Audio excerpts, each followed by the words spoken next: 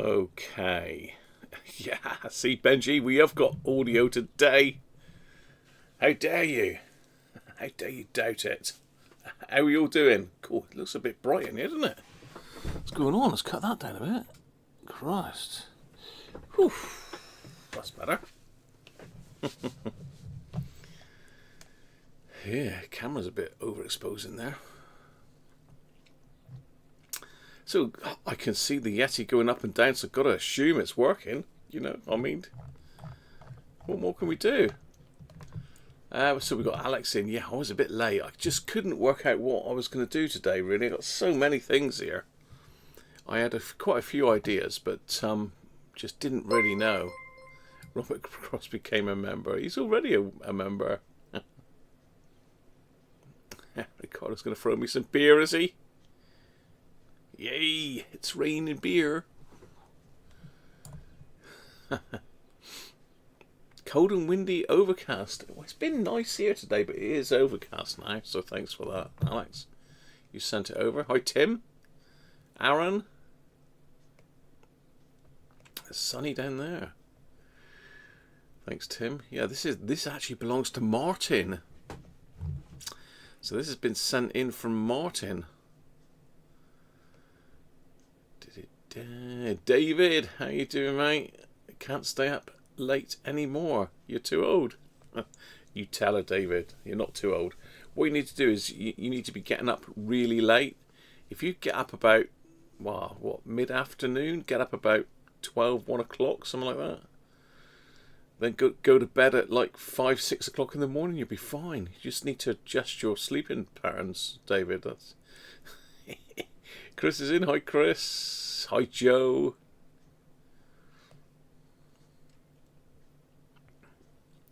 Bob's in. Hi, Bob. Bob sent me a very nice cassette deck to play with as well. But that one's going to take a bit of hooking up because I need to pull all the wires out the back of my workshop hi-fi here to get that up and running. Rob's in. Hi, Rob. James Farley. Hi, James. Nick's in. Hi, Nick. I'm not sure if you caught Nick's videos in the week, but he actually fixed my brother's phono preamp. I did have a look at it myself before sending it on to Nick, so well done for sorting that out, Nick.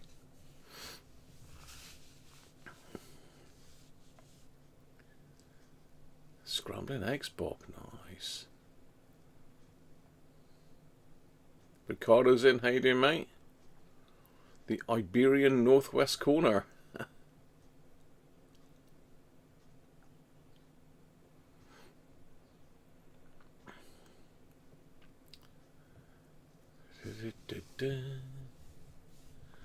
Yeah, so we've got just going down through the list. Quite a few in. Benji's in. Hi, Benji. Oh.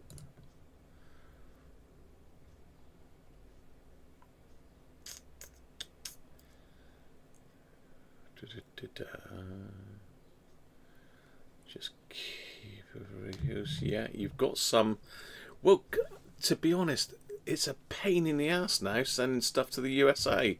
I don't know what's going on, but something's happened. I bought the postage for your parcel yesterday, Chris. I was going to drop it off at the collection point, and then I had an email saying there's an issue. Please contact us. Of course, they're not available on weekends, so I can't contact them. But I think what it is I've got to fill in a load more information on what's going in the package, something to do with some new tax laws or something. Oh, God knows what the hell. I don't know. Fingers keep bringing up the rear today. Suspend the Yeti. Send me some suspension and I'll suspend it. Sheffield Steve, how you doing, mate? You like the t-shirt? Well, the t-shirt is actually... Wow, how about that? Courtesy of Temu. Courtesy of Temu, that is. Well, not courtesy of them, I bought it, but you know, they never give me nothing. Baz, how you doing, mate? Stream Elements is... What's he done? Oh, you hit the caps button. How you doing, Baz? H. Neil, Bishop's fingers in the house. Yeah, well, you did a good job with that, Nick. Anthony, how you doing? You've seen the thumbnail. Now that thumbnail, I've been the last 2 weeks I've been playing about with a bit of AI to see if I can spice up the thumbnails a bit, but it's put that one in a weird format, isn't it? It's not quite 16 by 9.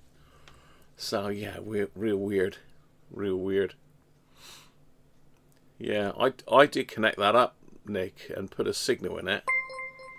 And thank you, Rob.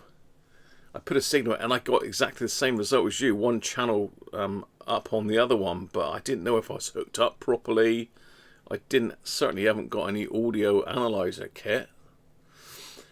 So I thought you were the man to have that, Nick. So you might get another one, but this one's a little bit too heavy to post, really. It's a bit too heavy to lift on the bench, but I've had all sorts of problems with that blimmin' amp that I've been working on. You were born in the 80s, Rob. It must have been late 80s. You're back, Baz. Yes, you are. It only times you out for like 20 seconds, I think. I'm not sure. It's not long. It's just to stop people bombarding the chat with capitals, that's all. Tom and Susie. Visiting family in Oshkosh. Is that how you pronounce it? Oshkosh, Wisconsin. That's a bit of a mouthful, isn't it? I'll not just say that after a few beers.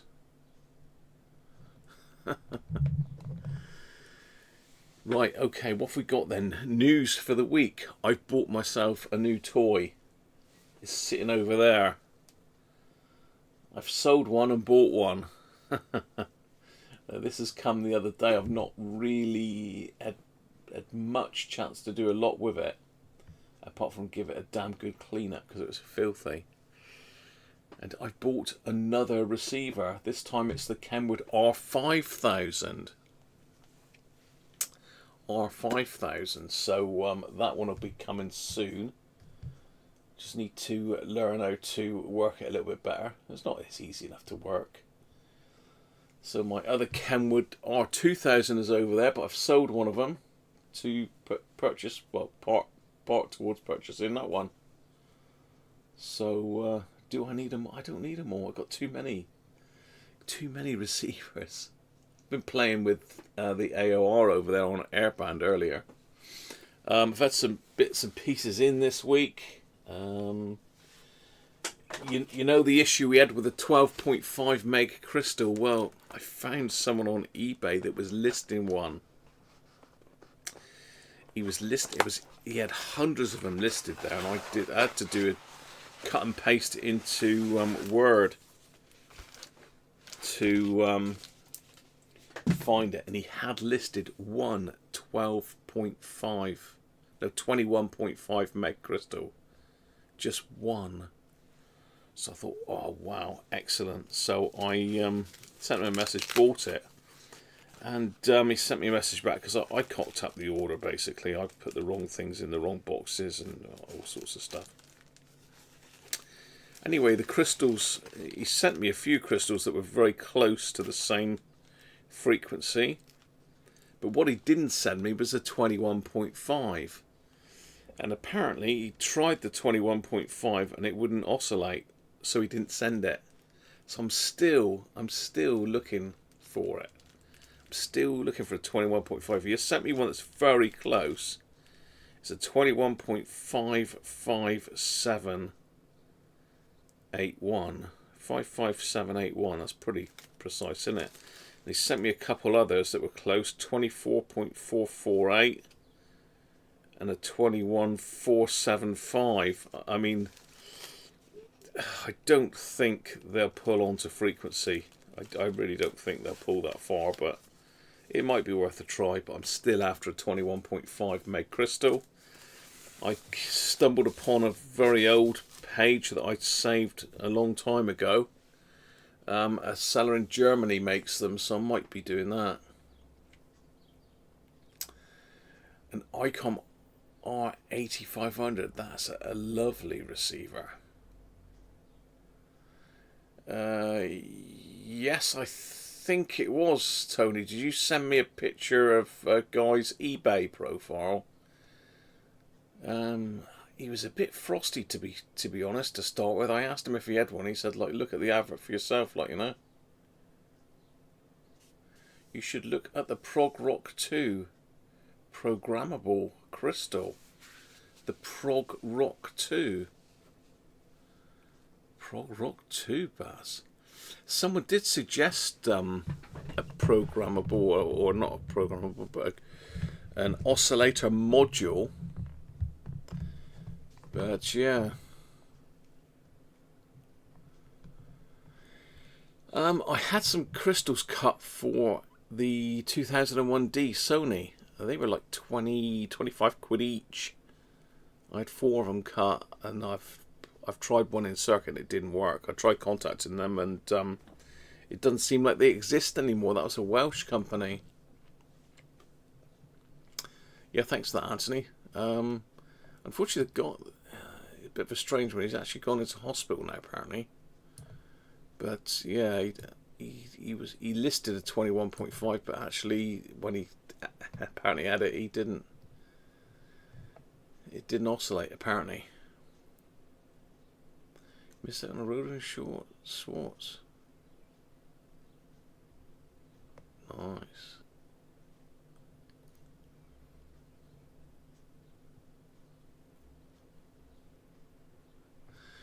The R5000 has a hot power supply. Get yourself a CB radio power supply and plug it in with that, Ricardo. Just plug it in with a 13.8 volt power supply. You don't need to worry about any heat then. I've got one chucked in behind the bench there that I use for bits and pieces, and it is actually plugged in. I just haven't got round to doing it yet.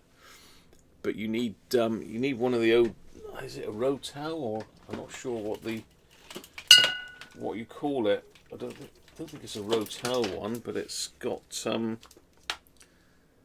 that sort of thing on it. Let me just get that on the overhead camera for you and show you what I mean. So I've also got some bits in for the Hakko.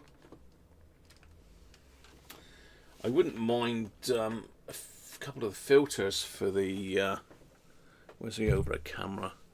Yeah, so that's the shape of the pluglet that you need. So it's got like a cutout on the bottom. It's rectangular. Now these are just CB radio, but they're plenty enough ampage for that, and that'll cure your overheating problems. I mean, I don't think there's a lot else you can do really. There's quite a lot of information if you join the group's IO on it, but I'd certainly like a better AM filter for it. So yes.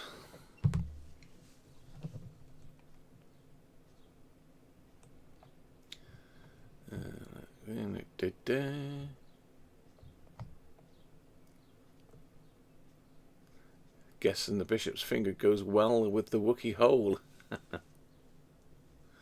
Yes, there is a Belgian company that does do them, Anthony. Hey! Thank you, that's Mal. Thank you, mate. He loves the super sticker. Thank you very much, mate. So yeah, that's one thing. Oh, the other thing is the Decca, the little Decca debonair radio has gone back to its owner. I spent the whole day yesterday and part of the day before working on that to get it all finished. It proved to be a pain in the backside right the way to the end, that one did. It just did not want to go. It wanted to stay here.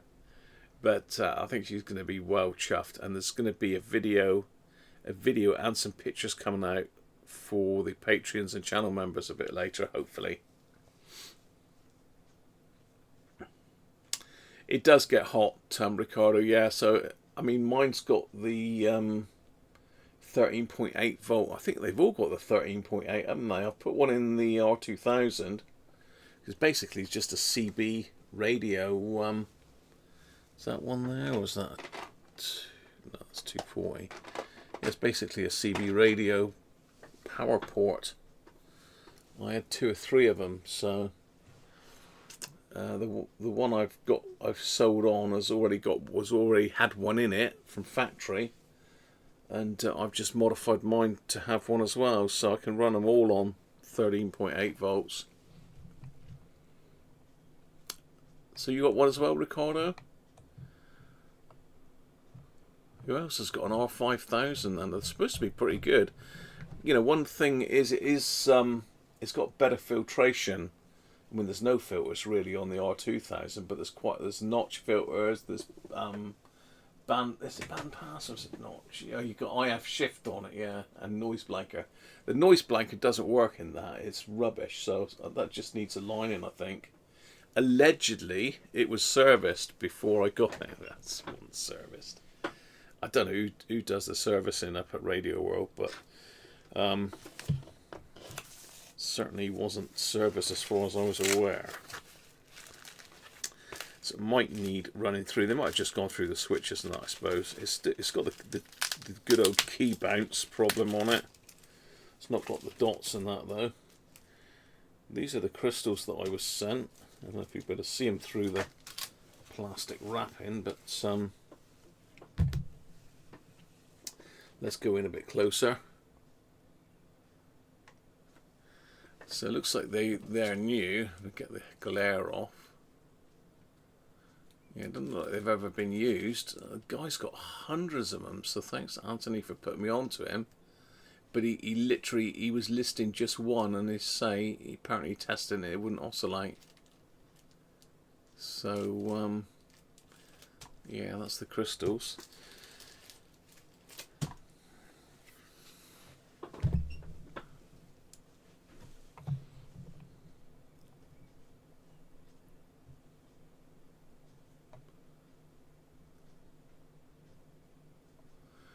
Yeah, you're always a smart bit of kit, Nick.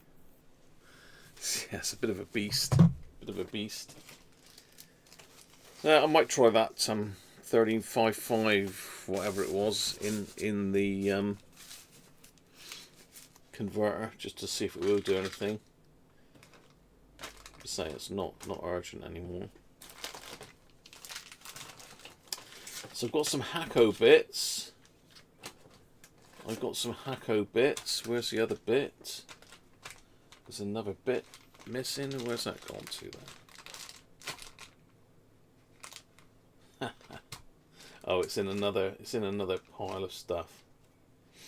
I think this I got some from Amazon and some from CPC. I think this is the CPC stuff here, but yeah, so I've got some Hakko filters for the back of the gun because it doesn't come with any spare ones, I don't think.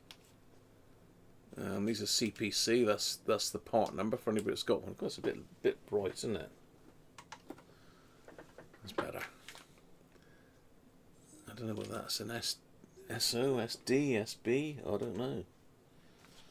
And I got a Hakko tip because the one that's in there is too small, really. This one is a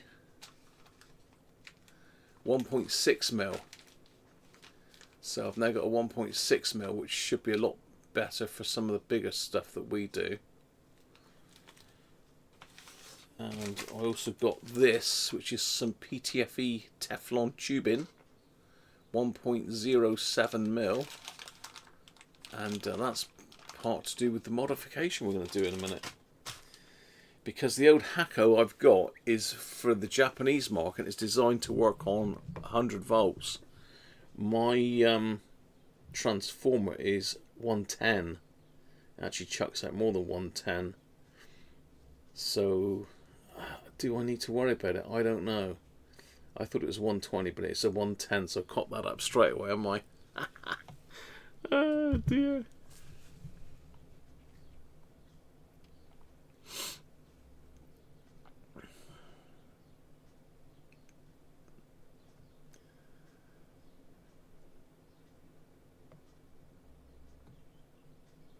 There's plenty of room in there, Anthony. There's loads of room. Yeah, they're not the same type size as the Duratool at all. Duratool at all. Yeah, definitely not the same size as the Duratool. But yeah, there is a modification that you can do to make it into the 120 volt version. Or was it 110? I don't know. But apparently the extra voltage is not good for the pump motor in these things. I'm trying to think where I saw the video. There's loads of videos on it. Let's get that off and that off.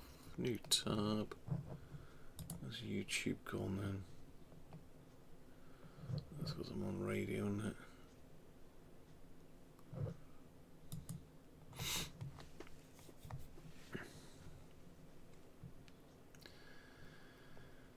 So, me. It was a bit of a toss-up, really, on today's channel of choice. But I've picked one who's really into shortwave listening, so I've been doing a bit of that recently. So I thought I'd give it a go. Let me just see if I can find this video now.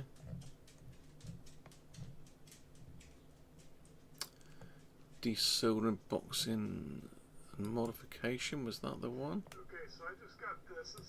So I'm going to now, there it is, single 10 ohm resistor.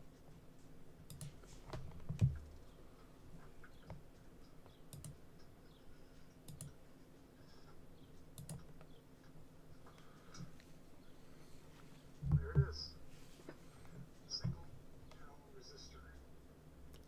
As compared to this. So this is what the 120 volt version should look like. Now my my power supply there's 110 volts, so I'm sort of in between, but the 120 volt version has got two 300 ohm resistors in parallel.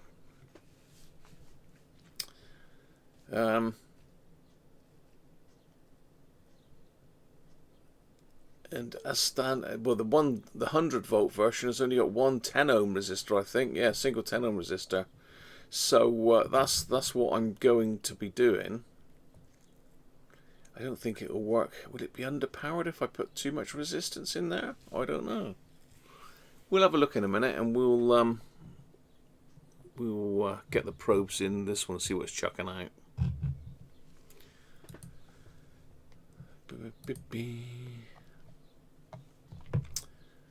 Right, catch in.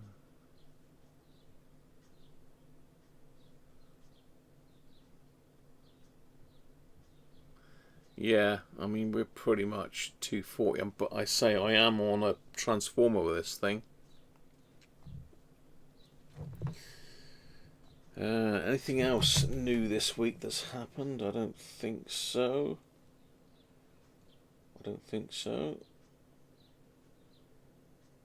No, not that. Something will probably come to me in a minute anyway. But like I say, this is for Martin that's normally in. He'll probably be in a bit later. So we're going to have a look at this. This is my beer of today, and it's actually getting a bit warm, so I need to get it down my neck pretty quick. This is from Aldi. Apparently it's brewed specifically for Aldi. Nobody really knows where, but it's Germany somewhere.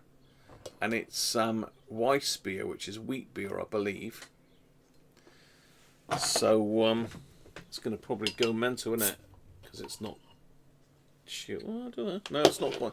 It's not gone mad. It's not erupted. So let's get it in the pot. So if anybody knows this sort of like wheat beer, it's naturally cloudy. It's got sediment in the bottom, so it's sort of bottle conditioned, I believe. And as usual, it always fizzes right up in here. But it's available in Aldi. It's pretty cheap, 5%. I've left the link in there for anyone that's got a local oldie. We've got some beer coming down. Thanks, Aaron. Rheinbacher Weissbier. Is it Weissbier? I don't know how you pronounce it.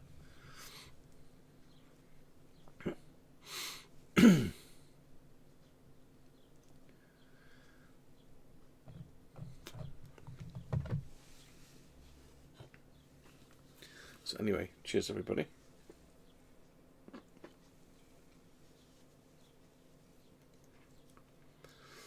Yeah, I don't know, RCJP. I don't know. Apparently not, but you know, maybe putting these resistors in for 110 volts is a bit overkill. I don't know. 10 volt over, I wouldn't have thought it was going to hurt it.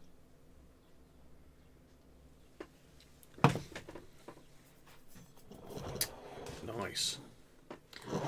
Right. Let's see if we can get the camera. I don't know if it'll go over that way far enough. Well, you can just about see my adapter down here, look. So it's got the sort of, is it Euro plug, or I don't know what you call this plug really. It's got one of them on the end of it. Oh, and one other thing I've got this week is I've got this stand. Was it Andrew that recommended this one? The Hakko FR303? Fits a treat.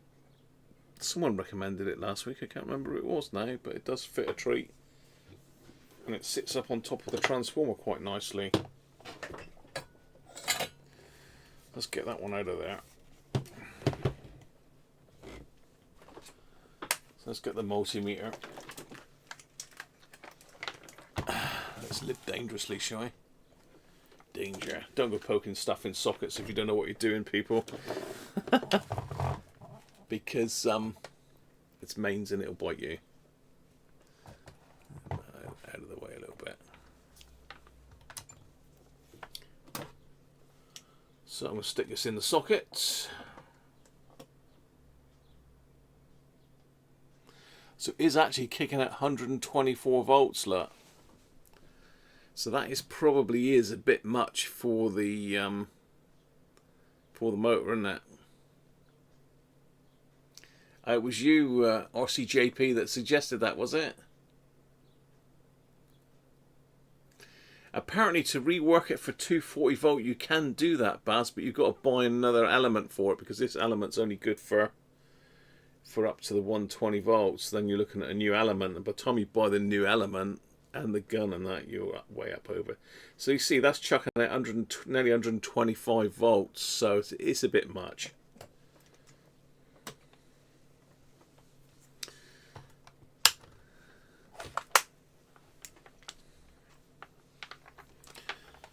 So let me go and get the other bits a minute. Let me go and get the other bits. Will be a sec, because I've got some resistors.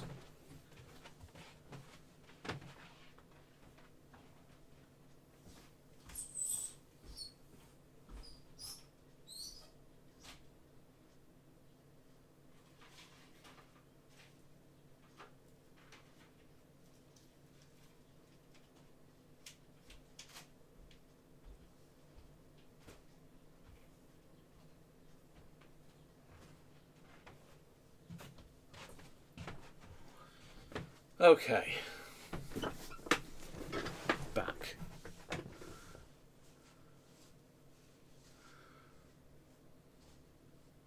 Apparently so, Baz. Yeah, it's not for the element, and apparently the element is exactly the same between the two different things. Big shout out to Derek. Can you remember last week we did the wafer switch and I pinched one out of my spare set? Derek's very kindly sent me another wafer switch for that, so thank you very much, Derek, if you're watching.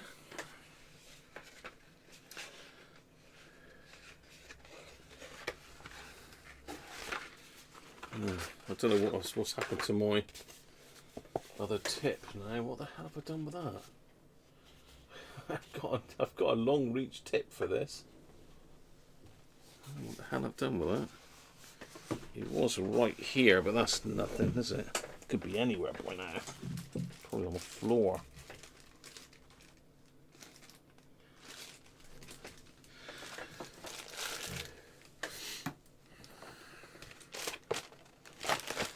Yeah, so I don't know where the tip is. I don't think it's in here. I think this is the... This is the resistors, I think.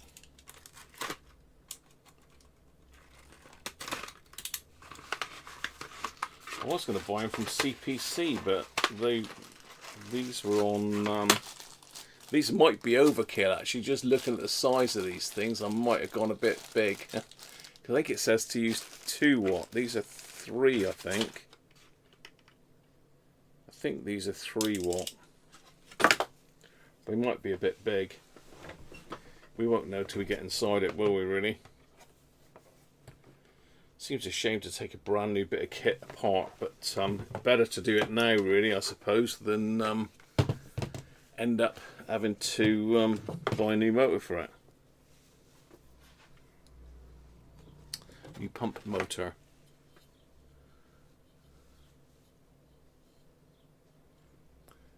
Have you measured the output of your transformer?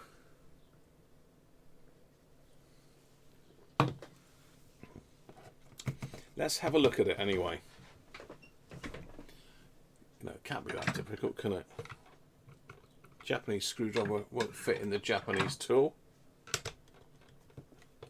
Smaller one will.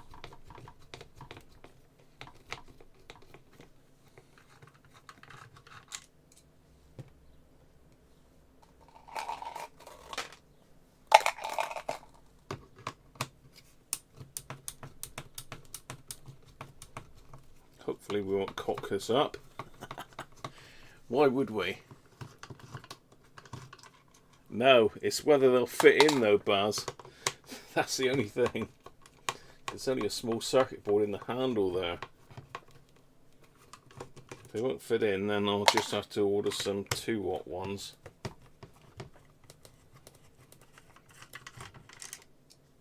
I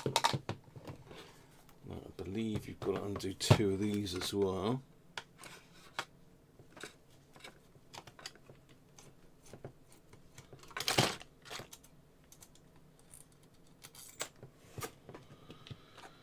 That one and that one. I say I've watched a few videos on this, so it's quite commonplace to do this, just to convert it for the higher voltage in the US of A mainly.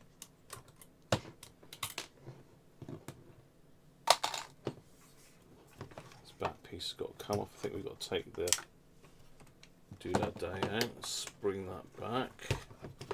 Take the back piece off, which is just a pump cover.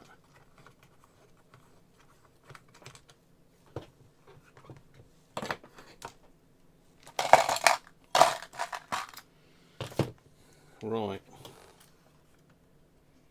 There's all sorts of things waiting to ping out at me, I suspect. There's a little tiny washer in the back there we mustn't lose. Let's pull that off. How are we looking? Are we going to come off here? Boing. Okay. There we are. The innards. Why are we taking a brand new tool apart? Well,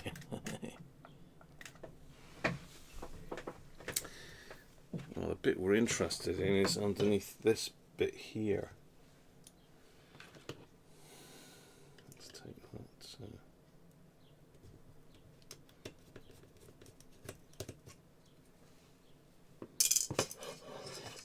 It's a well-made bit of kit, this. It really is. So let me just take some pictures of the wire dressing, because one of the things with anything like this is they do cram stuff inside, and if you lose a piece or get a bit out of place, even though I'm videoing it, it's never that easy to get it back together.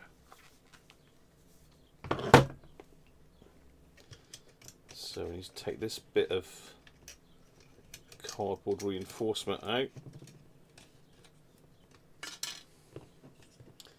You take the other screw, actually that cover there I think comes out, but that'll pop out in a minute, no doubt. Well, see, I am disconnected from the mains, just in case you're wondering. Now there's, what else have we got here? Holding this in, we've got a little thing there, little lens for the LED, and we've got a little pulley thing there. Let's turn that fully clockwise. Take a picture of that so it goes back in the same place.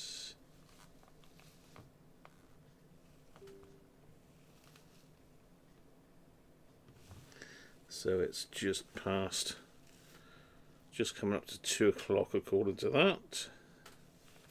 It just pulls out a little potentiometer, that's a little trigger.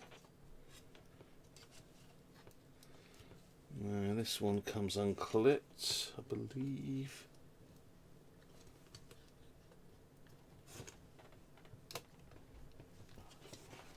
Not easily though, does it?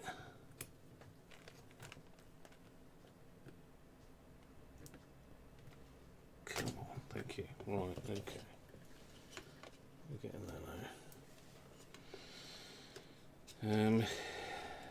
You can lift it over, I believe. That motor's making it a bit awkward. I think we're just going to have to undo this.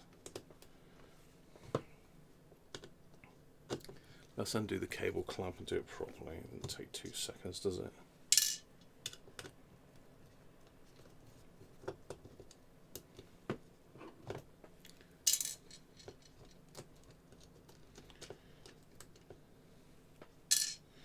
So we got a couple earth wires there. Let's get them out. Bigger. It's not going to be imperial either, is it? No. Metric. We got a big enough metric one here.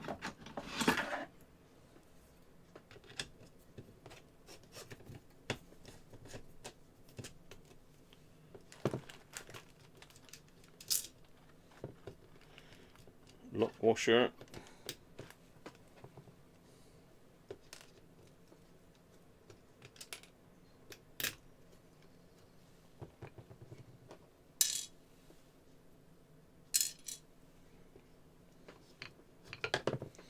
Then another one.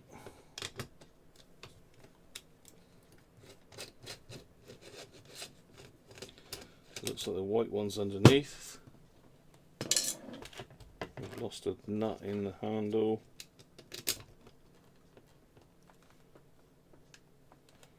I'll tell you what, that's a bit tight, isn't it?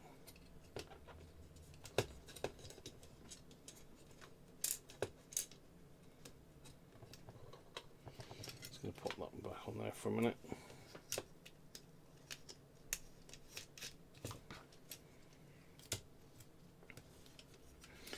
There we are. And sure enough, we've got one 10 ohm in there. Little dot on the board to mark it as 100 volts. Let's get you underneath the overhead cam. Probably be able to see a bit better. Let's get this beer out of the way before I knock it over.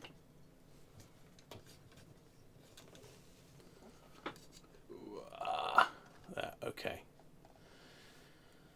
So the idea is to take this one out and put the 2 other ones in, but I've got a feeling that mine are going to be a bit too big. How much room is underneath there?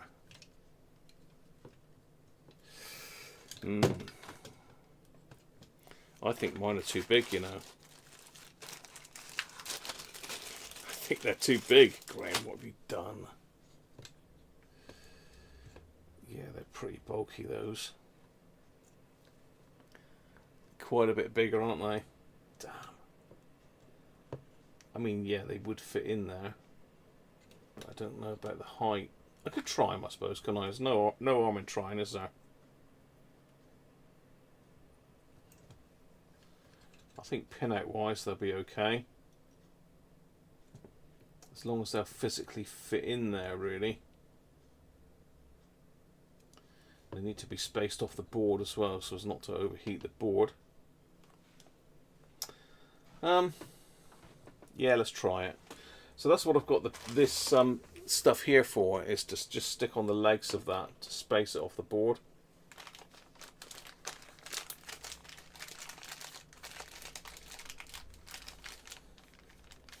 So I'm going to cut a piece of that off in readiness.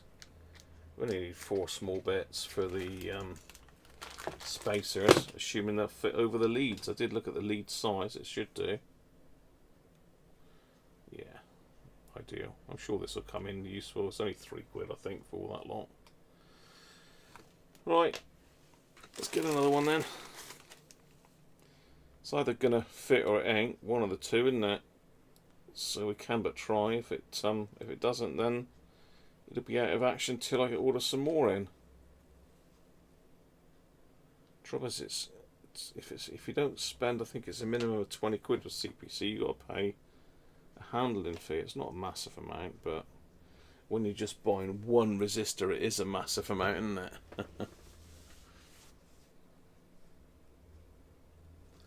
I know, this is apparently 50 and 60 hertz.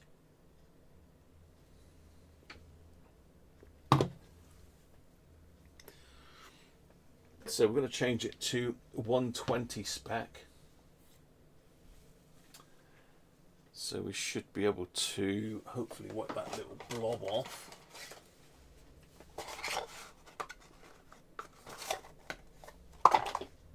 We're going to change it to, yeah.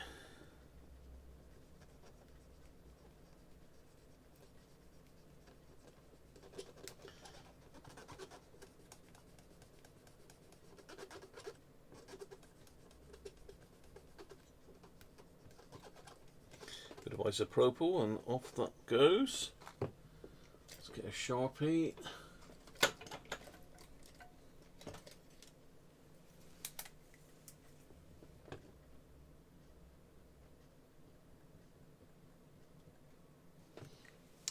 On 20. Not that anybody else will ever touch this, because it's my desoldering tool. You know, I can't see me giving it up in a hurry. So it looks like we've got 4 pins to desolder. So I'm just going to use my good old-fashioned mechanical pump.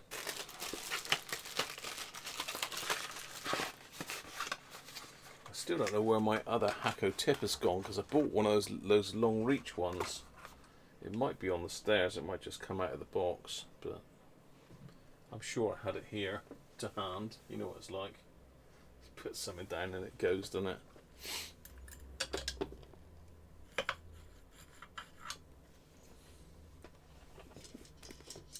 Move that out of the way.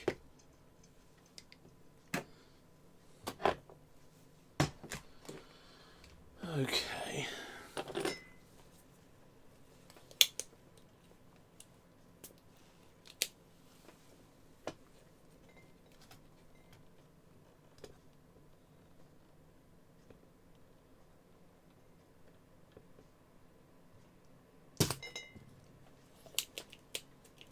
Some big old ground planes on this by the looks of it. And this is a hefty tip and it's struggling to melt it. We'll bump the temperature up a little bit. Let's go 360. Let's push the boat out.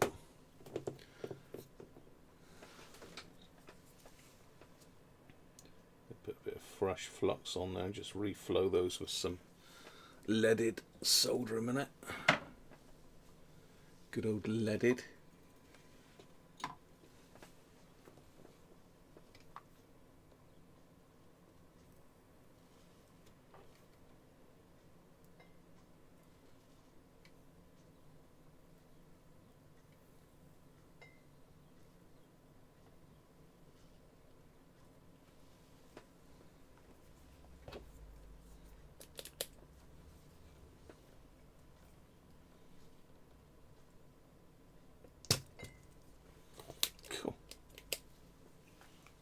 Didn't like that, did it? Ah, sucky suck. There we go.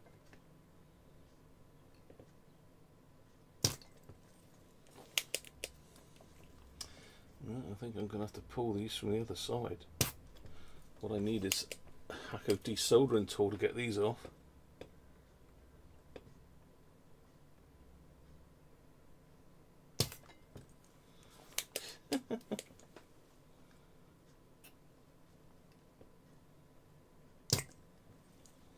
Oh, this is coming.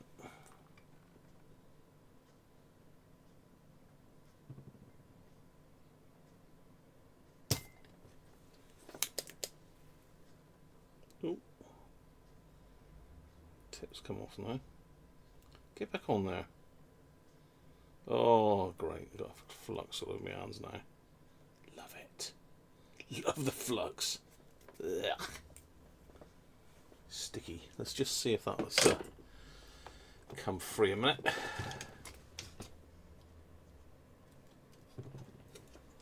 Let's get warm. No, because it's double-sided board, isn't it? So I think what I'll do is I'll just grab it with the forceps.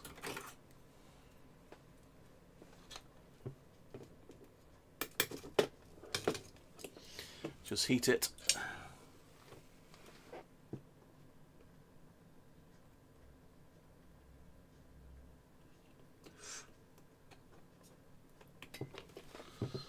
Pull it out.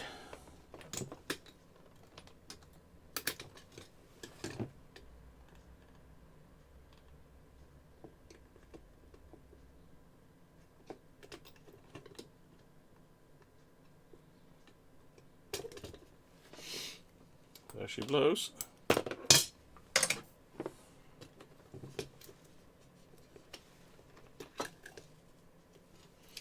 Yep.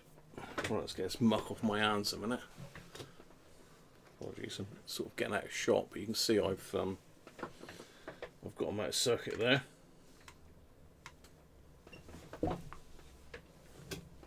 Oh, what's that, Baz? The US is a two-phase system.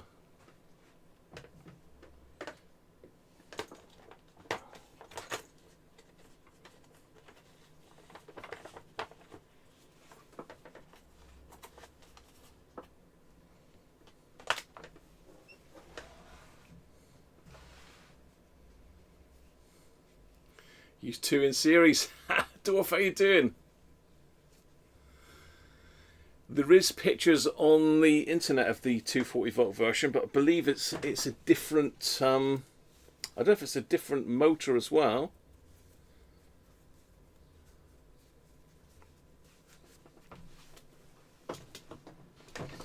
Okay, right. Let's have a look what these look like in there. Is this going to be a bridge too far?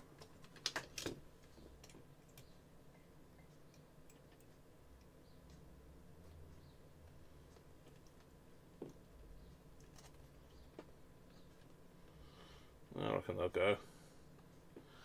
they'll go. What do you think? They're a bit overkill, aren't they? But you know, like Baz says, can't have too much of a good thing. Let's put some of this spacer on it then. So I just want to space them so they're not touching the board, but I want to get them down fairly tight. So we only need a little tiny bit of this on each leg.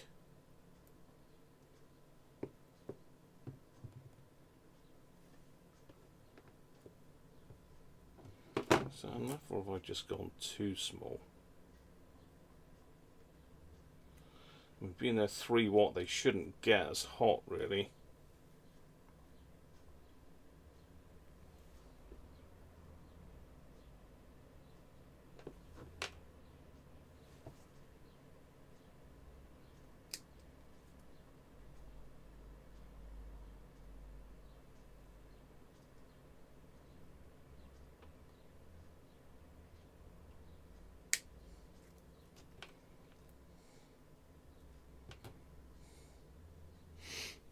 Just cutting up, look at super glue on my fingernails.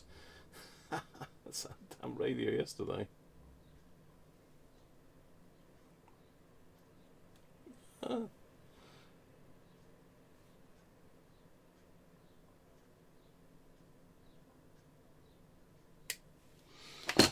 Okay.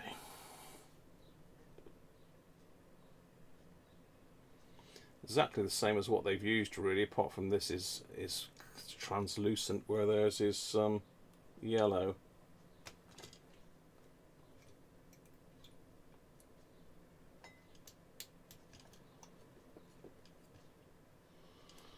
There's one.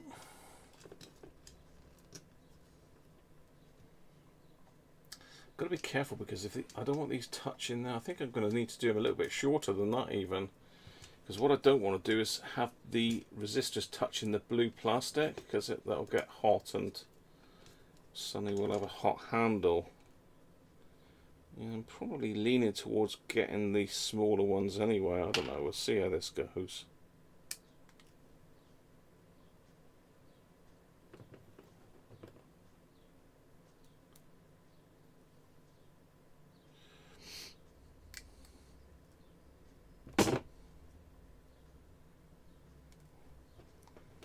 Tell you what, it's got really fiddly now. Now we've got little tiny bits of silicon to put on, not silicon, Teflon. It's getting too small.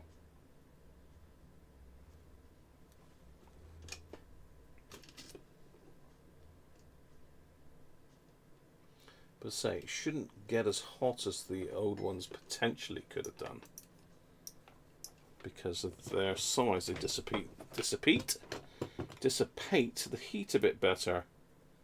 That's the whole point of them.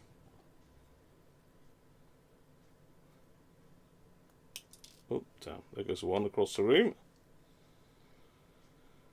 Oh, it's easier to just cut two new ones than it is to try and cut the smaller ones.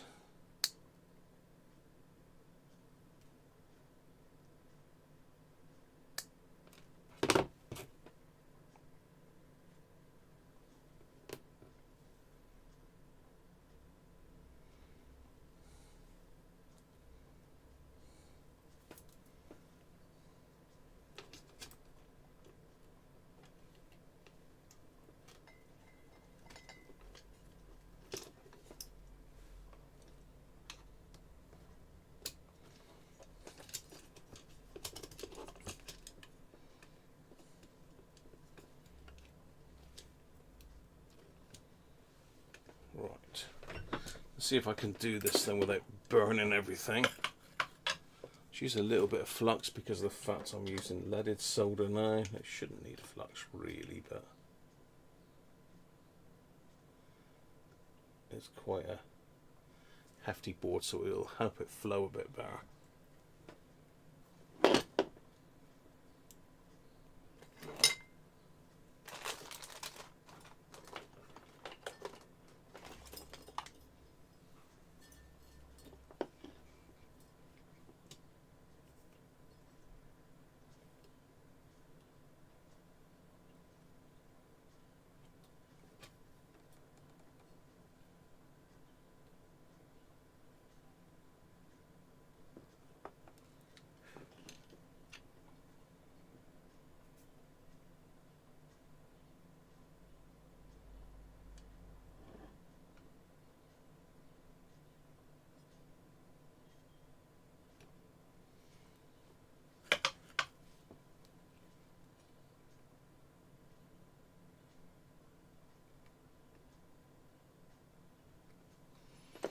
Okay.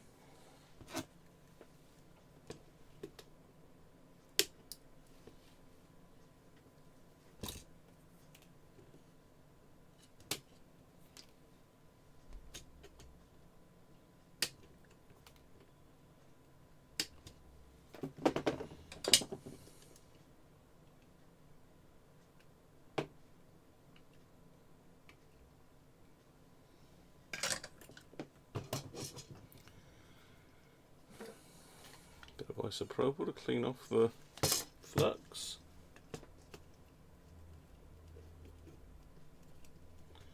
There's more Hakko flux on this board than there is mine.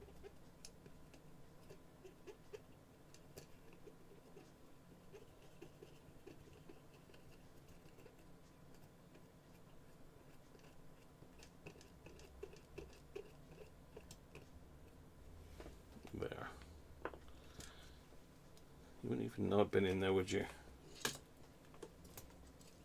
So look at the other side. Okay, that one's a little bit proud, so let's just heat that one up and poke him through a bit further. Feel that, mate? Oh, not quite that further. Oh, that's alright.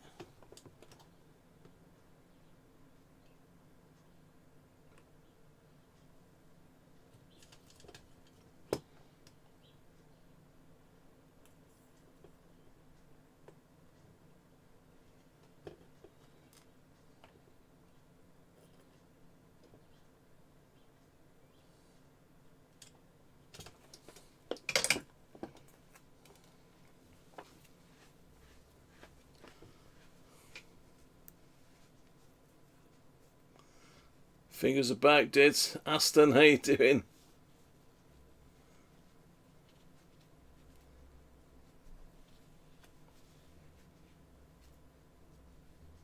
What's someone asking the ball? Will it go bang?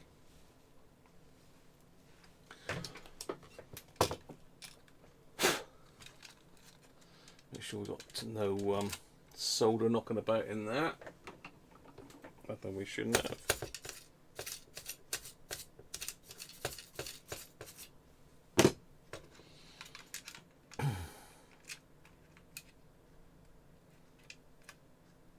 Oh, of course, there's flux everywhere now, isn't it? It's Flux City in there now.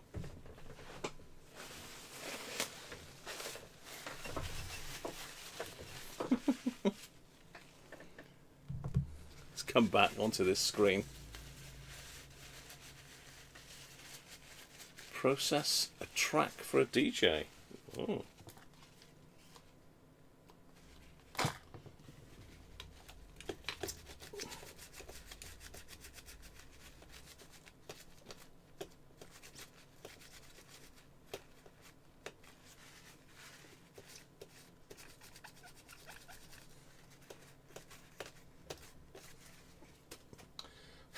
There's bits of stuff everywhere now.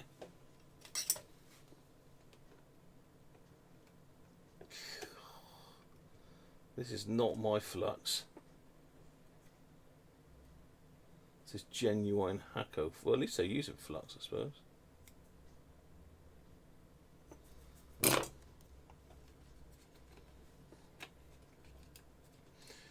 Right, what I'm trying to do here is to just lay it back in and make sure it's sitting down. Oh, hello. Oh, there's loads of room underneath there. Yeah, loads of room. Something's just pinged off here. That's going to be great fun, that is, isn't it? What the hell?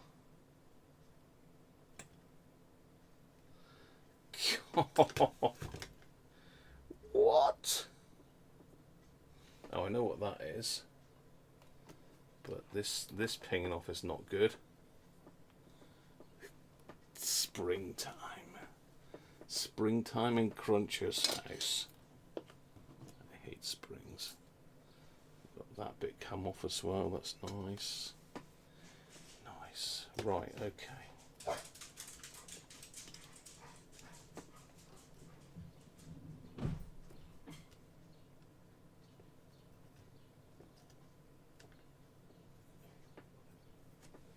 Sounded like someone shut our back door then.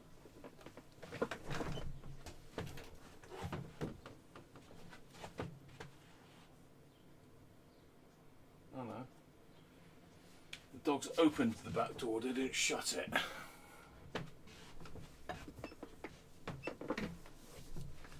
Oh. Okay.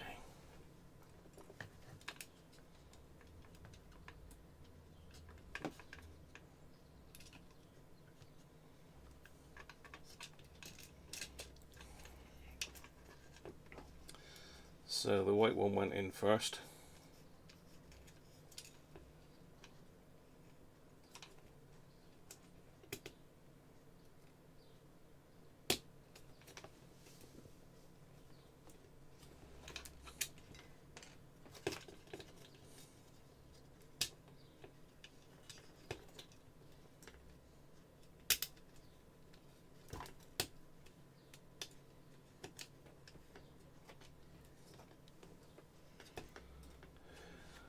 easier if you do the overhead cam, isn't it? Probably easier if you just see with the overhead camera.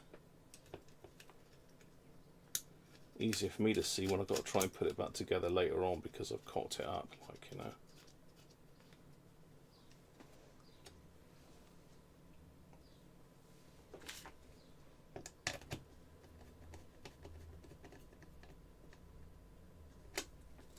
That's that.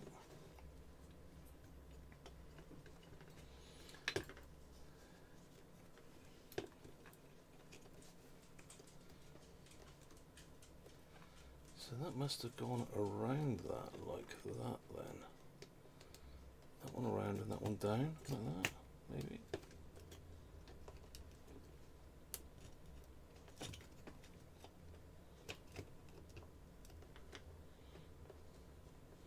Let's have a quick look at my pictures. Another dial, this is another dial cord thing, and I've got lots of springs that popped off of there. Oh, hello. Taking pictures, not looking at them.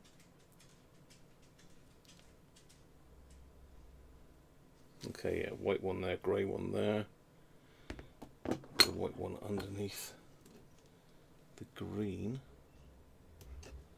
How have they jammed that in there?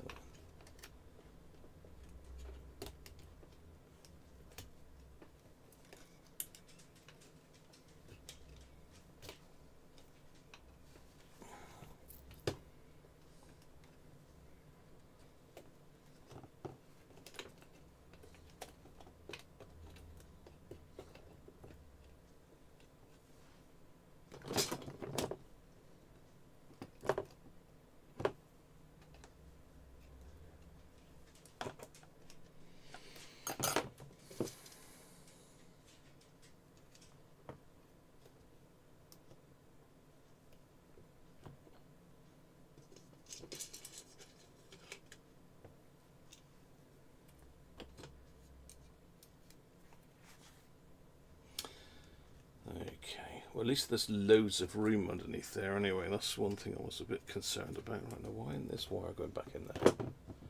Come on, it came out from there.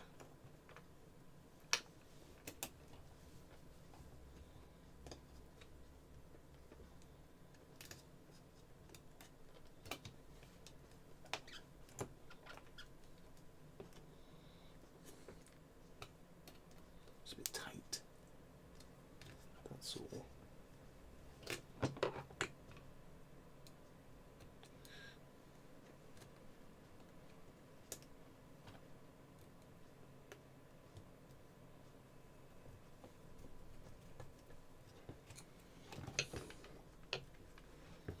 It's a damn sight tighter than before.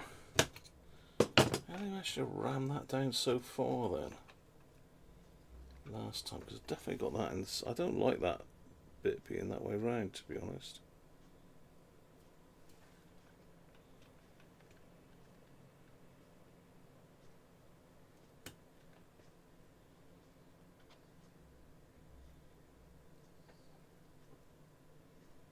I think maybe that one goes underneath there. I think that's the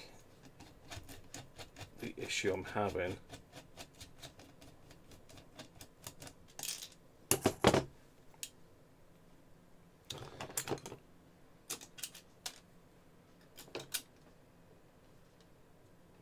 Yeah.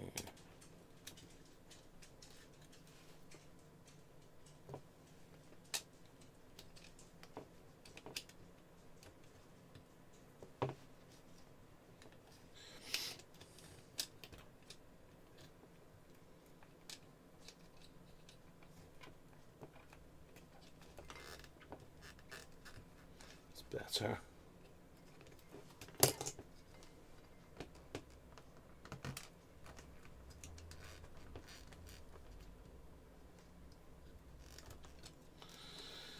That's better. It's betterer.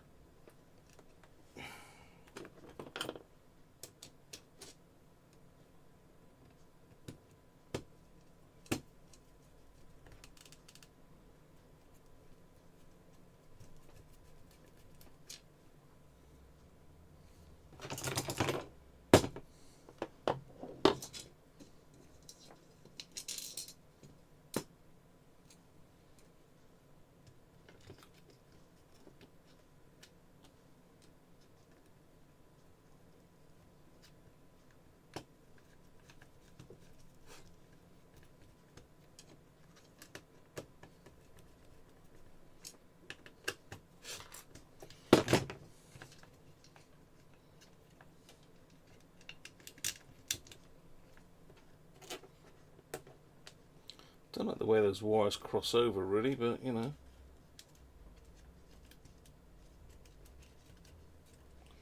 So it was.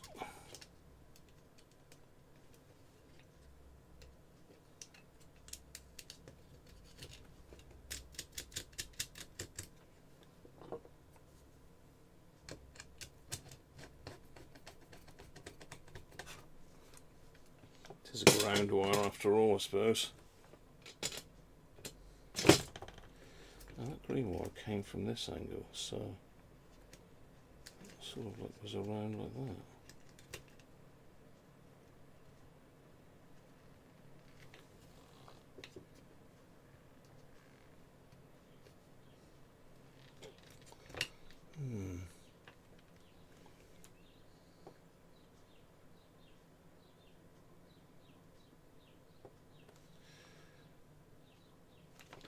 No, still not happy with that.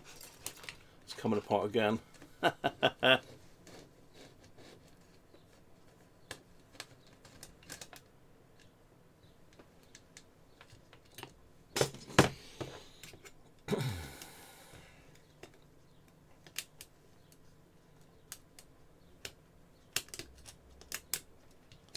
So it looks like this comes that side of that wire. That's over there.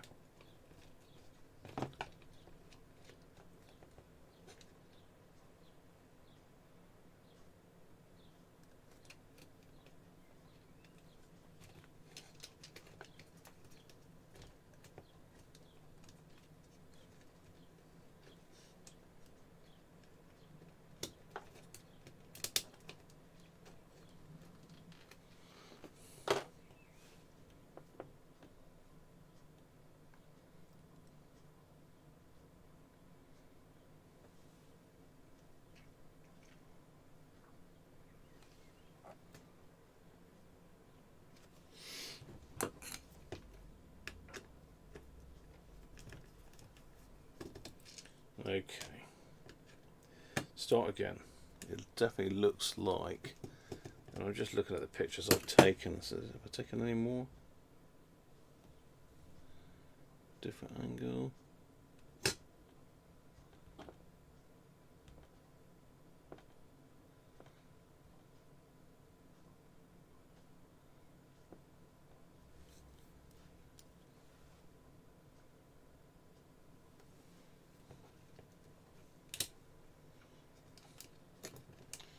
Does look like this one is right in underneath everything.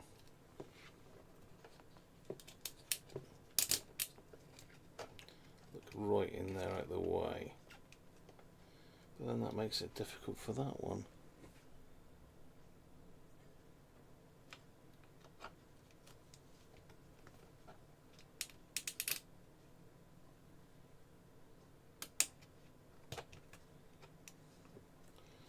Look how it's done though. Don't like that, but you know.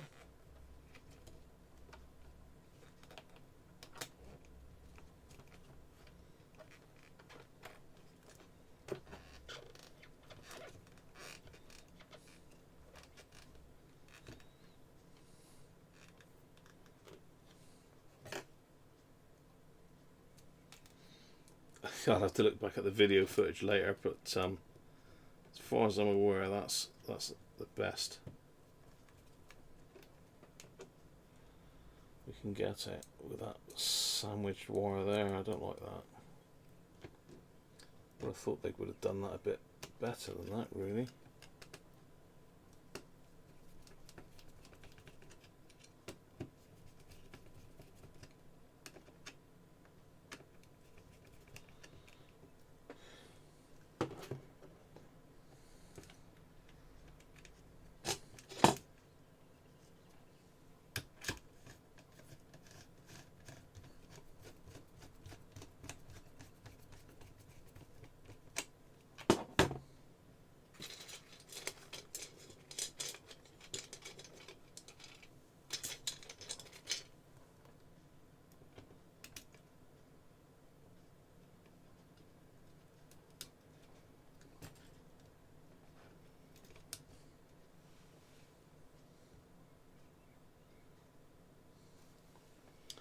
So that was that way up.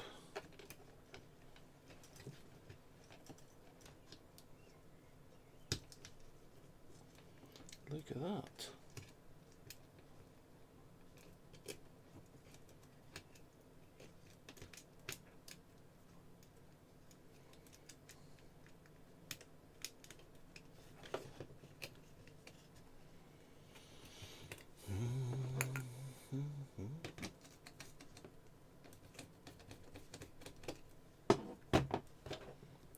Don't really like that all squashed up like that, but you know.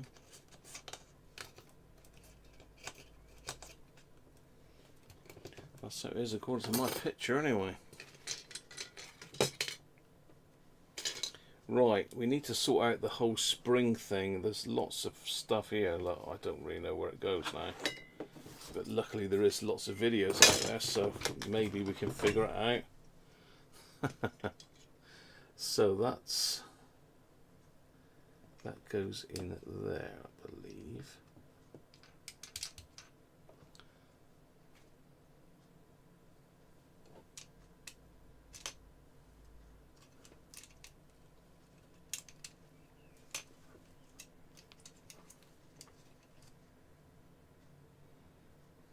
Okay. Go both ways up. No, only go one way up. That's one good thing. I know the little spring goes on there.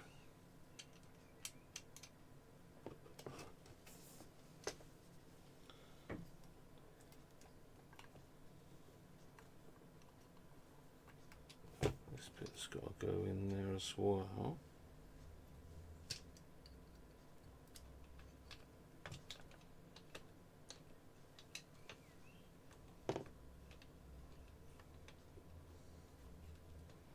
Goes in there. Where does this spring go? I know that one there goes around there to stop that kink in.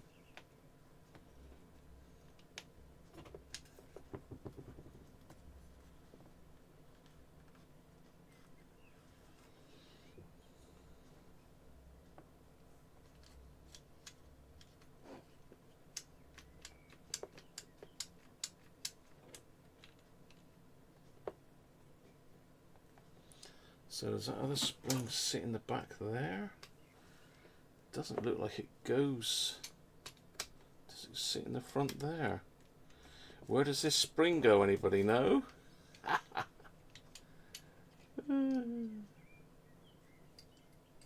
have a look. Doesn't go in there. Doesn't fit in there. Does it go in there?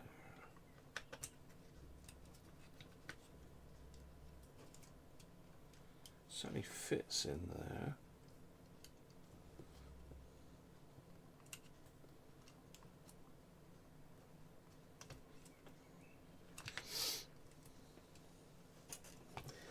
We've got to have a bit of spring tension to pull this bit back, so I reckon that goes in there.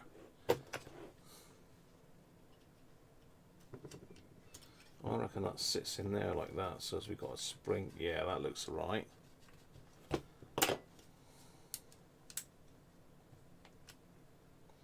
So that sits in there.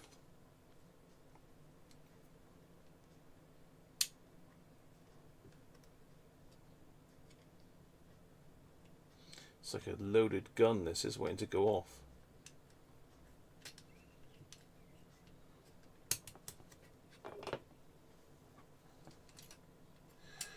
No, that's got to go right forward. The spring's got to go back and sit in there.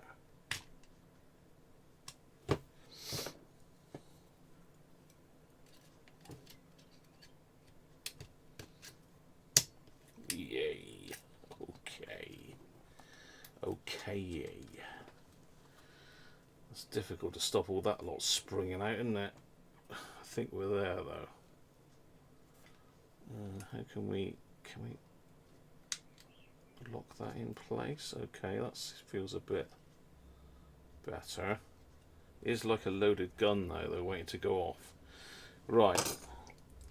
Let's connect that back up. Goes in there.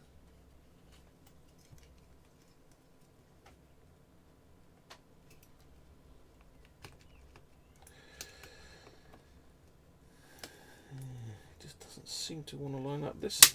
Oh, there we go. I told you it's like a. Ow! Caught my finger then. I pushed the button, unfortunately. This doesn't want to line up with all this gubbins down here.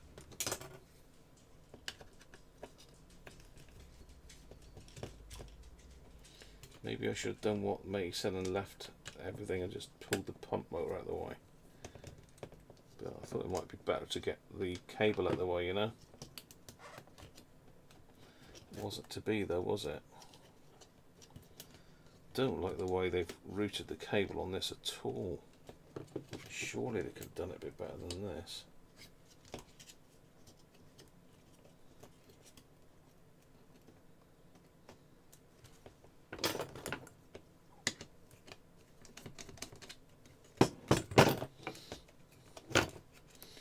Right, that's everything lined up. So we'd need to put that one back in, and that was at just before 2 o'clock, wasn't it? I said.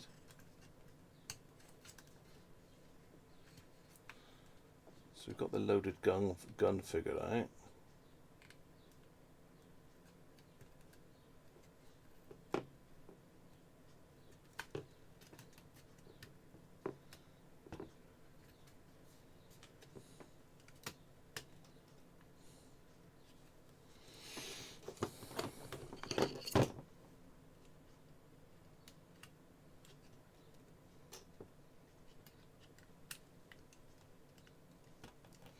It's like that wire doesn't really want to go there, you know. It's this grey wire here that's the problem. It's grey or is it black? I don't know, but it's a pain in the ass.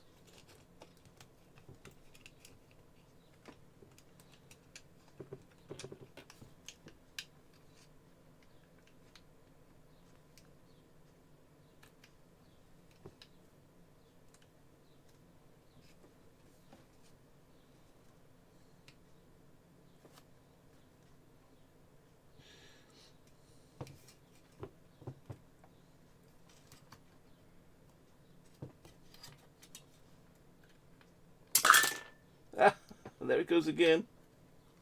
Let's get the bottom end sorted first. We'll sort the top end out in a minute.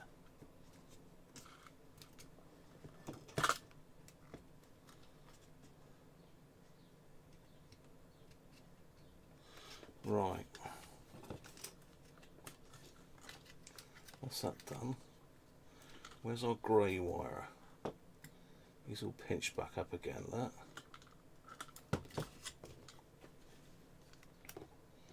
It's almost like we haven't got enough wire, you know.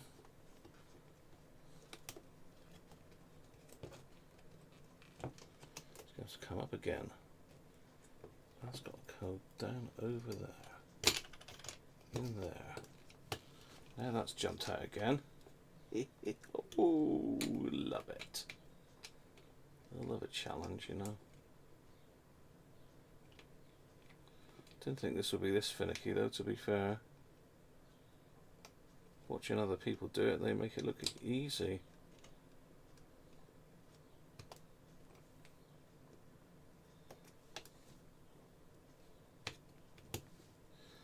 I say the problem is that grey wire there just does not want to live there. Right, let's just pop one of these screws in just to hold this bit. We've had the gun go off up the top there. Just reversing it so as it goes back down through the same. Right, okay, we're in.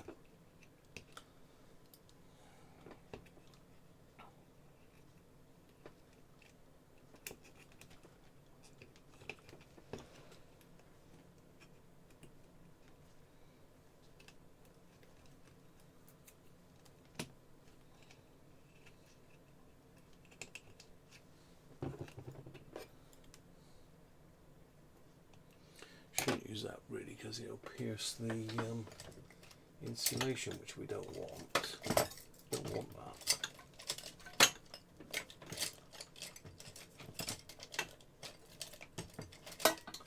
Can never find my little prodder when I want it.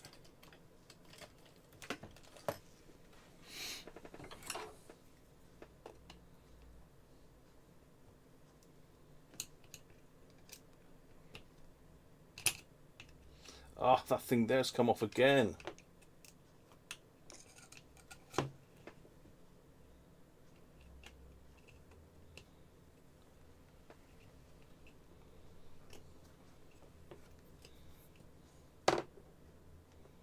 We're going to get there. Bear with me. I'm not caught up with the I test things. How you doing, mate? Not caught up with the chat for a minute, so bear with me. Just get this put back together.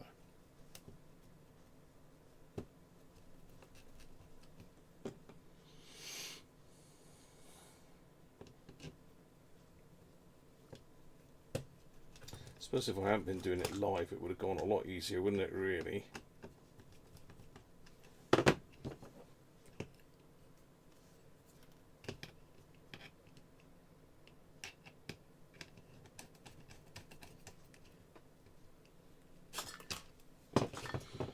Okay.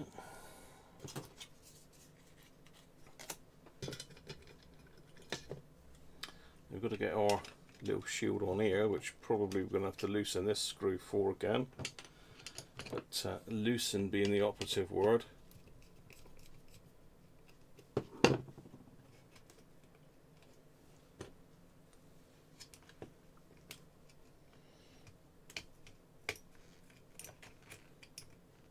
You're going to go back in there? You're going to be nice and go back in there?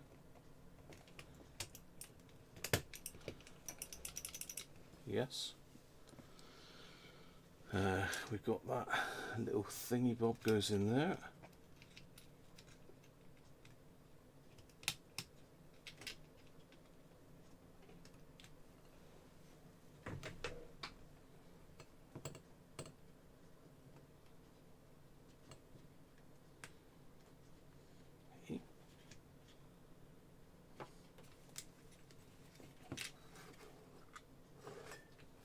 That way.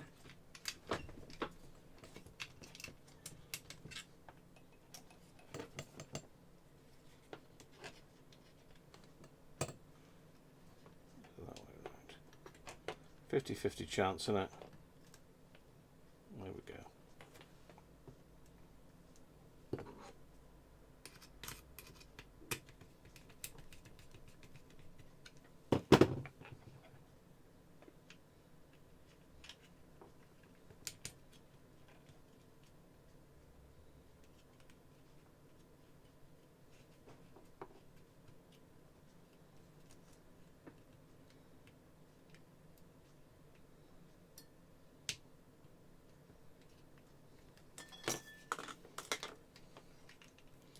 Convinced that's in the right way.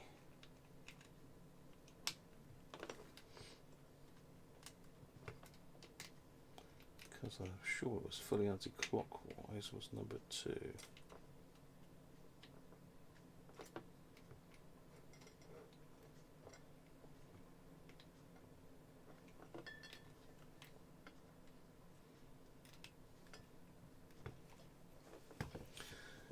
Oh, this is trying me now, it's testing me now.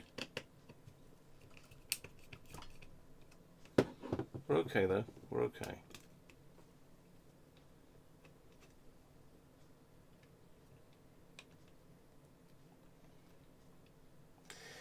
This is horrible, this thing down here, this preset. All it is a little tiny potentiometer, and this has got like a little cross head in it that fits into the body of the potentiometer, and it will not go. Well, it will go, but it's a pain in the backside.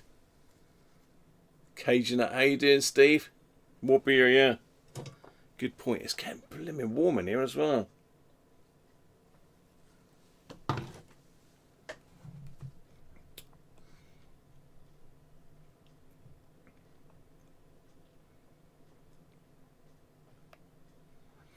what I'm doing to the poor thing. Hey Derek, how you doing, mate? Christoph's in. Yes, all I've done is just change the resistors in it, that's all. But it's not the easiest thing on the planet to take apart and put back together, I can tell you that now, for sure.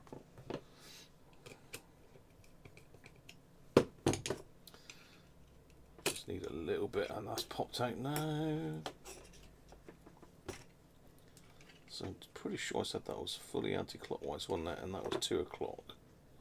Just before 2 there.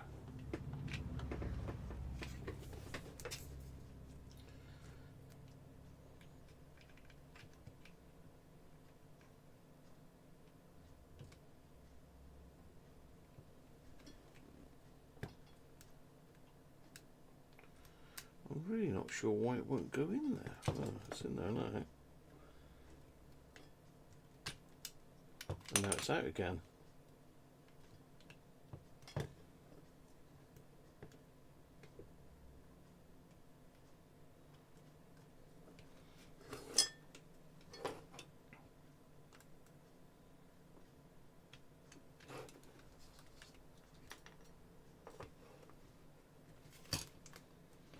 So is there a reading on the other side of the handle then? There's not. So the mark is there. So I think I had it the right way round the last time, you know.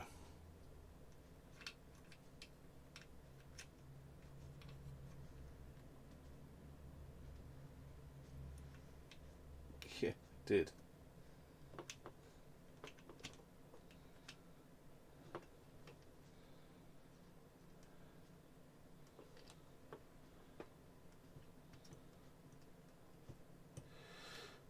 Can't be, because that needs to be number 4, the highest setting.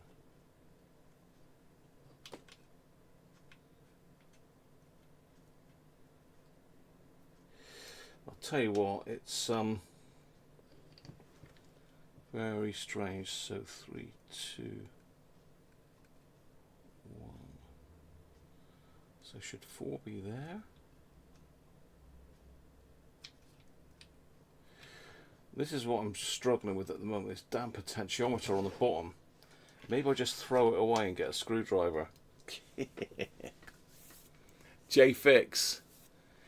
This is the 100 volt Hakko. This is the 100 volt and my power supply is 120. So I've changed it to the American spec 120 by putting a couple resistors in, James. But it's just, I'm just struggling putting the bloody thing back together now. It should be so easy. That's the end stop one way. Okay, then you go all the way around.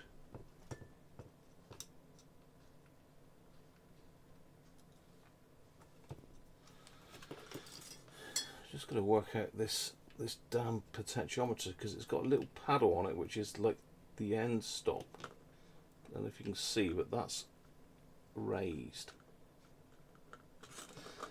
But I have got some photos I've taken, so let me just have a quick look at my photos. The mod's done. I'm just trying to put it back together.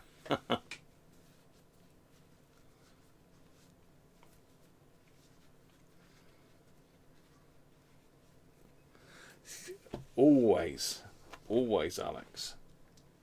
So yeah, that's the resistor I've taken out, 10 ohm, and I've put in 2 300 ohm. This is the poor man's version of the solder sucker. Did you get the 100 volt version of this, James? I can't remember now. Now I wonder if this actually coincides with any marks at all, because that does work well like that.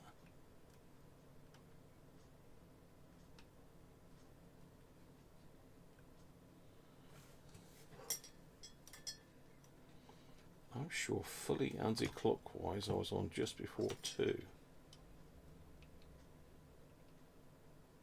Why is it locking there then?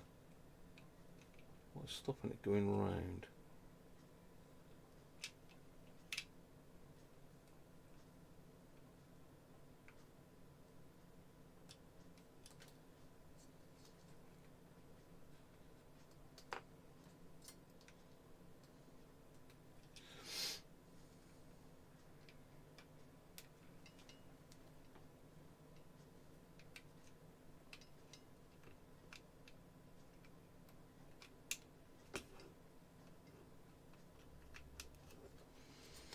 Yeah, that's what I'm struggling with, getting this damn potentiometer back in there. What are we doing there? What's that on? No, still no good. Let me get my pictures up again a minute. I need more damn beer, I think that's what the issue is. So before, that was sort of like that. I don't know what setting. I think that was, I had it on setting number 2, I think. But it can't have been in that position.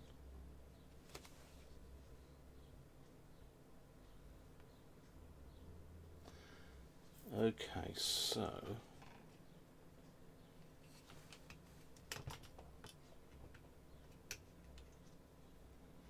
I can't remember whether I said fully clockwise or fully anti-clockwise. I think it was anti-clockwise. Should be like number 4 on the dial. If I can get that in like that, that would be perfect, but it just doesn't seem to want to go back in where it come out.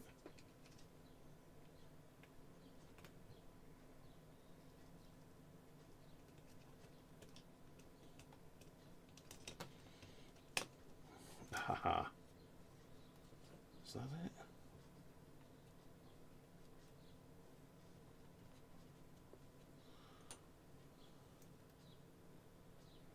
No, it must have been clockwise then. Must have been fully clockwise.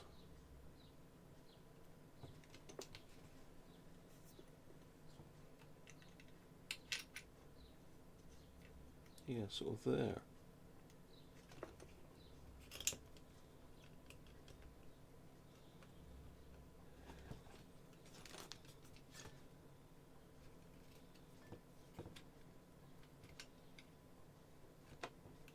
Come on, if you pop in there, you're good to go. Come on.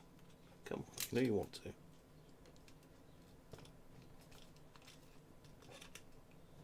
Come on. Yeah. Oof. Ooh, sir. Is that you? Yes. Hell, that was not easy. Do not pop out again. Right. Let's see if I can get this in without popping that bit off. I bet it's not gonna, is it? It ain't gonna.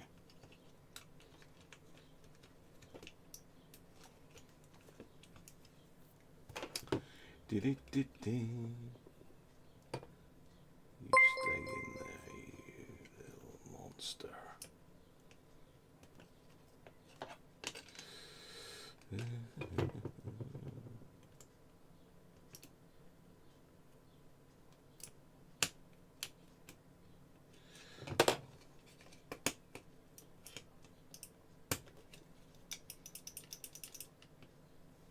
Still in there.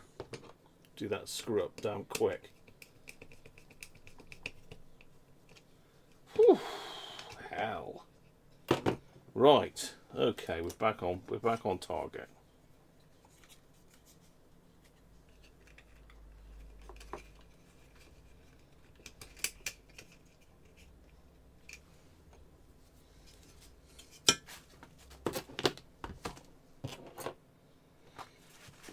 Now we have screw loose.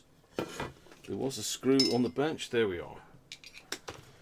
Whoa, got it.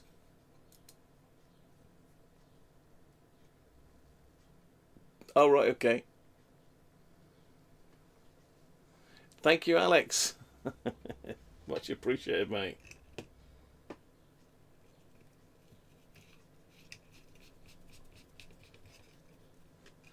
That's the Hakko bit of cardboard done. That's that done. That went underneath there like that.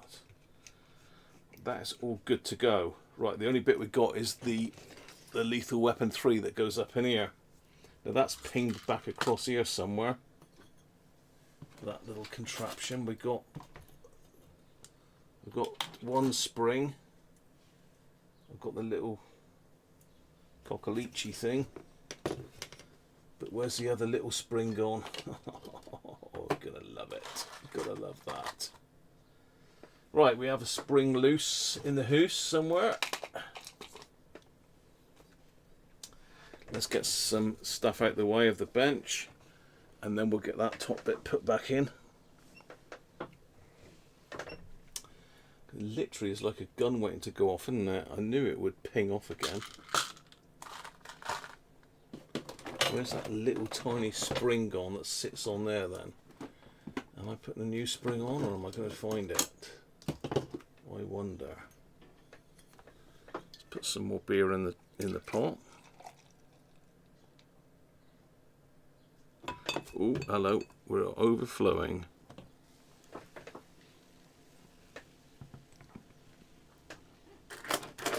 Bit of enthusiastic beer pouring there.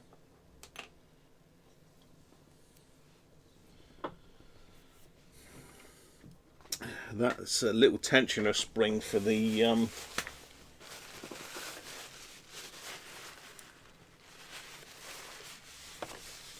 release for cleaning it. It'd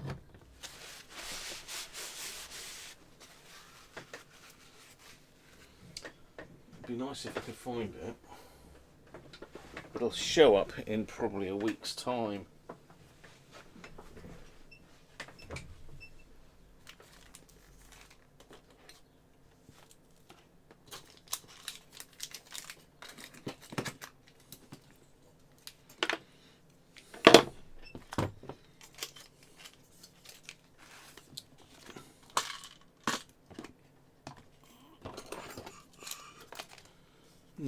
Maybe it won't then. It's not in here somewhere, is it? It's not. No, that's a little nut that goes in the back. Might have been lucky and it fell in here somewhere, but it doesn't look like it. It's a captive nut.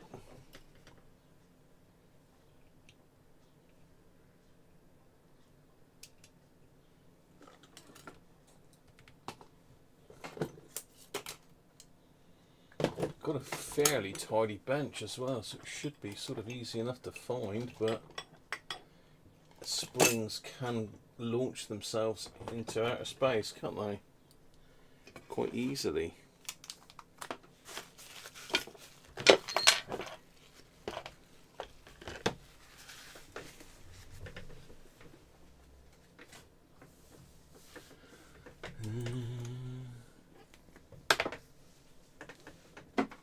We haven't got round to the cassette deck yet.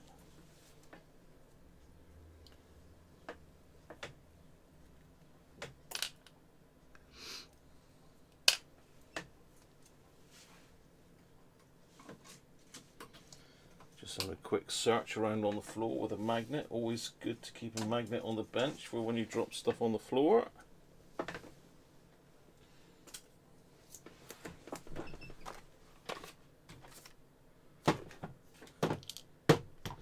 Come on, it would be nice. I have got loads of springs, but it would be nice to get the original one back.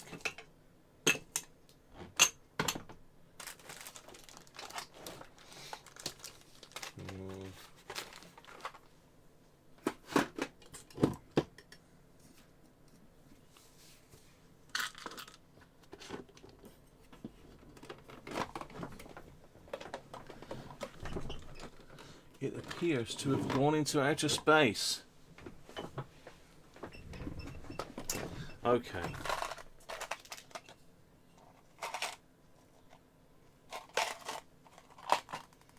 Well, that is not the end of the world though, so we're okay. It's probably jumped up and gone into one of these pots, I expect.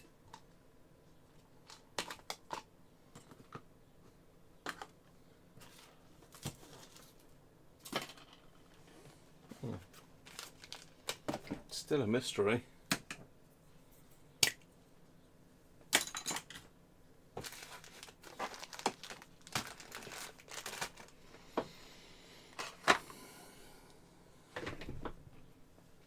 Right, let's load this gun again.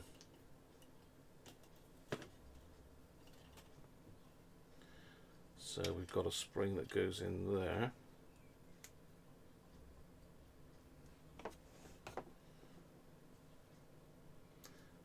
Goes over the top there.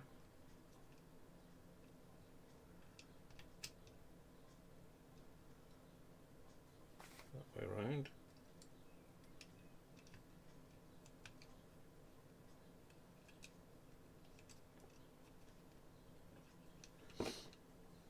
in there.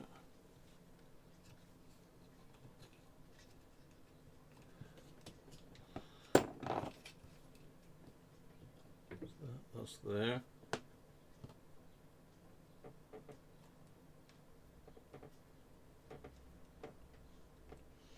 Rubber bit goes in there. Stop the tube kinking for the pump.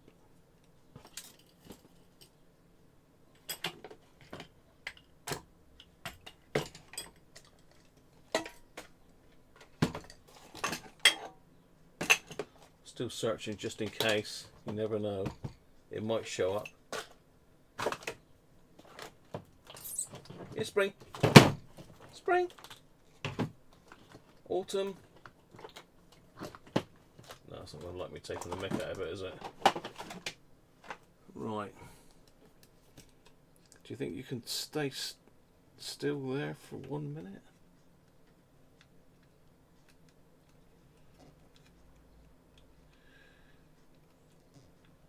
Do you think you can stay in there? The problem is when you put it down on the bench, it pops that bit there, which is going to pop that spring out. So you've got to be careful. Right, let's get me springs. Let's get me spring box.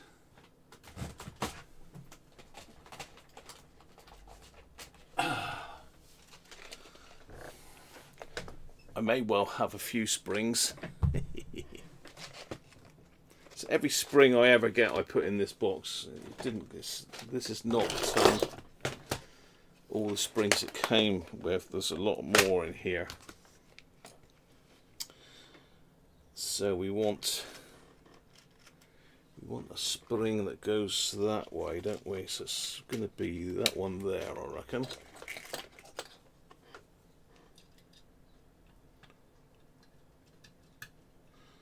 That's going to be too aggressive.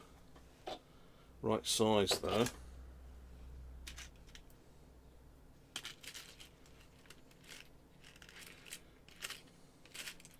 So Hakko, if you're watching, can you send me one of those springs, please? I promise not to do it again.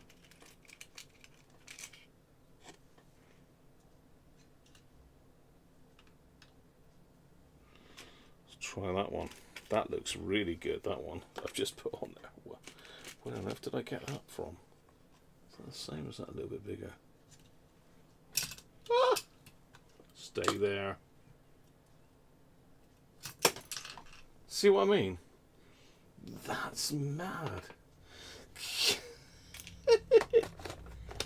I reckon it's whacked that spring over here somewhere, you know. Looking at that action then, that's gone over this way somewhere.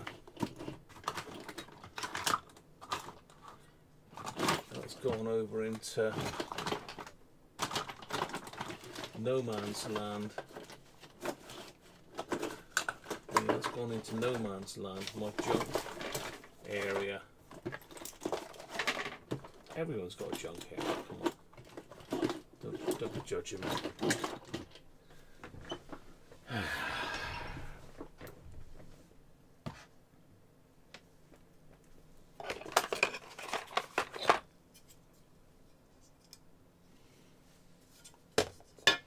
Right, we're going with this spring. Let's reload the gun. Let's reload the gun.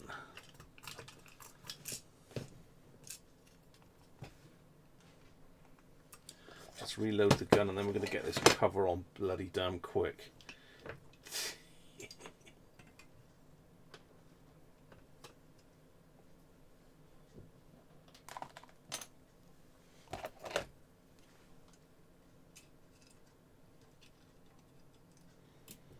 Don't use the tweezers, use your fingers for God's sake. What do you think this is?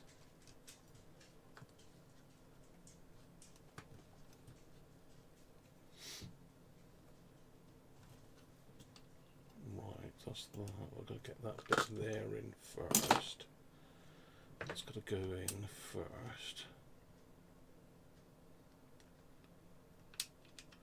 I wonder, they must put these things together by hand, don't they?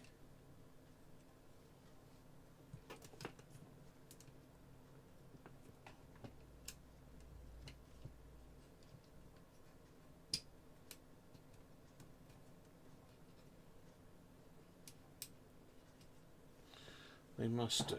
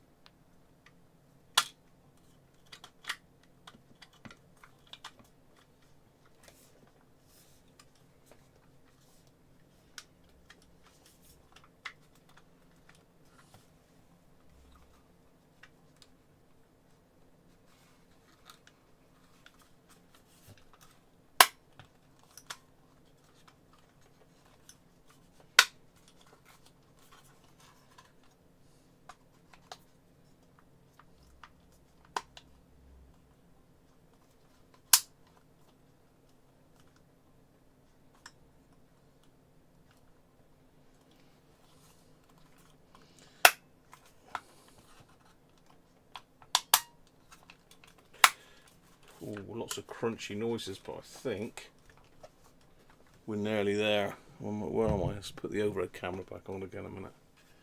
Zoom back out of it.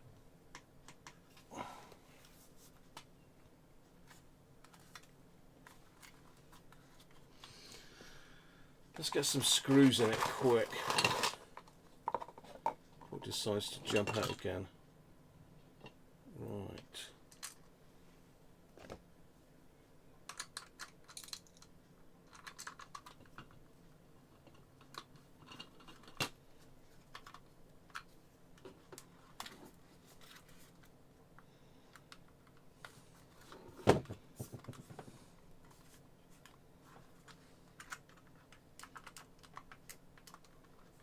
Is the vacuum trigger playing up now?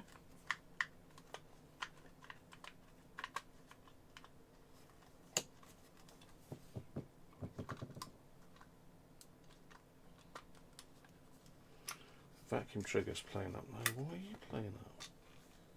You were working fine. I see. Right, here we go. Springtime. Springtime again. It's not happy. I think we got a wire stopping that trigger working properly. Yeah, that wire there needs to go up.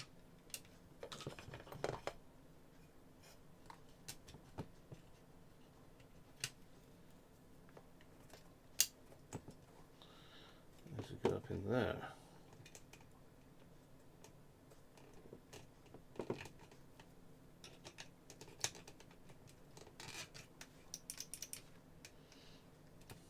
Better. Right, you stay there. Don't you jump off.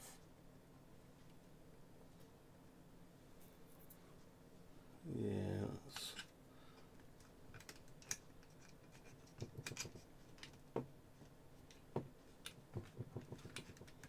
the greatest wire routing in the planet, is it, this?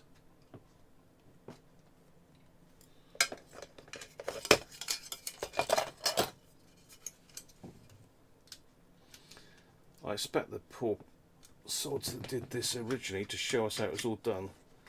They didn't do it live. Surely didn't do it live.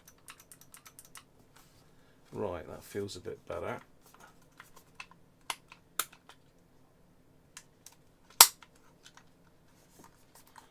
Let's get some screws in. That felt better.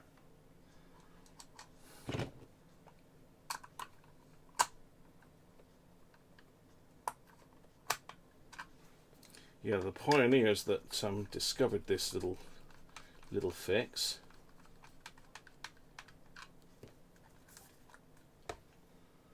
probably spent hours with all these bits pinging out everywhere. Lucky I've got loads of springs, but We'll have to try and find that other one.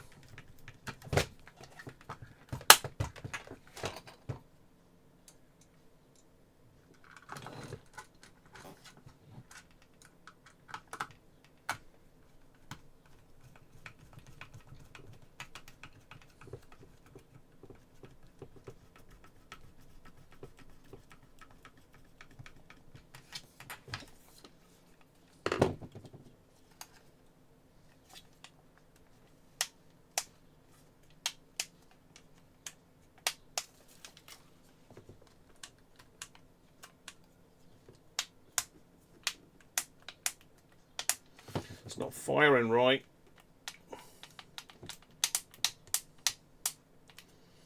It's not firing right. Got that right now, but now this bit's not working. More beer. I need more beer. Gavin, how you doing, mate?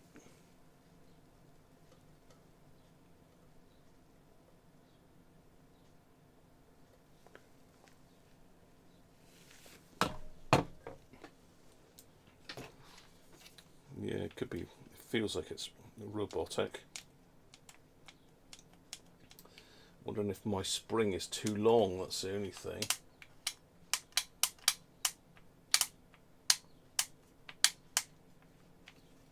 It's not quite releasing. I think my spring's too long. Great. Let's undo it again then. Remove stuff from the skip.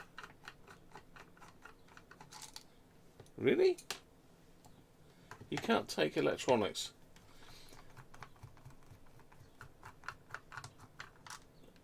And there's a whole e-waste movement, isn't there?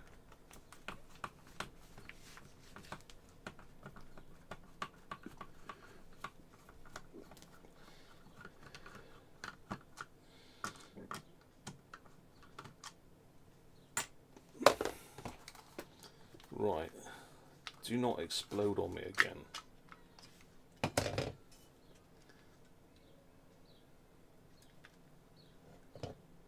So that spring, I think, is just too fierce.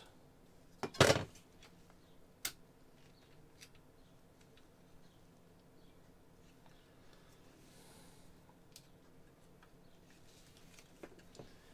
think it's too fierce, that spring. Rich.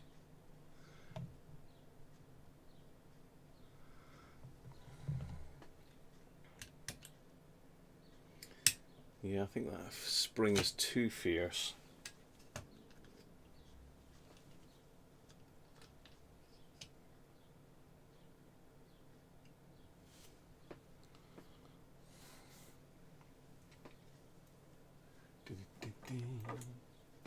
Let's just trim him down a couple.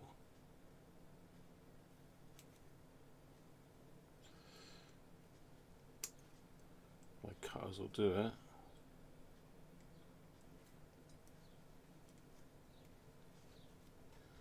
Cool, they should do, but they don't want to. Flipping out, what is this, piano wire? Cool.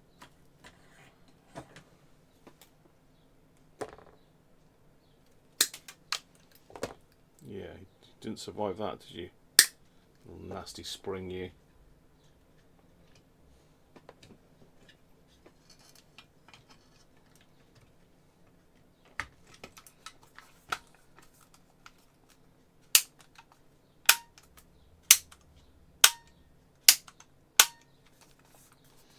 Spring too long. Just make a note, don't lose the original. Do it in a take the thing apart in a plastic bag, it'll be fine then, won't it?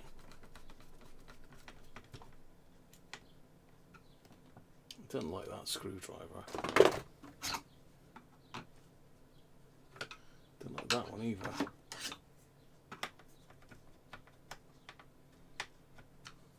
Don't like any screwdrivers. I think the Japanese screwdrivers would be fine, wouldn't you?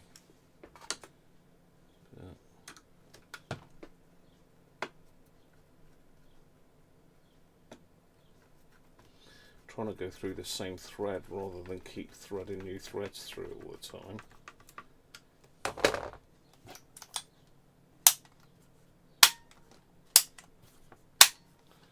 Good to go.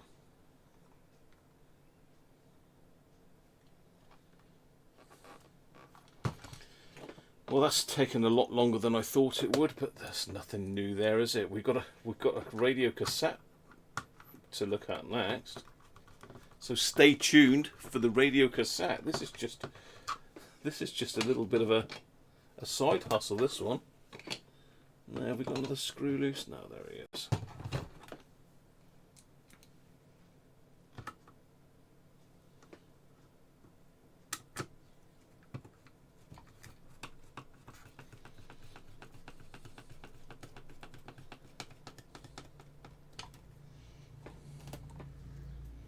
Got our 2 screws that fix the nozzle on.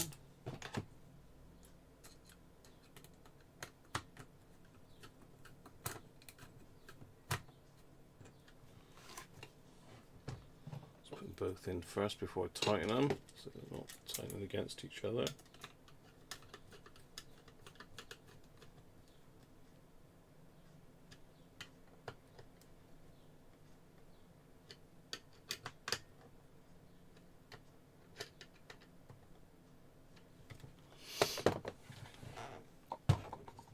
Washer on the back, then our pump cover,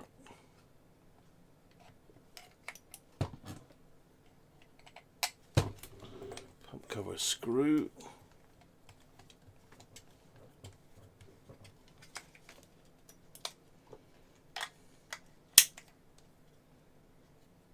lock and load.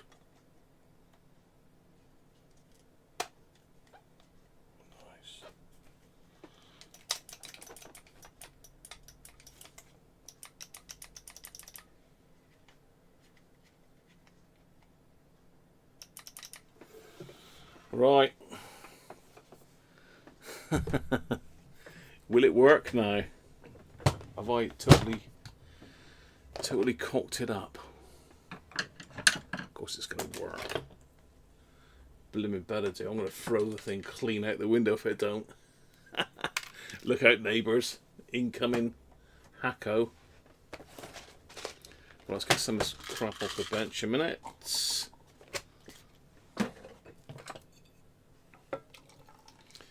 Get all the rest of the Rheinbacher, courtesy of Aldi, springs. They were a godsend.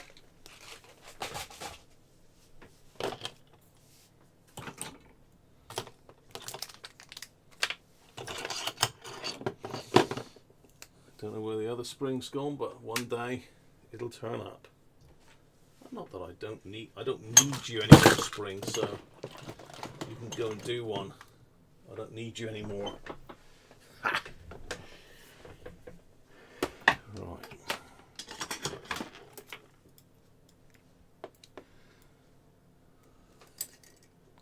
So I only cut a couple turns off of it. I didn't cut a lot off of it. It was just protruding too much. It wouldn't compress, so it wouldn't release the mechanism.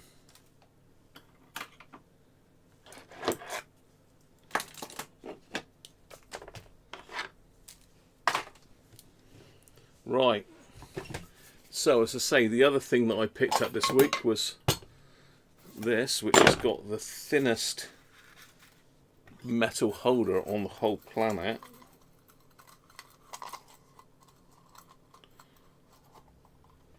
This is such thin metal, this.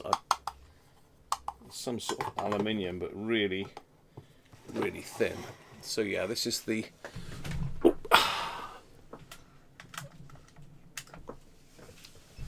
This is the holder for the gun. It does sit in there quite nice. So let's plug her in, see if it go bang. He go bang. No gone bang.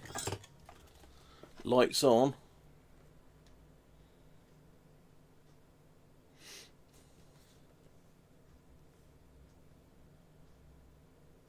Just gonna go off. Have I got it on max? I've got it on max.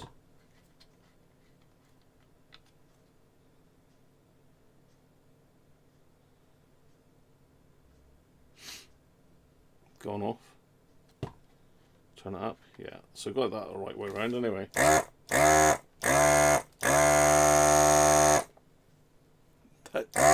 Job done. Thank you very much. Next.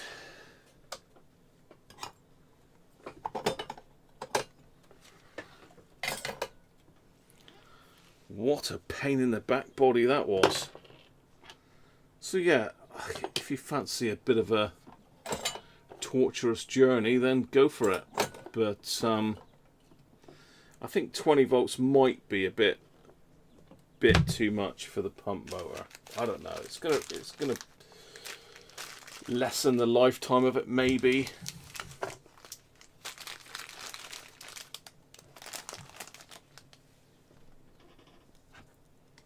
Right, that's gone.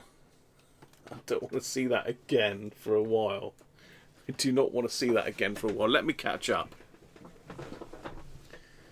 Let me catch up with a chitty chat and chit chat. Right. Let me go back, way back.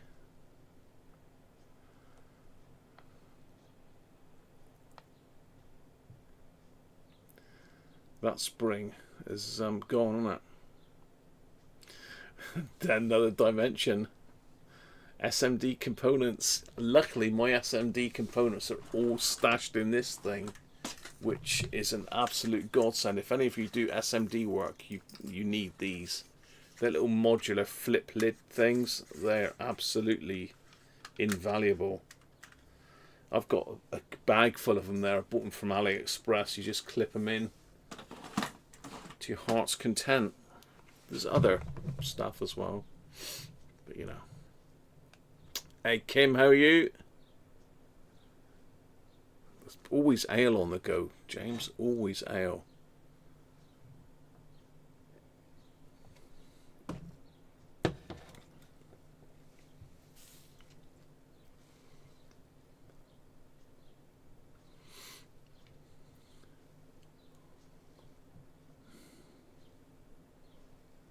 What are you programming, Kim? Gavin crept in quietly. About 20 guns in an hour.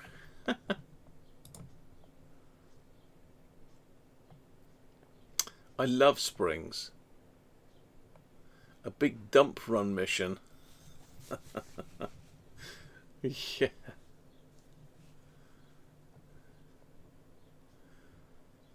$18 sacks. Whoa.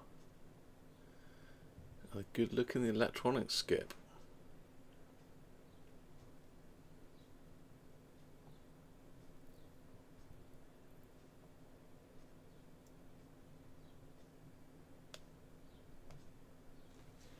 Couple of PlayStations in there, really.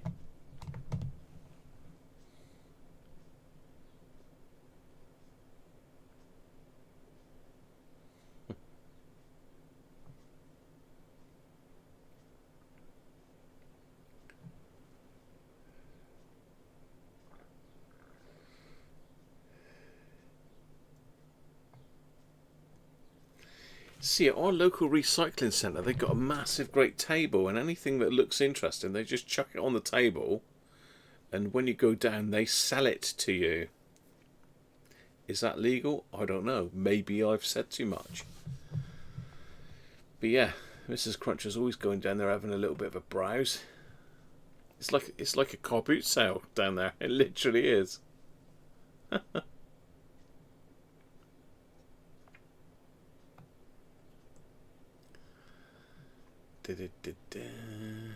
Cassette time, yes. Ganesh, how are you? Tips are not the same as the Duratool. No, they're not. They are different. I mean, I don't know whether they're interchangeable. I've not really checked that.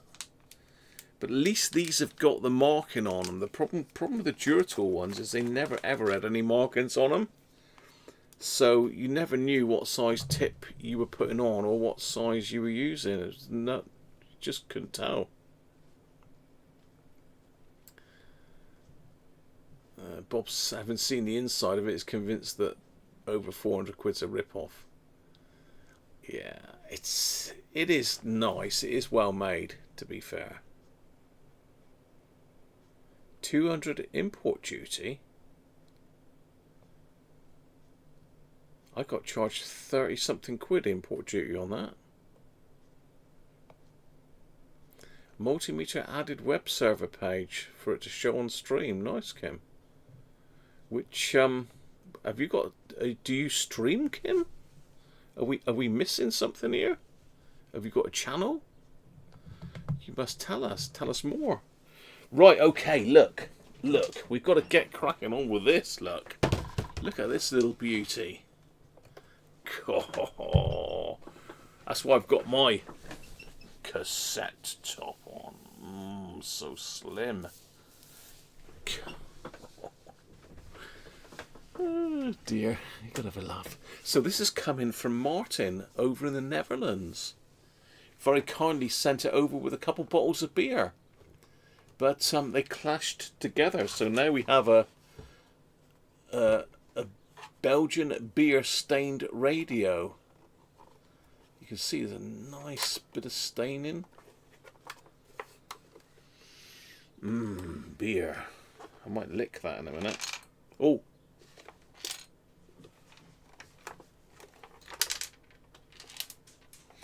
So when this arrived, I don't know if you can see the jaunty angle of that record button. Well, that was bent right over this way.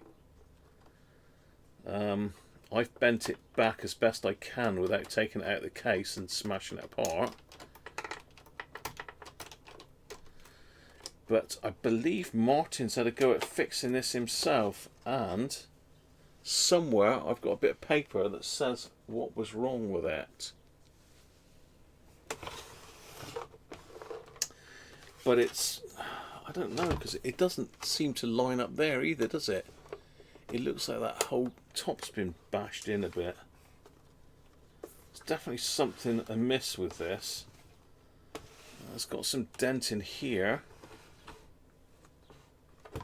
as if that's sort of like been bashed in that way.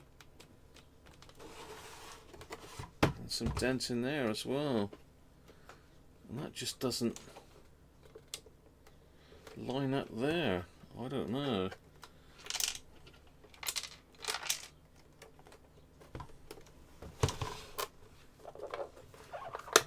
This has got to be from the 70s. This is pre-80s.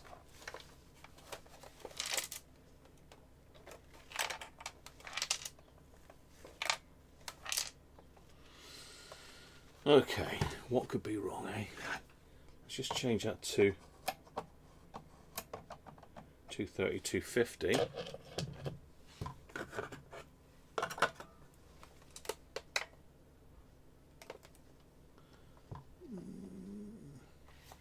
It would be nice to connect it up to the power supply to start with, but the thing is, with cassette mechs, they have got quite a high current draw normally, so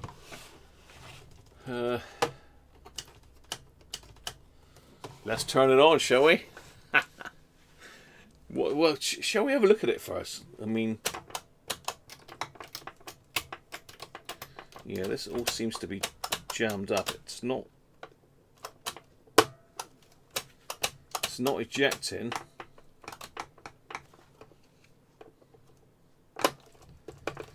Yeah. So we've got 3 wave bands. We've got FM from 88 to 108.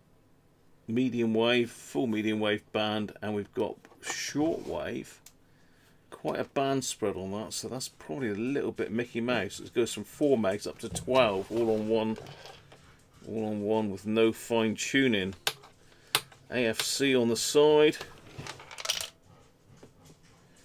AC input is a weird looking. That is weird. That is not a normal AC input. That's not Mrs. Cruncher home already, is it?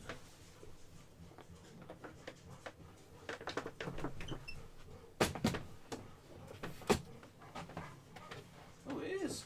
Oh, that's early. Okay, interesting. What are we going to fit in there then? That looks like there is a funny shaver lead that you can get that's square like that.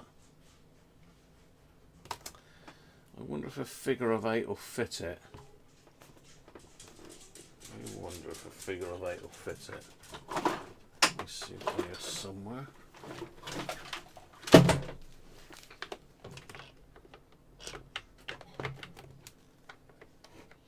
No, it won't. Interesting. Okay. It's going to need that special shaver lead, isn't it? Where the hell is that, Graham?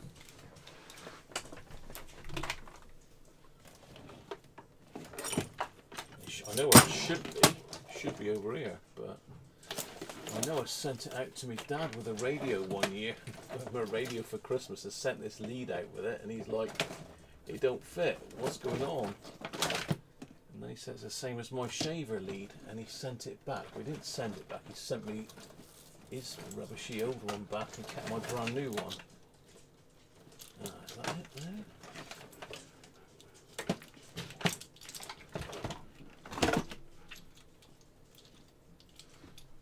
Yeah, this is what he sent me back.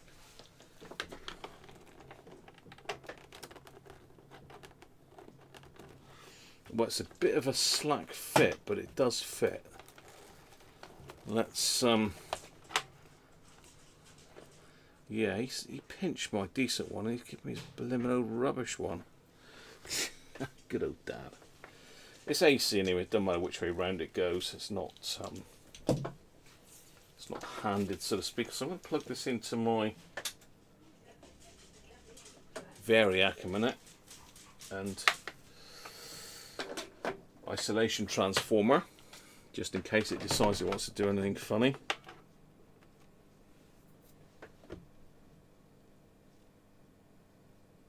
Put it on radio, get some volume on it, FM. Have we got an aerial? Yeah, we have. Oh, it's a bit of a stiff area.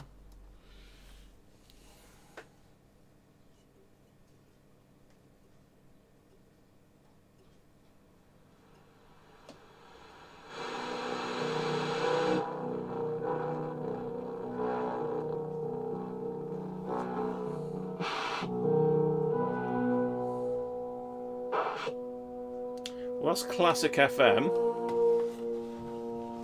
on 100, so that's right. It's a little bit off, to be fair, but I've got AFC on. Let's turn it a little bit off. Someone said my life was turned upside down when my dad and granddad died in an accident, and I want to say to her, the time will come when your Tone world. seems okay. For example, there are these skeptical voices, and there are these others.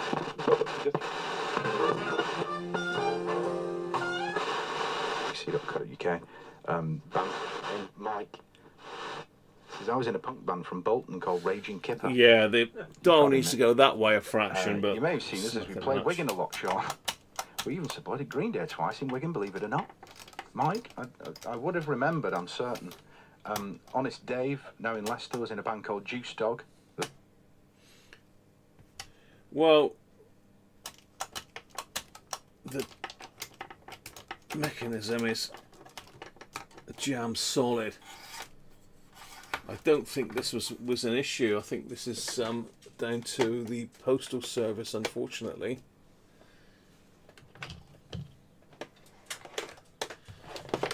So we're going to have to take it apart to find out what the hell is rattling around. You know, whatever's rattling around might be something to do with the problem.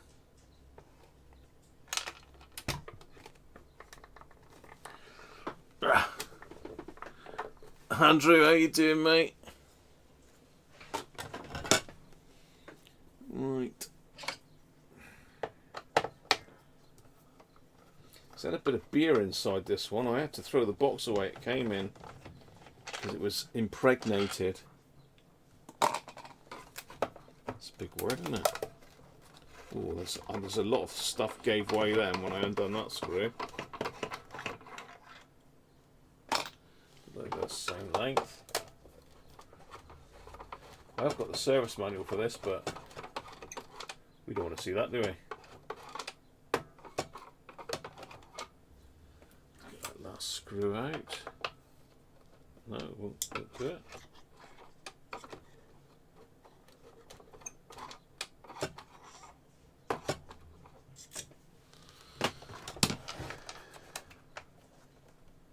Still beer on the radio. How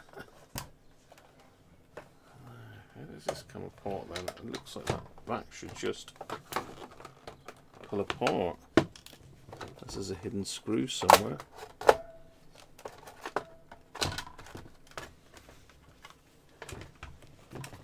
Okay, so that's our supply there. So you better just take a quick picture of that.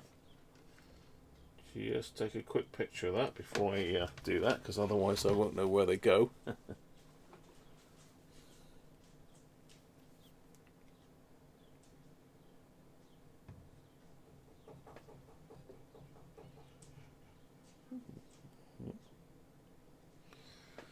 Quick picture of the inside. Always worth taking pictures of stuff like this because there's so many wires and it's so easy to knock one off or knock one out of place. Now, Martin has recapped this, so we've got, I think it's all new caps in there. I think he says he recapped it. So what have we got floating? We've got screws floating about inside. Hey?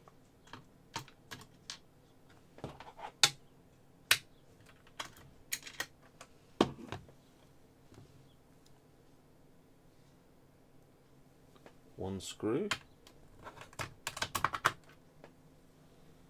two screws, they look to be certainly one there that's gone.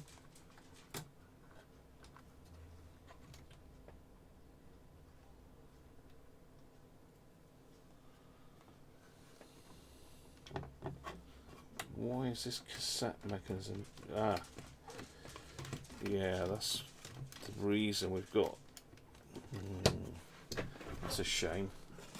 We've got screws loose here as well. Let's get the overhead camera in a minute. Can you see down here where my finger is?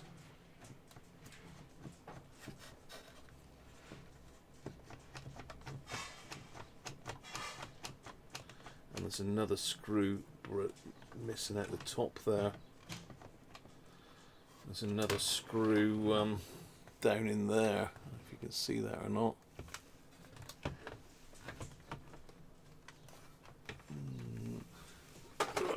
If I could get the light in there, you might.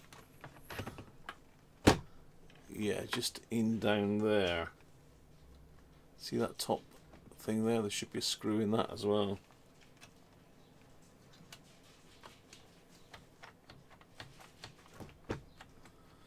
This has had a fair old whack. They've dropped this, you know. They have dropped this. That is a bit naughty, isn't it?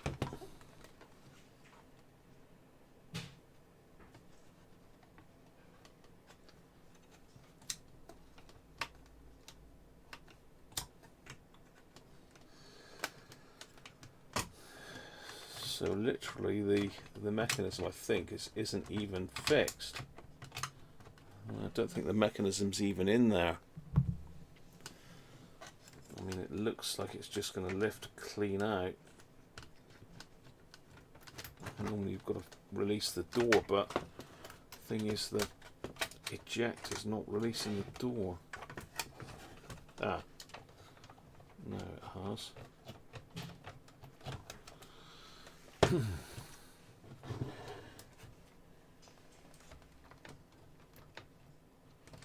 What's it hung on with? It just literally... There's something else there hanging on to it.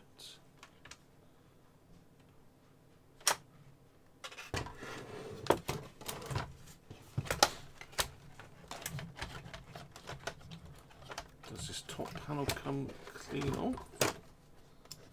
This looks like it's...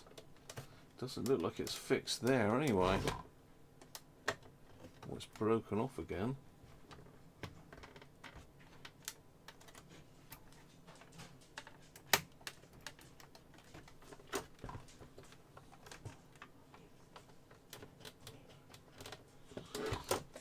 Let's have a look. Let's pop these knobs off. That's going to just crash out onto the bench in a minute, I think.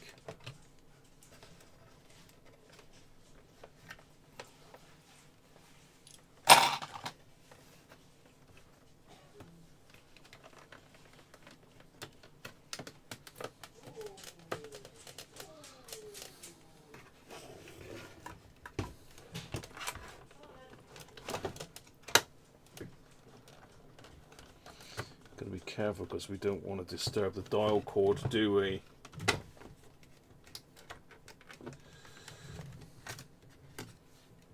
Right, so that's off. Yeah, there's nothing holding this in at all. There's a screw pulled out there as well. Oh no, that's the one. No, that's not pulled out. That's the one that I didn't get out earlier. Oh, so it looks like that does hold the cassette Mac in as well. So there's our Mac. Wow.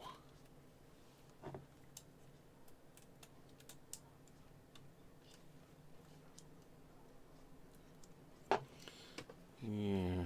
So I need to get the bit of paper that Martin gave me, but he was saying it's basically playing backwards. There's something going on here that doesn't look right. That belt is really loose. I don't know if he's done the belts or not, but that pulley doesn't seem to line up there. Is it supposed to be at a jaunty angle like that? Was it being bent?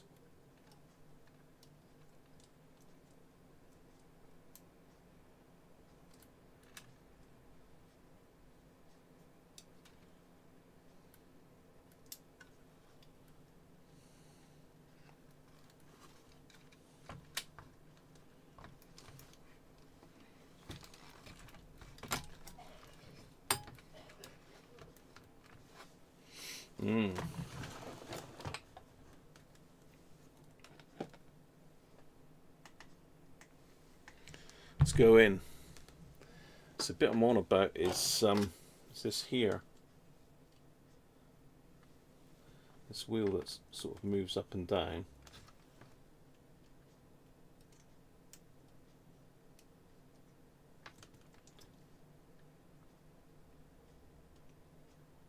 Unless it's just unscrewed. It wouldn't be just unscrewed, would it?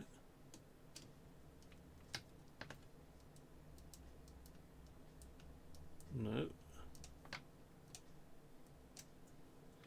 It's almost like there's something missing out of it, and that belt is slack. I don't know if you can see the belt in there, look, but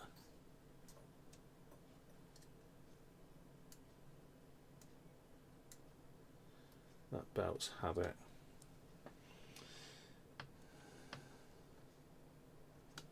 That just doesn't look right. I mean, you can't see it from that angle, but it just looks...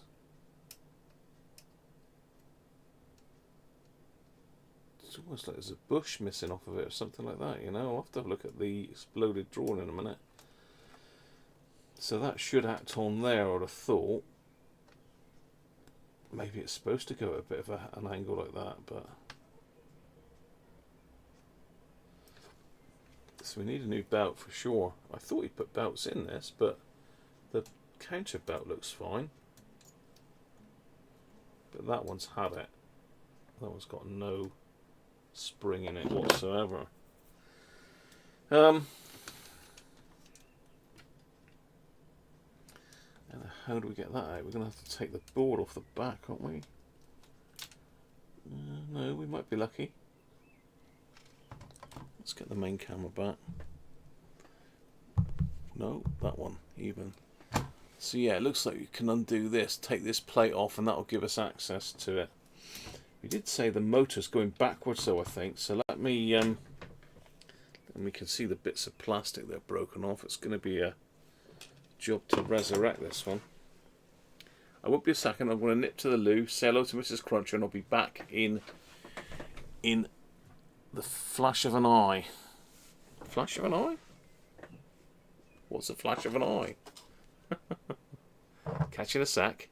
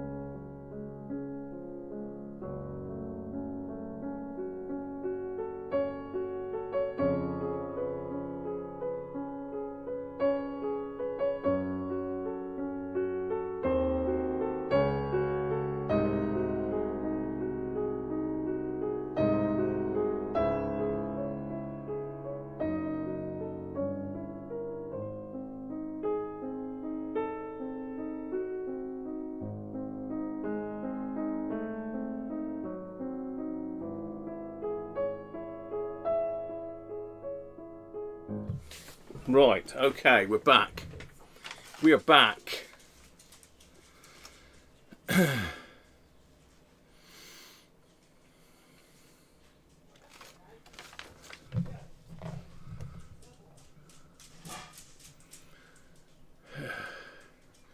Murat, how are you, mate?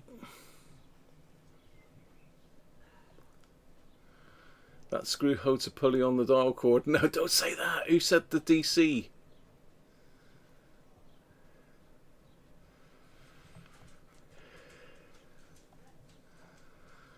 No, they were ceramic bottles. I test things. They're two ceramic bottles, really nice beer, but they were put together, and of course they've clashed and broken. You can see the beer stained. Can you see? Oh, it's not going to show up, but this was in there. It's all beer stained. So this is from Martin. So he's replaced all the capacitors. A corner's already been glued to the housing, which have broken off, and the belts have been replaced because the original ones deteriorated. Well, that other belt's not big enough, so I'm not sure where he's got that from.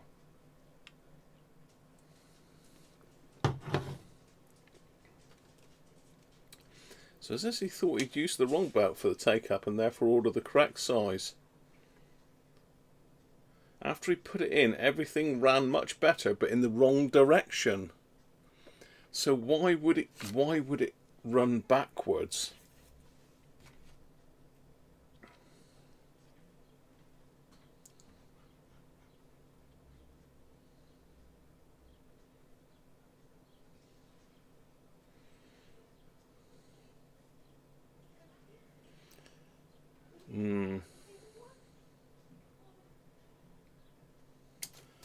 Yeah. See, he says he's got a new belt, but that to me looks like an old belt there.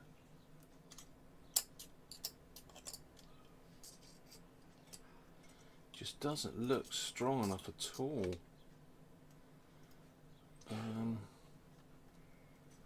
Is it even orientated right though?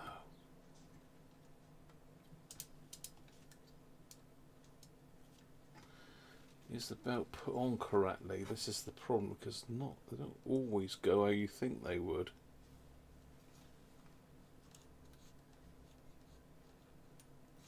That belt, I mean, it's quite a long belt, so I mean it might be okay, but to me it just feels a little bit... Ah, it's because there's a third belt on it. Right, okay. Now we're getting somewhere. Look at this. So let me get you in a little bit closer. There's a third belt on it, so the one that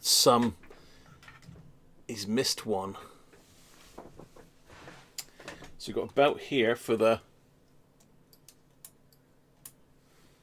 counter, which is fine.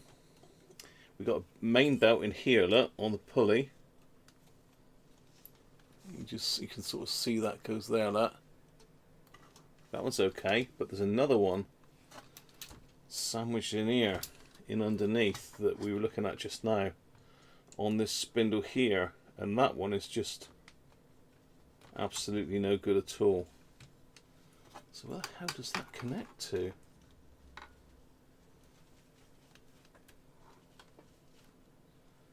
That's going to be a bit of a nightmare to get that one out. So we're going to have to take the do these unplug? Most of these Japanese ones you can unplug them, but not this one. Not this one.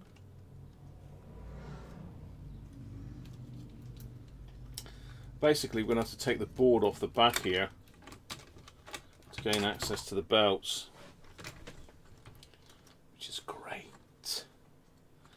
I suspect he's already done that once as well. We're definitely going to have to change that belt though.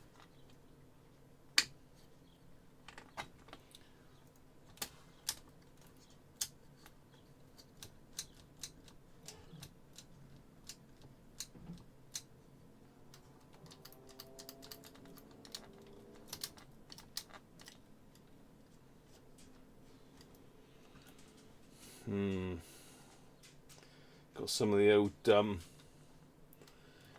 the old Sony glue in here as well. Can you see it? That's the nasty stuff that goes conductive. So we need to scrape some of that stuff off for sure. So yeah, it looks like he's been in and done all the caps, which is nice. But we are going to have to take this board back out to do that belt in there. I think I can't. It's like sandwiched in between two halves.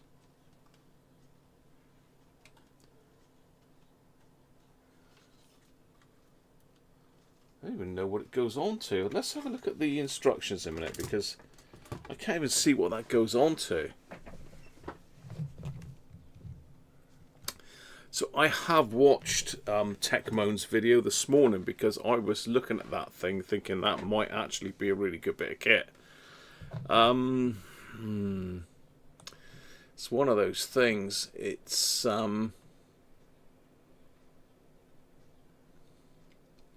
Tim's saying it's a prototype. I know, but it's not far off, I don't think, Tim.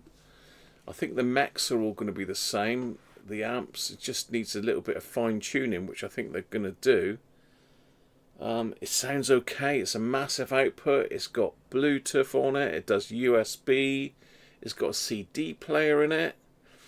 It's a lot of radio. and I think it would be okay. What you can't compare it to is the original boom boxes from the 70s and 80s, because it ain't built like that really, but it does a lot more than they would. So one of those things, you know, I was speaking to my brother about it on text earlier, and we were both interested in getting one, and I don't think Techmoan's put me off getting one. It is a nice bit of kit. It's not made how they used to make them. They just couldn't make it like that, could they, really? But it ain't. I don't know what to say. I need to get one to have a look at it, really, and judge it against another one. But then you're going back in time, really. It's not. I don't think it's meant to replace it. It's a modern version of it, isn't it, really? And I think for a modern version of an old boombox, I think they've done a pretty good job on that. That's my opinion, anyway. That's my opinion. Polarity swap on the motor contacts. It could be a cap-in. Belt reversed. I don't think so. It would run backwards if it was reverse engineered. Very good, Bob. Put a twist on the belt so it drives the other way. I tell you what you want to do. You want to look on eBay for a Sharp GF777 and have a look at the price of those. They are crazy money. I don't think they're going to be that expensive, but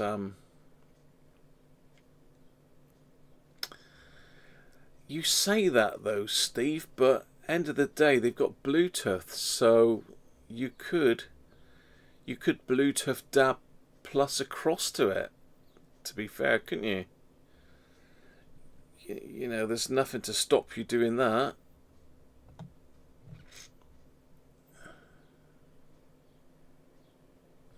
Yeah, I think as a modern reproduction of a old bit of kit, I think it's pretty good.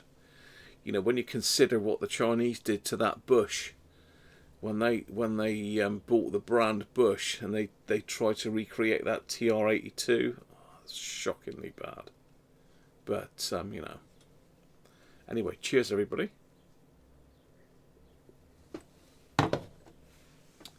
Let's have a look. I'm going to get rid of the Hakko desoldering tool right off of my screen. Right, here we are, CF-303L.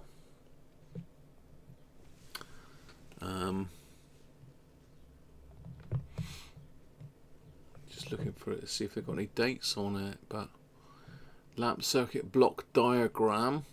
It's a cracking manual, this, actually. It's a really good scan of an original. It's none of this, like, rubbish. Right, where's the motor? Here's the motor. Playback record button. Could be an issue with that, maybe. Power. Playback, fast forward, rewind, or record. Pardon me. What's on? This pilot light is on. On playback, fast forward, rewind, or record. Then we've got lamp switch, and if you can remember when I did the Hacker cassette sovereigns, we had all sorts of issues with this damn light circuit in that. It was an absolute nightmare.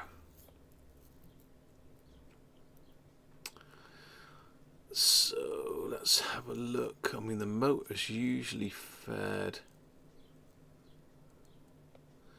So we've got a lot of switching here. We've got S2 and 2 to 4 radio on off switch. We've got the record playback switch, which is the long one, and they're notoriously bad. That's just the power switch for the... Is that the on off switch?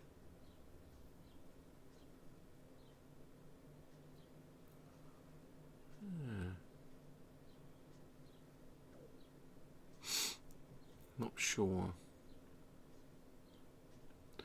Because normally there's a mechanism switch, isn't there?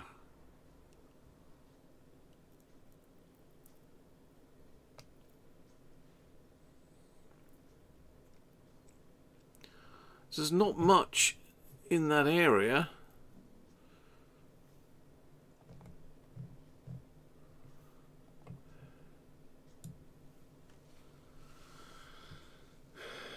Yeah, audio amp board, so you can only see that belt there inside.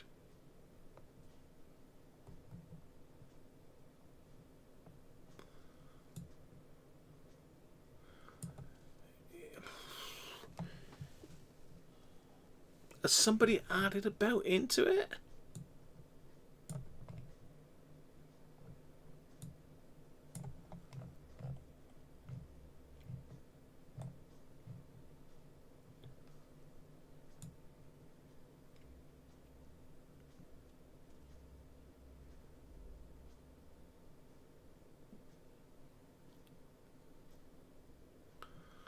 Drive belt. I'm only seeing the one belt so far. Obviously there's a counter belt.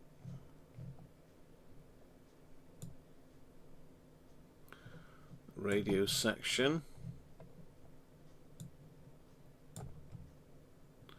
Lamp lighting voltage adjustment. Yeah, this is a bloody nightmare, this. So you've got to supply the DC input. If not, change the connection and repeat this procedure. Yeah, so you've got to mess around with those resistors to get the lamp to light. I said it's a pain in the backside. Radio board, audio amp board.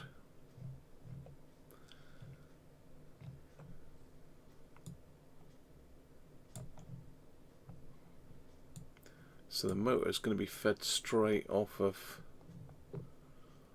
the supply.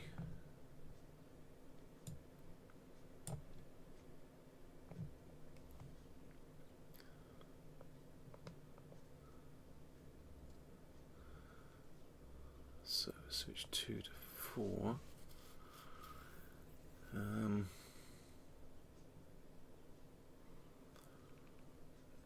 We need to check the orientation of those caps, maybe. Have a look at these inductors, make sure they're okay. But then, if one of these inductors was out, would it still run?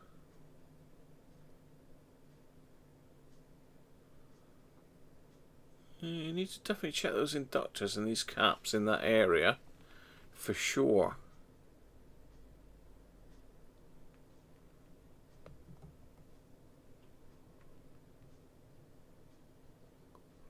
It's going off everywhere there, isn't it now? 6 volts.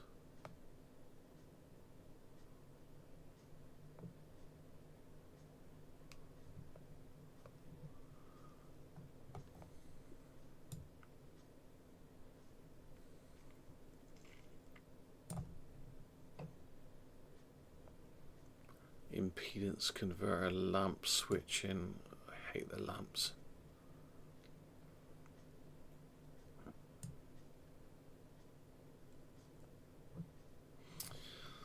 Okay, we'll have a look at that in a minute. Let's have a look at the mech. That's the radio. Let's have a look at the cassette mech then.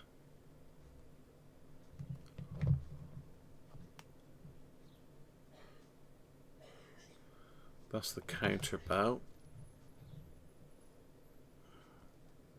Ah, yeah, we have got 2. Right, okay.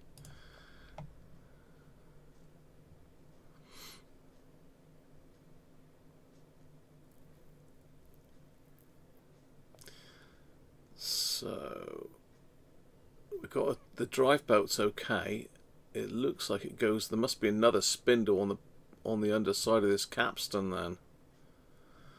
And where's that funny little dicky little wheel thing?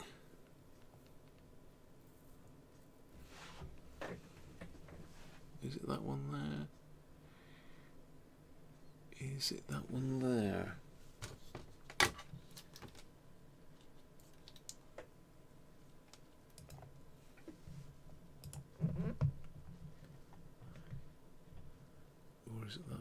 think it's this one, but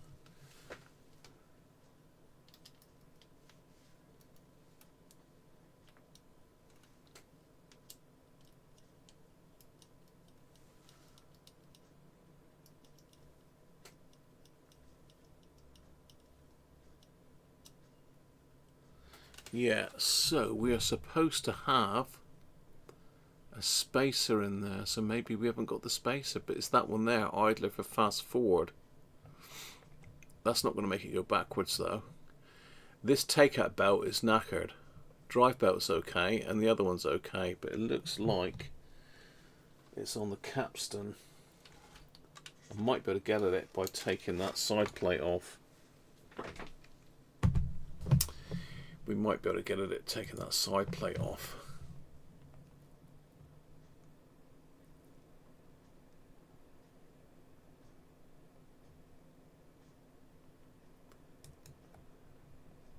Let's catch up with this. Refurb Roberts are about your price point. Too big for your flat.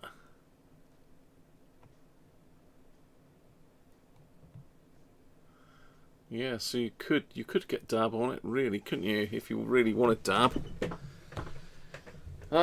Right. So it looks like if I take this plate off, that's the thrust. What's its name?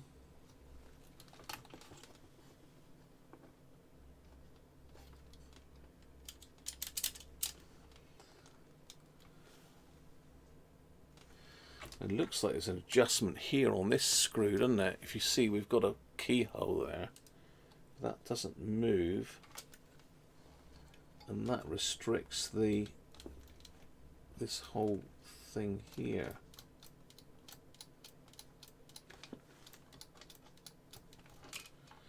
So I wonder whether that needs some sort of alignment, whether that allows it to go down further. It does appear to be. Oh, hang on, no. I'm just pushing that down and it's not.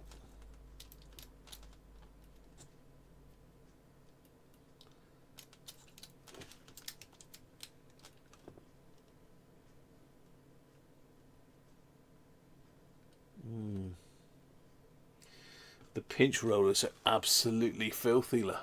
There, I don't know if you can see it from there, but they are filthy. And they've got lots of chunks. It needs another pinch roller there, really. It's a little magnet erase thing there. It's not a powered one. Magnetic erase head.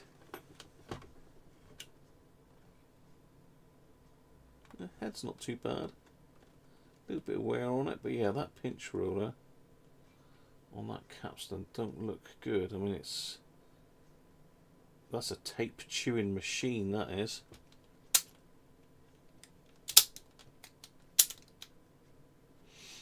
That is a tape chewing machine. So we've got to get that belt out. Let's undo those two then. Oh, that was loose anyway.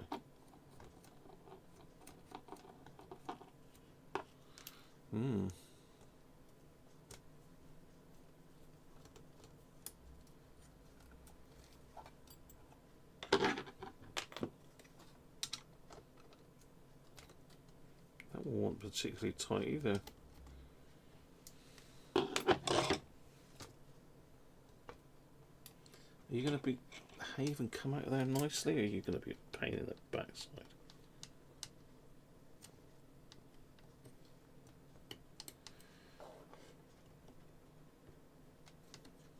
You're going to be a pain, aren't you? You're not even thinking about coming out of there. What is that then? What's stopping that? So there's plenty of room there.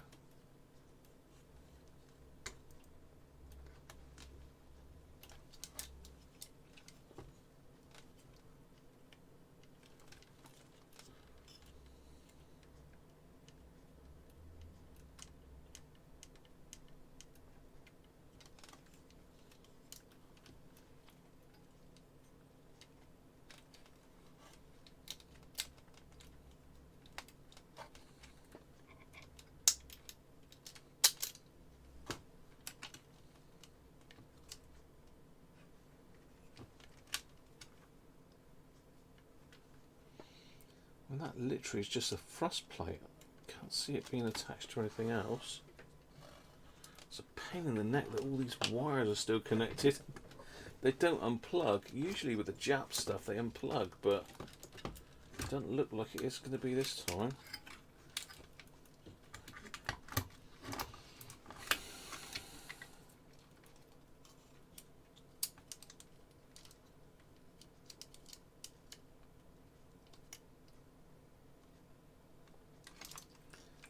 I wonder if that's jamming up the mech somehow.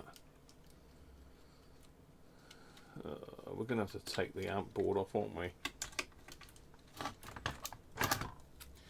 We're going to have to try and take the amp board off. And Sony, for some reason, have used these damn claw things that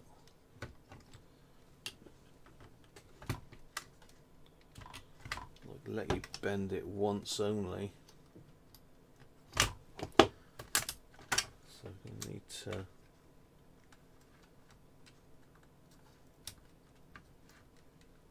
pop that wire out of there, yeah, maybe.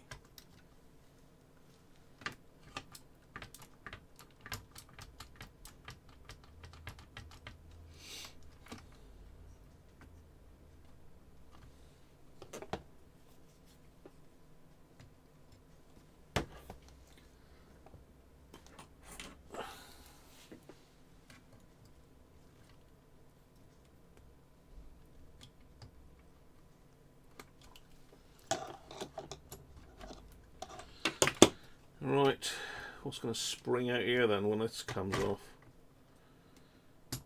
What wonders have we got lurking in here?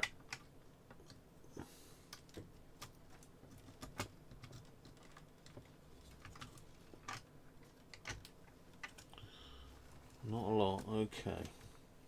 Ah, it won't come off because there's another screw there, look. Naughty. Oh, very loose one at that. Whoa, that was loose. Oh, hang on, something wrong there. We've got something missing there, I think there's a spacer or something missing there.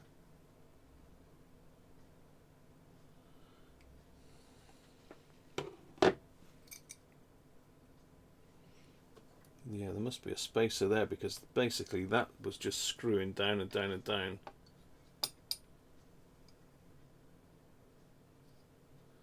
Surely it can't be left loose like that. There must be a spacer on that, surely.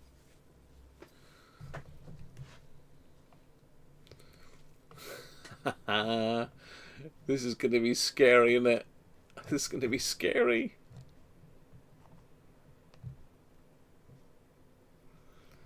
Yeah.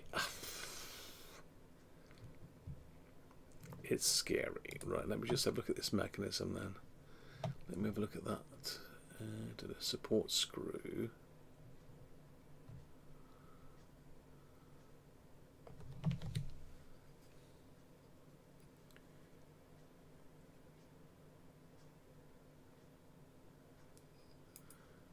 Yeah, it doesn't look like there's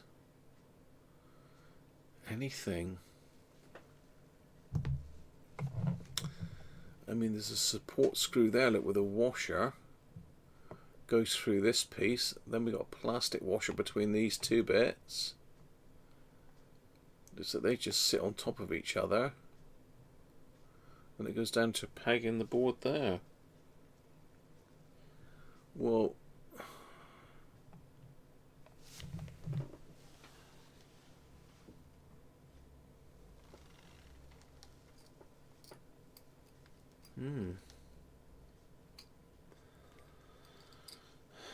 that literally, you must... I just can't understand why they would do it like that. There's no...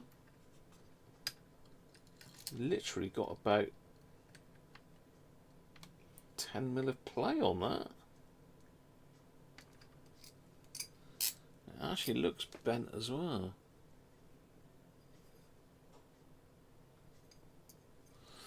Oh well, you know, they know what they're doing, don't they? Right. So, We've got grease on our new belt as well, by the looks of it. It's not going to help the situation. Let's just take that off. I'll take a picture of that now.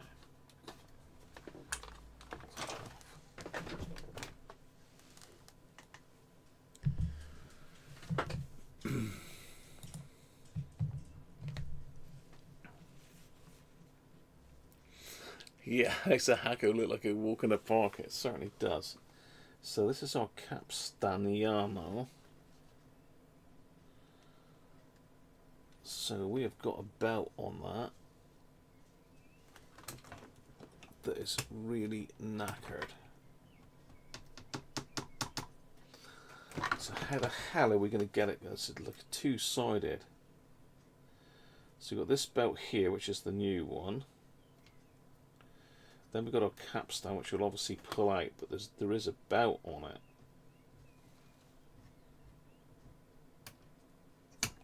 As you can see here, and that is the belt that's knackered. Obviously a technical term. That one's knackered, so we need to get that out. So I think I've got to flip it the other way to get that one out, haven't I?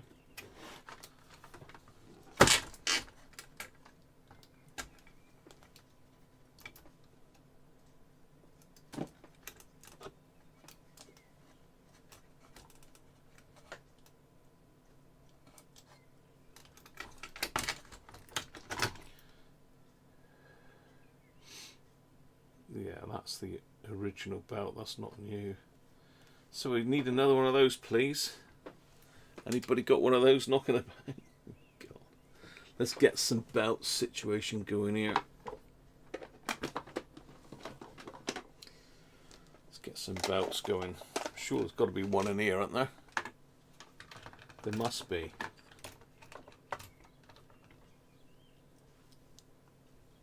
Let's get someone to pick them out with.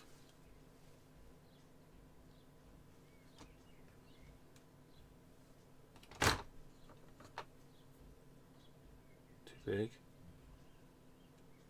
too small.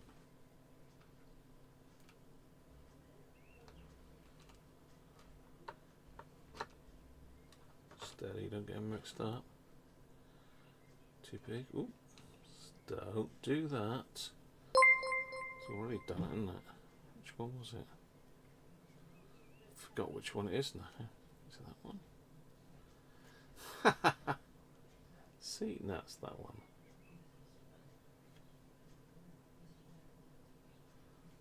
Not far off, it's still a bit too small. Too big, too small. These ones down here, this little stash of 3 here. Too small. 3 here. Too small. Oh, what about that one? No, that's a bit too much of a difference. What about that one then? Ooh, that'll do it, I reckon. I reckon that'll do it.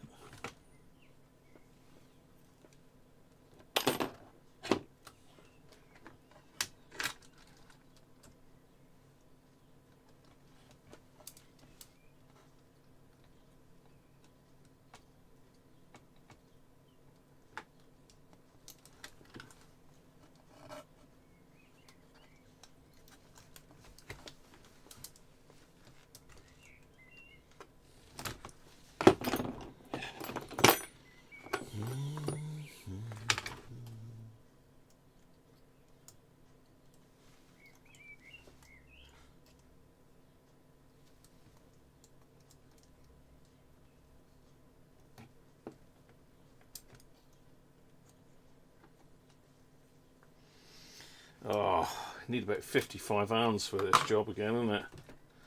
We've got boards hanging off everywhere here.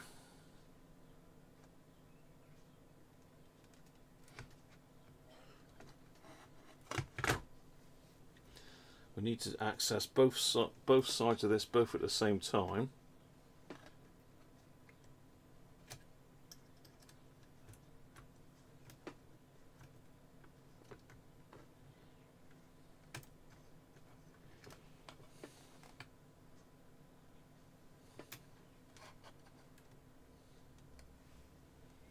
Is that in? Looks like it. Right, where's the capstan?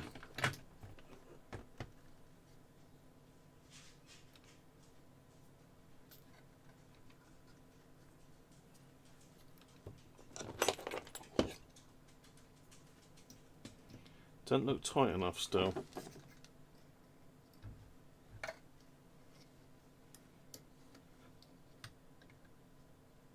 No, don't come off now.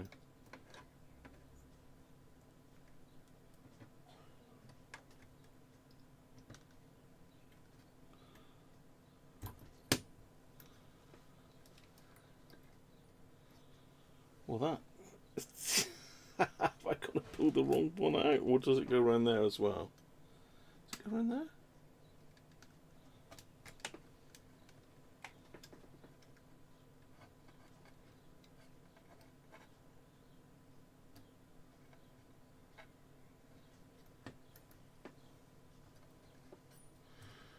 Well,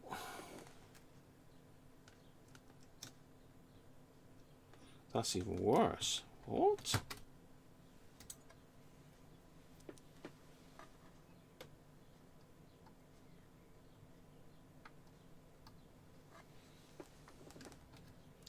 So I don't know if that sits there, but yeah, that seems even worse.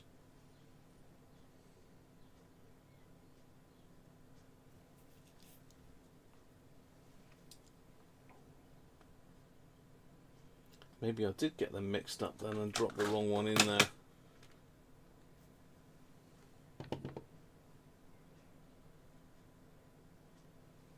Because I mean, to me it needs to be a lot tighter than that.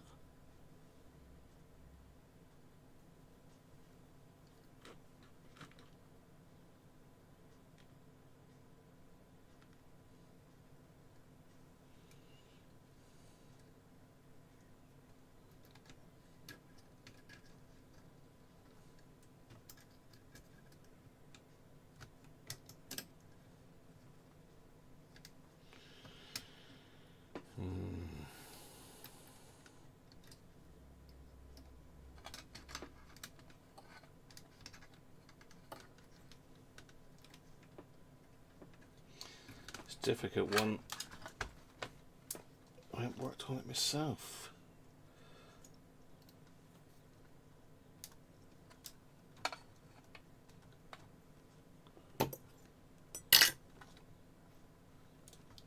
Try a smaller bout, but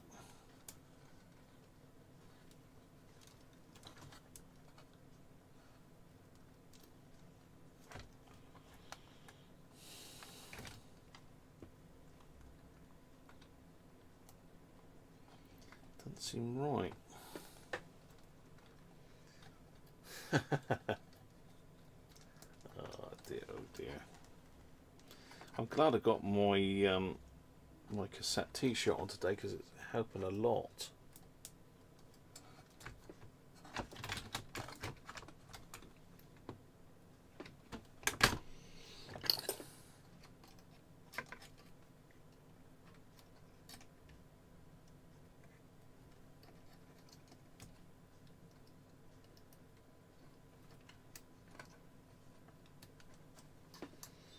See, I don't know what this it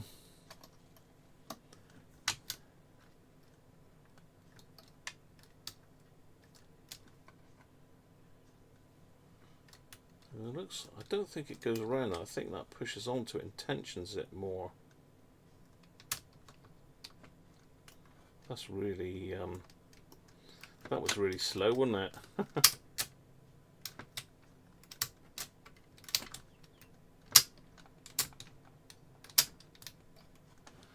You see what I mean? It's this little pulley here is pushing against the belt and tightening it up, but it's really slow to retract. Could be some dry grease, which would mean taking this arm off. I might just be able to take that off.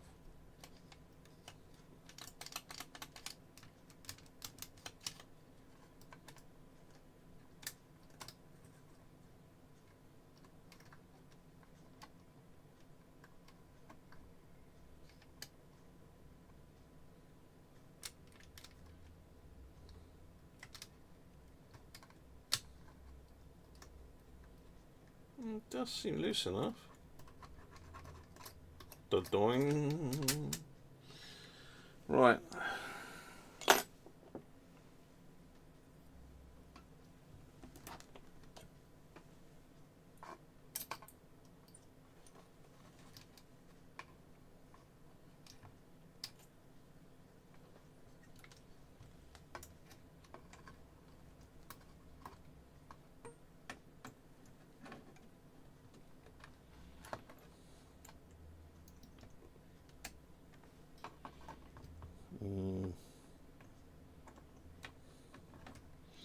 I think we've gone too tight now.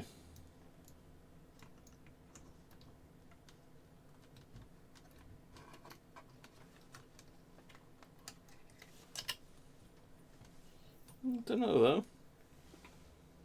No, that is better. Let's go for it.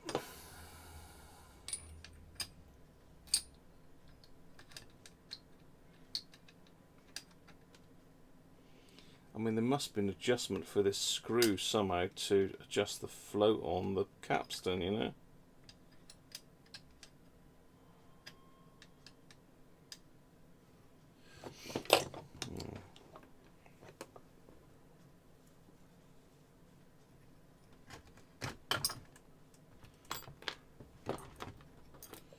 It literally just sits. I don't know if I don't know if you can get this, but there's a big gap between the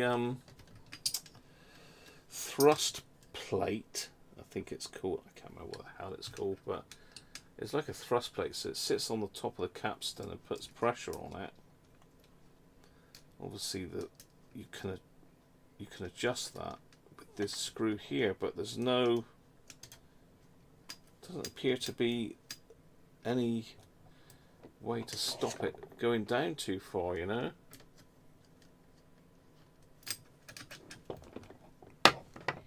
Bizarre. Not you, Baz. It's just bizarre how they've done it.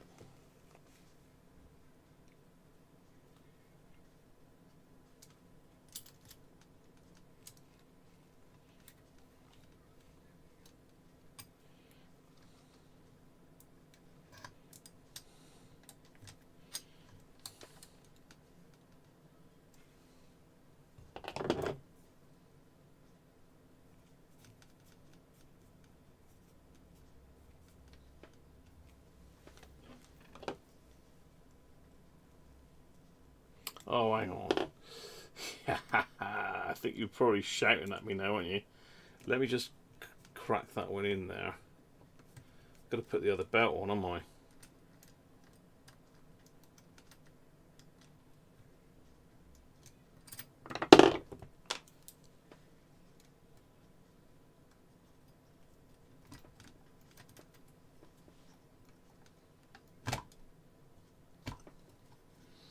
Oh, what's that hanging on to now? Okay.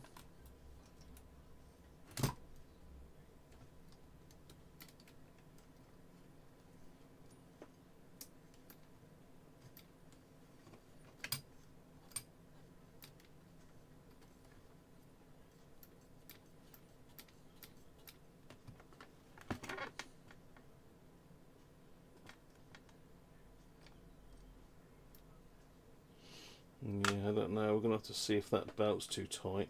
I've got a feeling it's going to be too tight, but you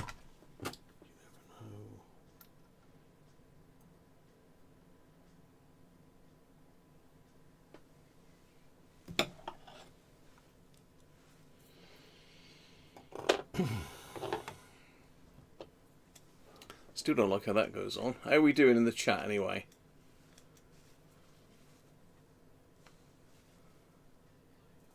Oh, yeah, you're all shouting at me. I knew you would be. I knew you would be.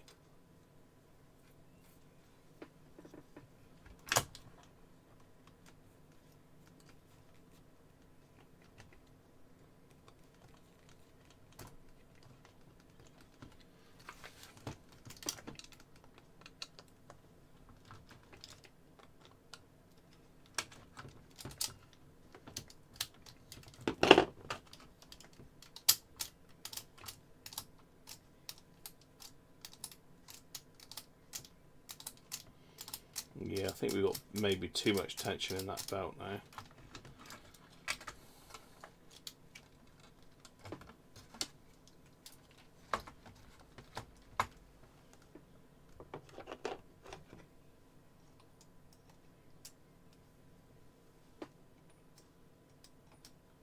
Well, not there, not until that arm comes across. So when you press that one down, no, still not. It's better than it was.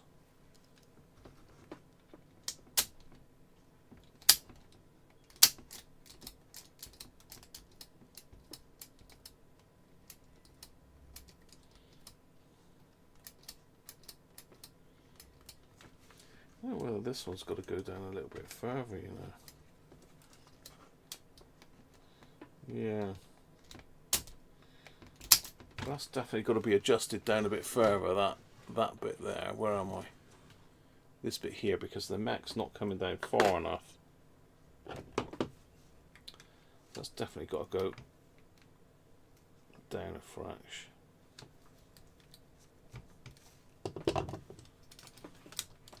That's better.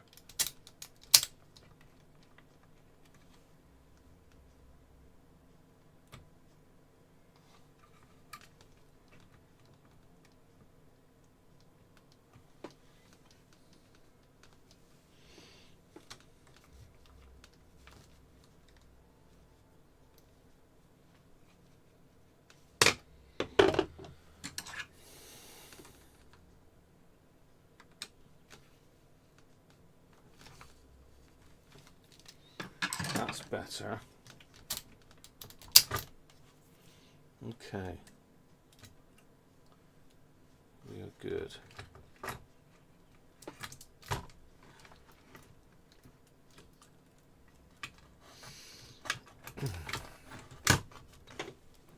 Now, how far down do we tighten this screw?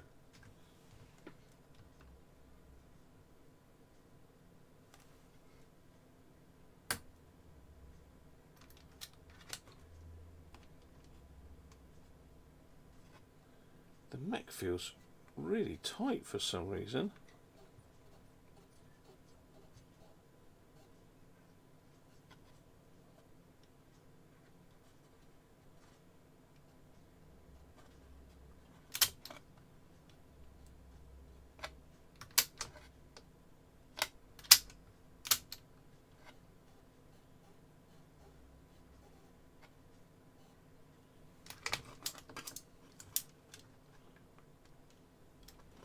Well, I can see one reason, because the thing's not on the belt's not on the pulley here, is it?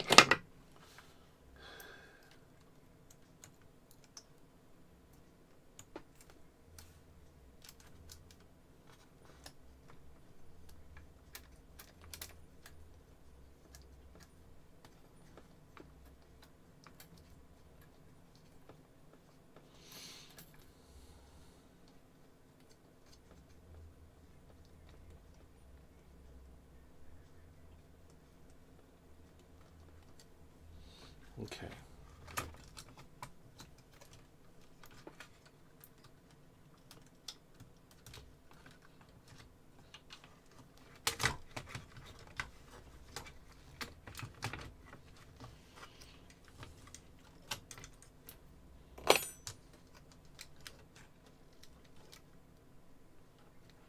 These are horrible to get back in, aren't they?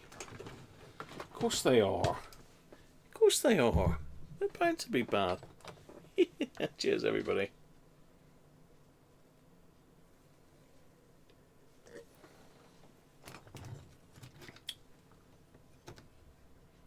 No, I don't know how to adjust that, really. Let's have a quick look, see if there's anything in the manual about adjusting the float on that then, or whatever they call it.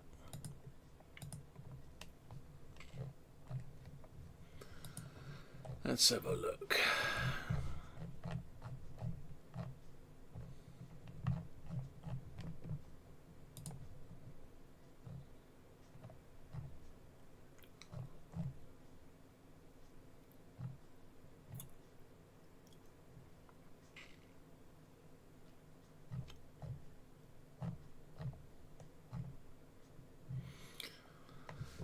Okay, yeah, there is.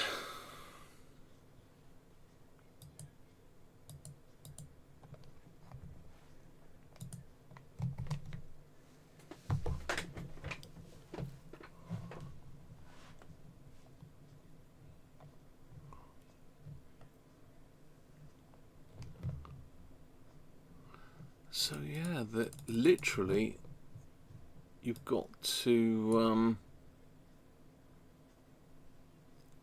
leave a clearance of 0.1 to 0.2 mil.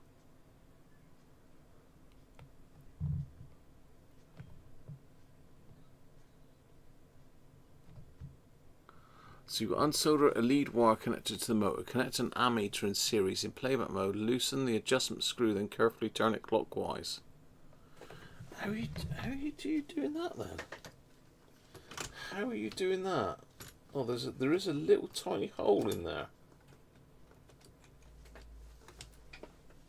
There's a little hole in there, I think you can do it through.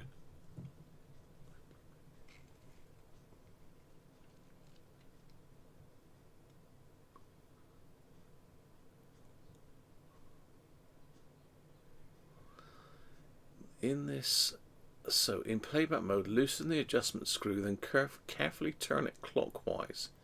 In this movement, the motor current suddenly increases. Then turn the adjustment screw 3/4 of a turn counterclockwise. Then that's obtained. Secure the adjustment screw with a locking compound. Well, okay.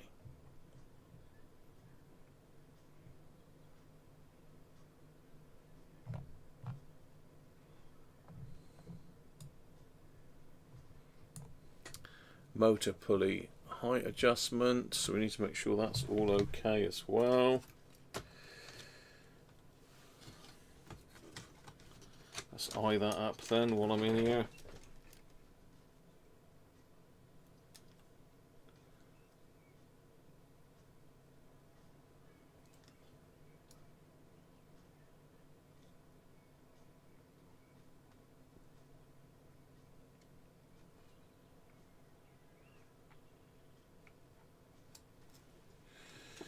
Is that a bit low? I don't know.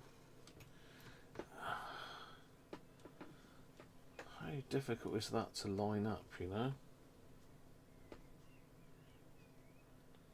does look a bit low.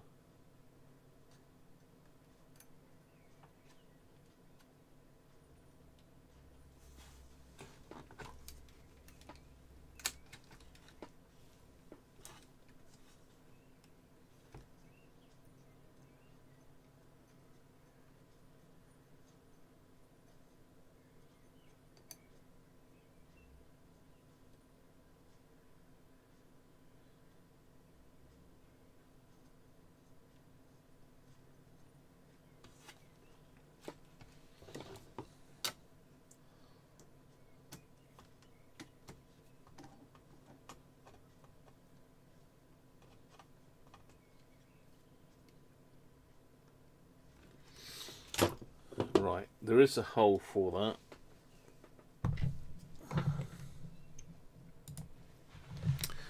There is a hole for that, and it's there in amongst all the wires, look, and everything else. So somehow you've got to adjust that screw, and you've got to get some locking compound on it all through that little tiny hole. Well, you know, what can we say? All exciting stuff. Such fun. Yeah, I actually like, for some sick reason, I do like working on cassette stuff. I suppose it's because it's my era. Don't mean to say I'm any good at it, but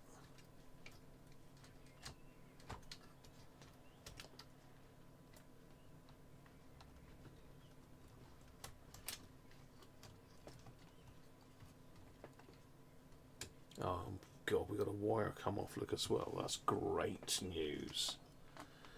That's amazing news. Let's hope my pictures were good.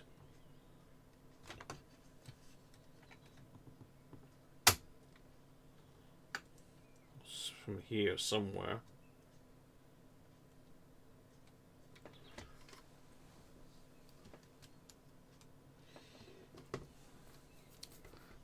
We got a wire off. Got a wire off, boy.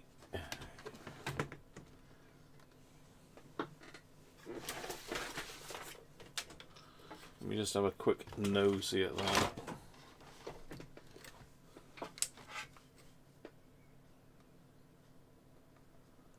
Oh, that's interesting. Now, that's not my doing, I don't think, that, you know. This could be part of our issue. Let's see if we can get Uncle Microscope involved a minute. Probably gonna have to, oh no, who's going to do it? Okay.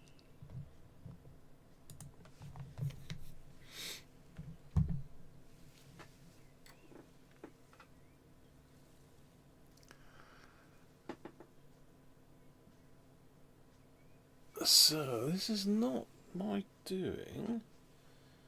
We've got a bit of a chipped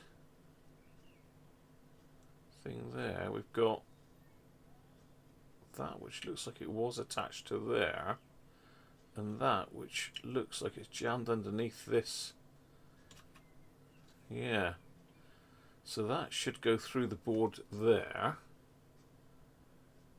And it looks like that's been joined to it, but that doesn't look right. Is this purple wire in the wrong place? Where does this cap go? What is it? Looks like C.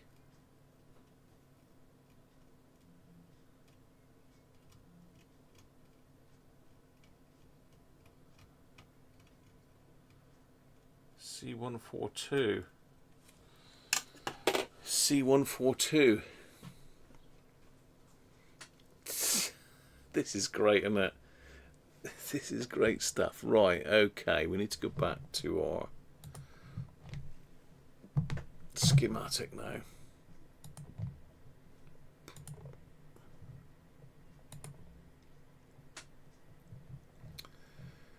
C142 is a 0.01 ceramic. Well, we're going to need to replace it because it's got no legs on it.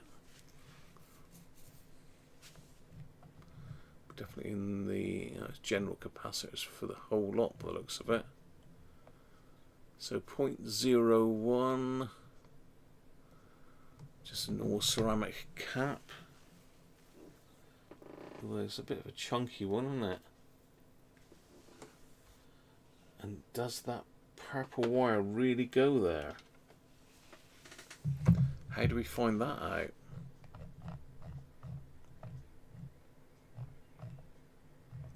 Have we got a wired up diagram? Yes, we have. Have we? Or was that just the...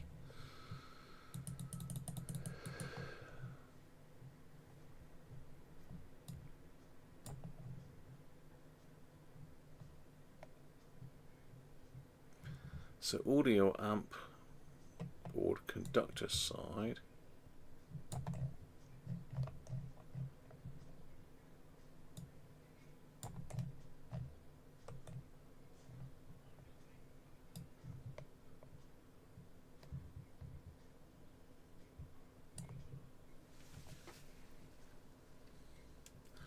So where am I looking?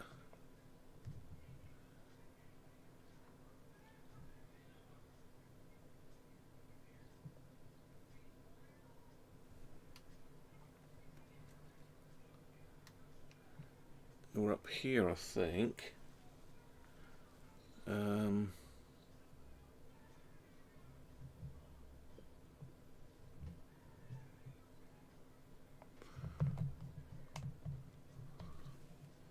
What did I say? That was C142. C142145.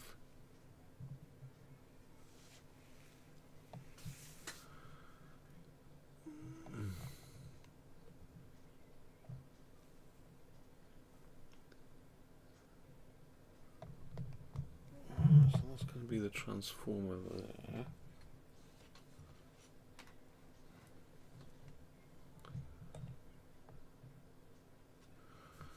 Why am I not seeing C142 and C145 then?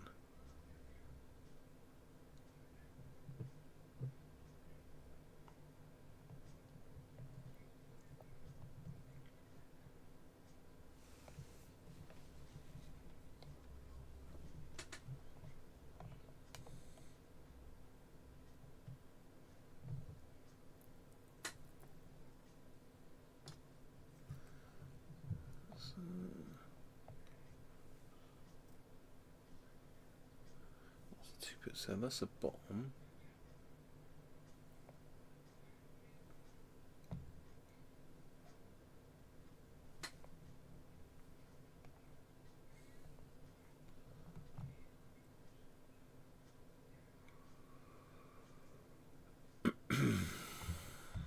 Are we on the wrong side of the board?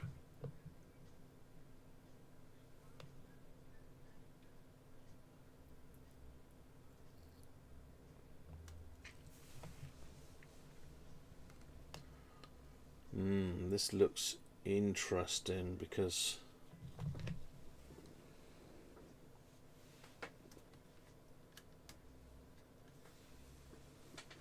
I'm just trying to get my way around the board here. So there's two small tags with a bigger tag in the middle.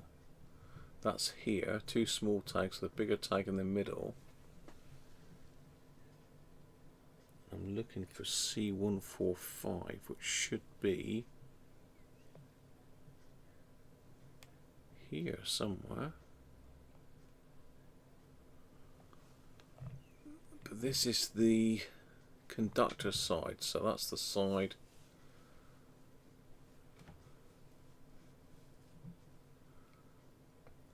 what is going on here. I've definitely got is this the right flipping is this the right one? C303L. Well, we got a C303S. I don't know what that means. Does that mean it's got shortwave instead of long? Is that all? Is it just a radio board that's different?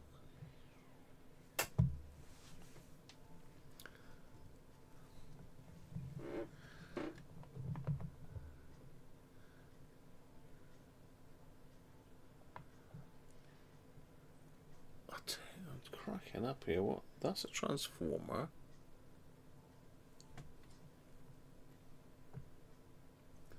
We've got another transformer. Another transformer going down that way. So it definitely should be up here, so I can see that there's an electrolytic here. So we're missing loads of stuff. We're missing loads of bits and pieces that should be here now. I don't think we've got a picture of the other side of the board, have we? We've got a radio board. We haven't got the other board, I don't think, have we? It'd be nice if we have.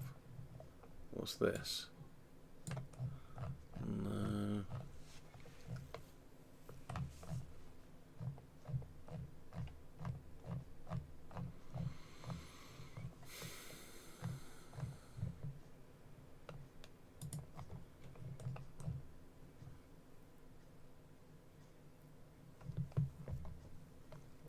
So we're looking at that area there. I mean,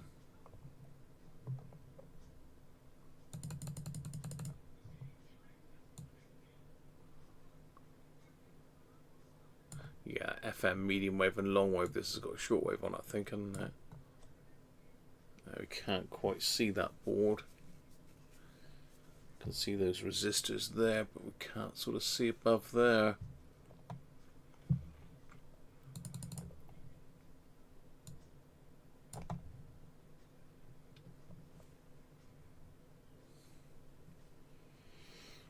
It almost looks like some of this is not populated, doesn't it? It certainly is in this one. And there's certainly no wire popping out over the back of there. Okay. I wonder if this is where our problem is. This wire's in the wrong place.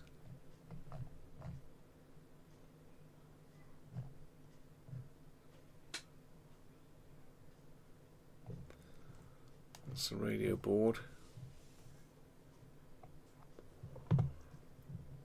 We need the other side of this board. Although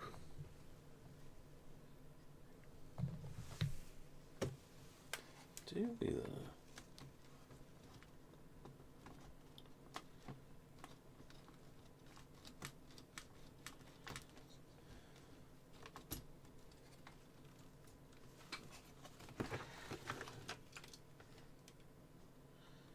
Yeah, that wire looks like it's been added in. I don't even know if that's supposed to be there.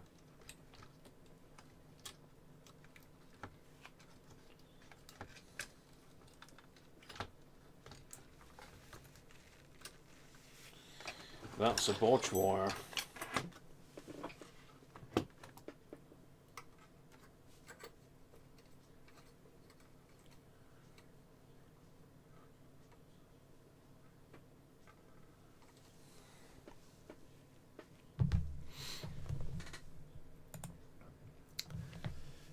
That wire ain't supposed to be there. So why is it there?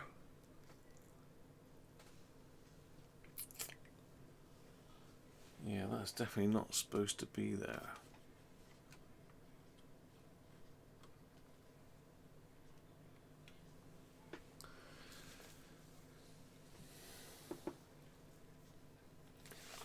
That looks like a ground. Let me have a little look around this board.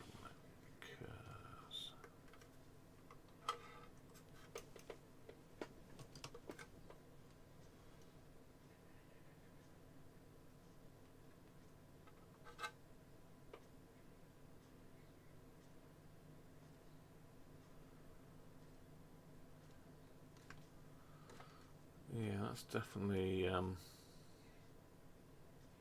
not supposed to be there.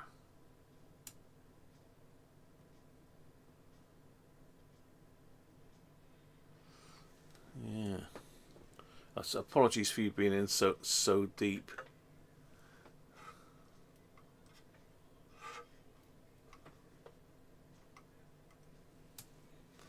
But yeah, the other side of the board.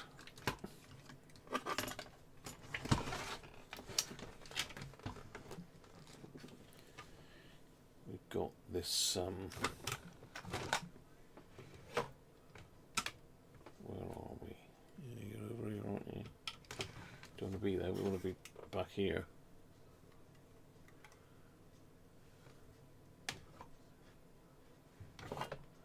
So why was that tacked on the leg of C? Gonna have to go to the schematic, aren't I? But yeah, this cap has been botched off the board, so you definitely need to pop that one out.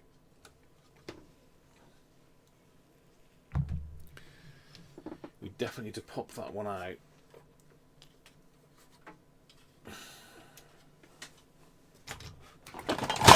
Oh, steady.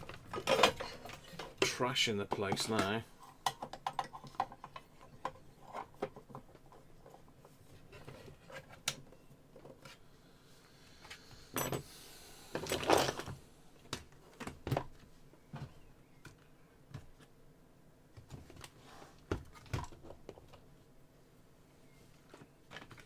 Let's get my cassette belts out of the way.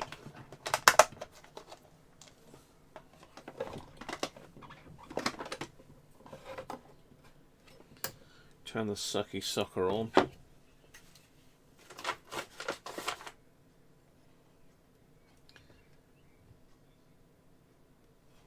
Let's get C142 out of the way first.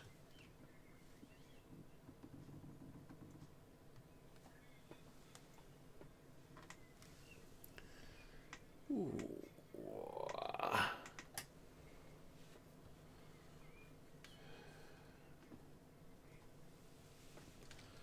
Yeah, we're going to get this little green thing here out of the way.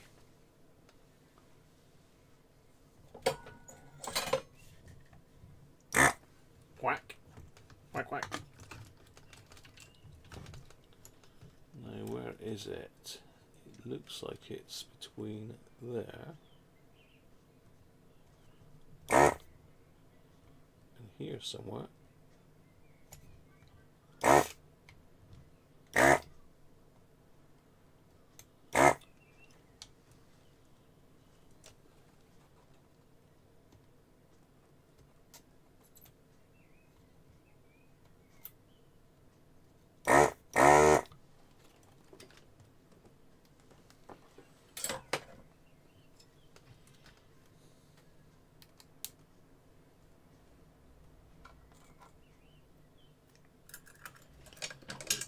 You can't really see what I'm doing at the moment. I'm just clearing that out.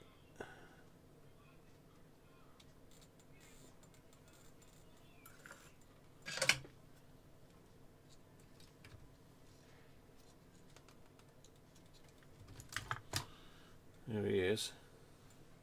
Little one-legger, that. He's got hardly any leg left on him.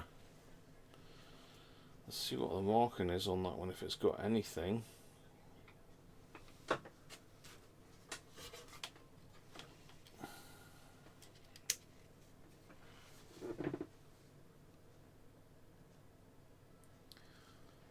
.102. God, I need to cut my nails. Or 103. Don't know, it's been damaged.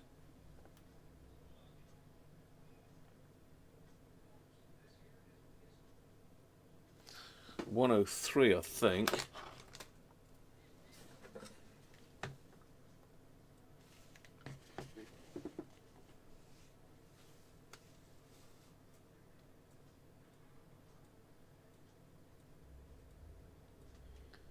I don't know, jury's out on that.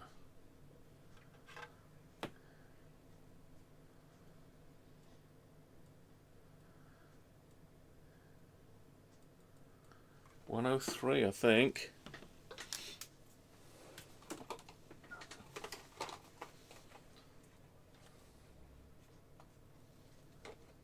.10 NF, is that right? 0.01 10 NF. How are we all doing in the chat? Alice for longwave, Nick saying. Yes, I think this is the shortwave one, so S is for shortwave. So the only difference is the radio section. Oh, it's a shame that we haven't got C142 marked on the circuit.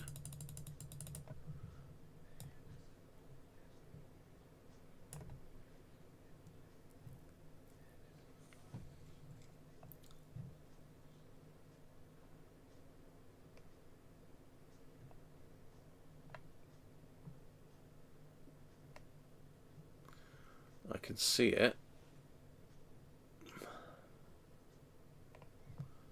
I can see it on the schematic. It is in the lamp switching circuit, so that, you know, it could potentially have caused us an issue. It's down here, look, C142.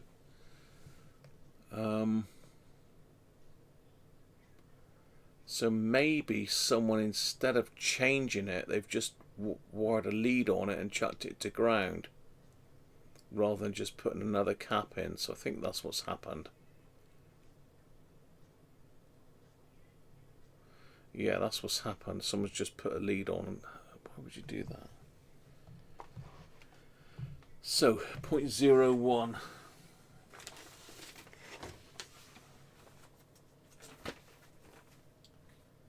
Is 10 NF, which is 103. Put a 102.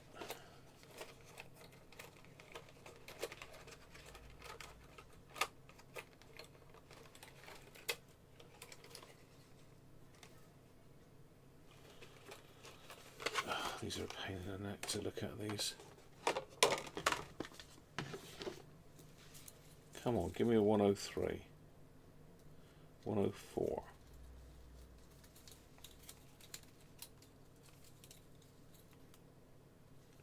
224. 101. 47. What's that one that's turned the other way around? 10.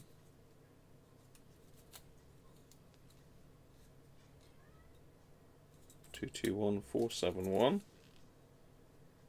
103. Oh, I've only got many of those left.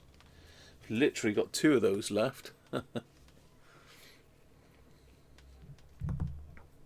Literally just got 2 of those left. Look.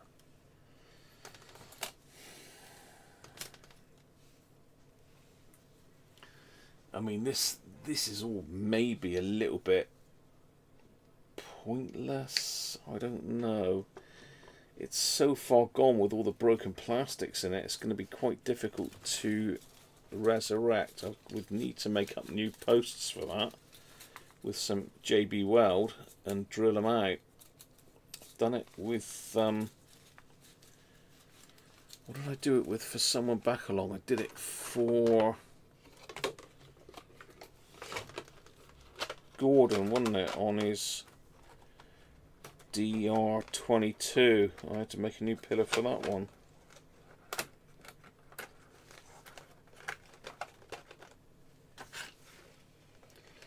Always useful to have a vellum kit. Okay.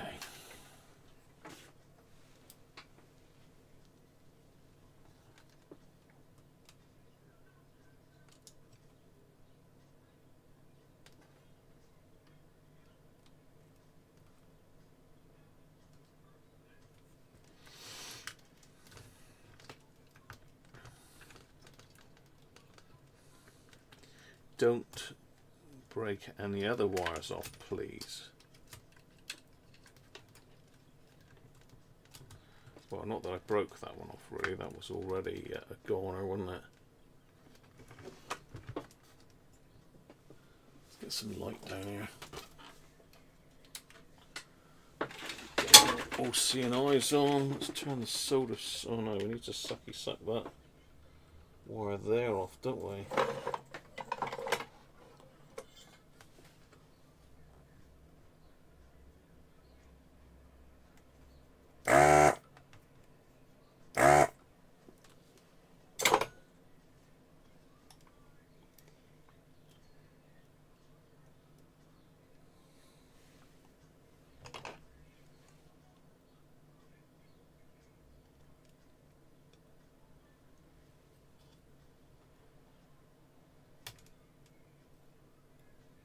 Let's hope that one's in the right place. Hitano.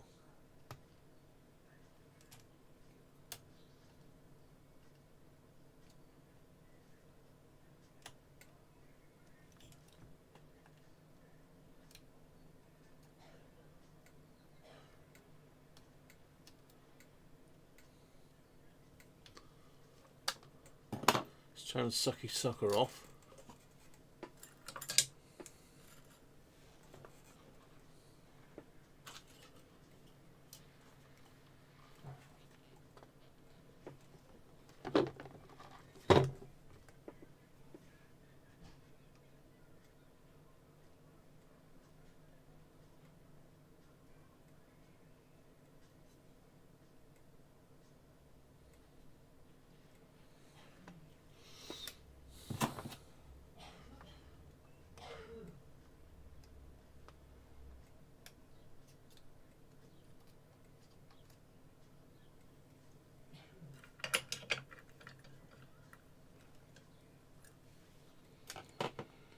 There, that has fixed that problem. A bit of detective work. Bit scary, but you know, what can you say?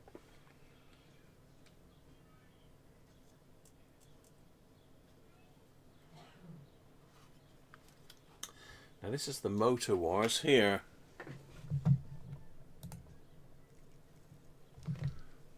Quite in shot. Let me just move it around a little bit. This is our motor wires here. It's a bit glary, isn't it, because it's a jaunty angle, but I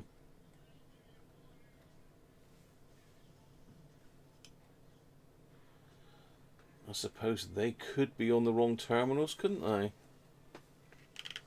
Obviously that's the ground side and that's the signal.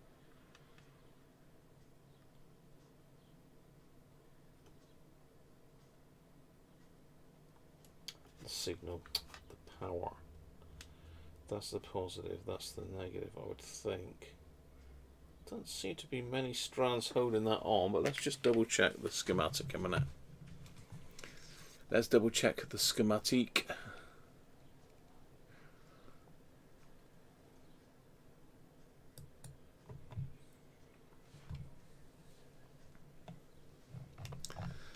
Not that we got a decent wiring diagram here, but you never know.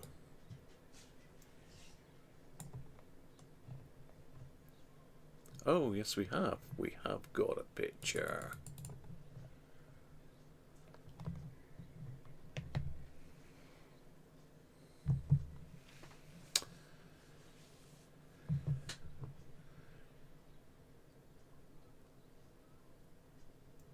So the shield goes to there and the white goes to the L-shaped thing.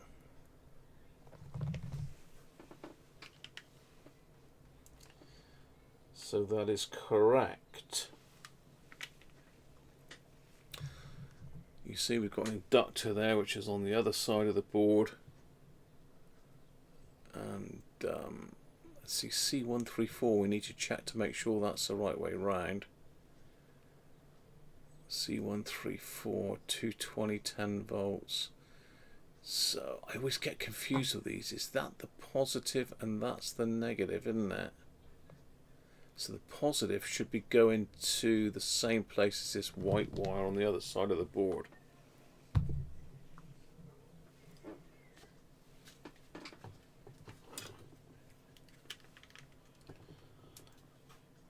So that should be the positive of that capacitor on this side of the board.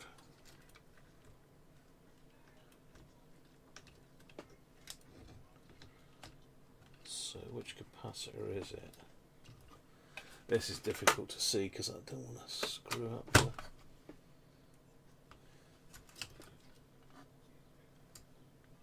Yeah, that is correct, I believe.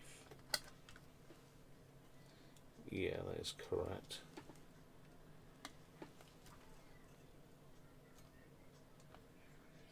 Make sure they're not touching the legs on that one.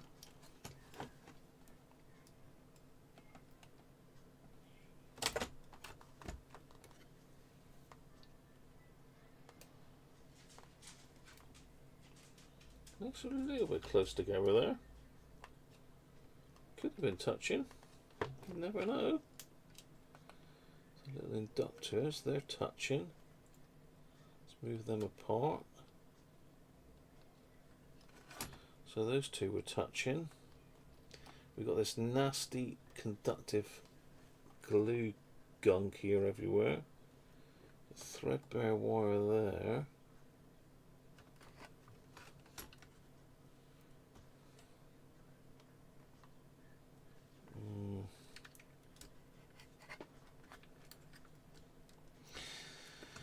Guess what we're going to be playing with next week?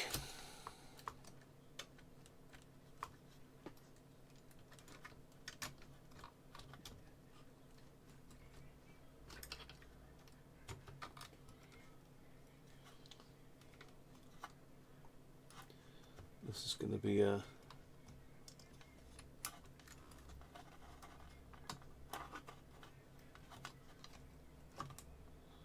labour of love, this one, isn't it?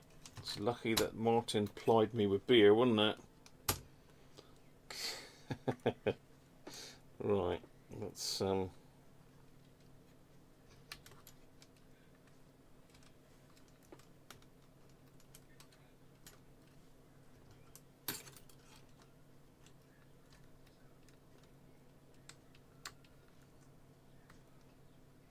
put that back in.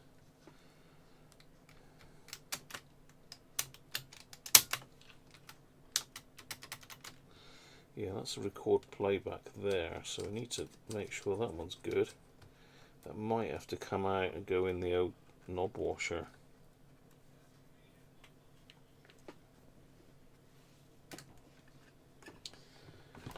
So I've sort of rested it back in there temporary. That hole for the thing is down through there. If you can see that, I'm on the wrong picture at the moment.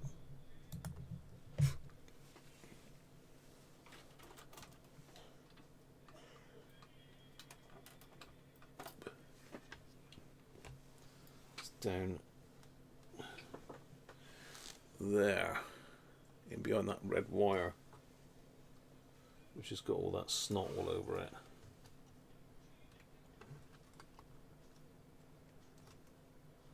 Yeah, it's down in there, that screw. So we've got to measure, we've got to take the brown wire off the motor, measure the current draw, screw that down till the current increases, then draw it back 3/4 of a turn. What a pain. But there you are. That's cassette decks for you. So I think we've sorted some issues out there. There's still plenty to go.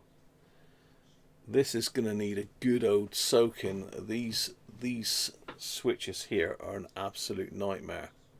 So they're going to have to probably come out. That's a record playback. This one is, I'm not sure. There's loads of contacts on them. They might even need stripping completely. Our pilot lamp, let's hope they haven't converted that to an LED, because I don't think that'll work if it is been done. Who knows?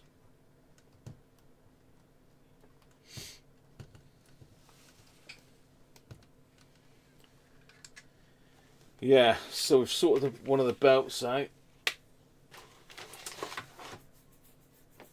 And we've sorted that wire out and put a new capacitor in. Apart from that, we haven't really done a lot, have we? We haven't done a lot. Let's catch up, because I've not been looking. Vanish it. No varnish. I've got some nasty stuff up there. Extreme thread lock. That'll glue it up.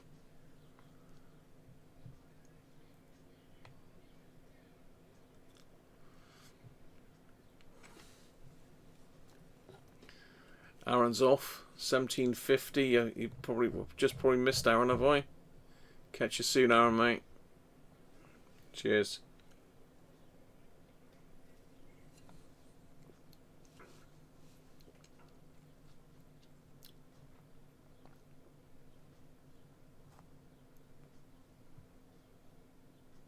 Whew. Sounds good.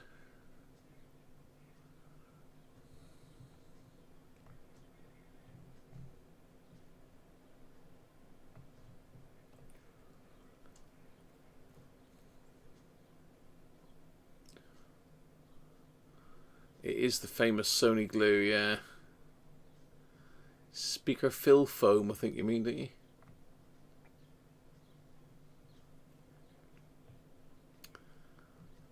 Not populated. Alice for long wave.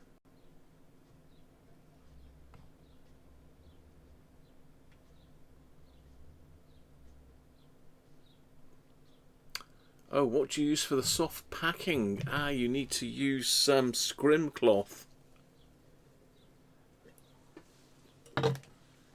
It's a very fine foam that the car people use. Now, let me show you a piece. They use it for doing the door cards. I did have some bits here knocking about, but what's the bet? And I can't find some now. I want some.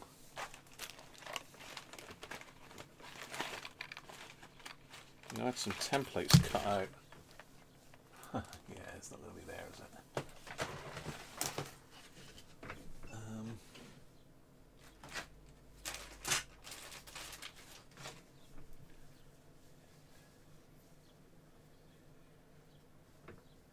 Yeah, I bought a roll of it, Andrew, from a car trimmers. I think it was actually Mar Trim. Rolling over with my chair now.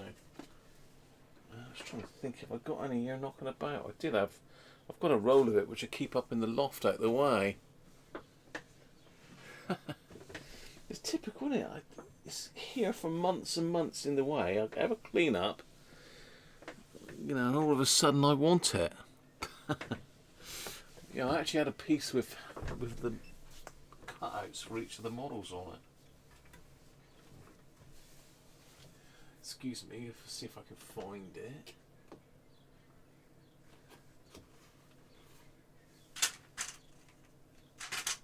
I could take this down, but it's going to cascade stuff everywhere, isn't it?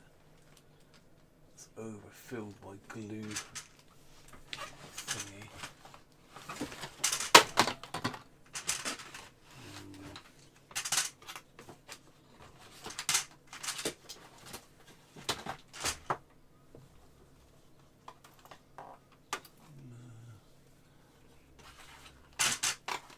Well, I did have some knocking about, Andrew, but I'll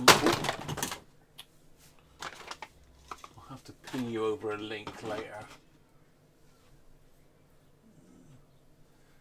Literally had some here, right here in front of me. Now, what the hell have I done with it? It is literally always the same, isn't it?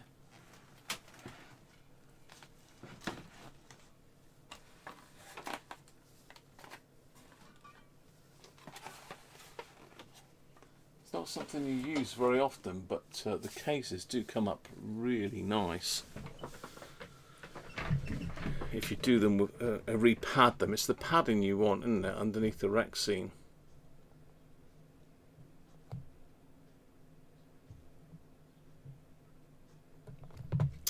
So it's got like a cotton backing on it.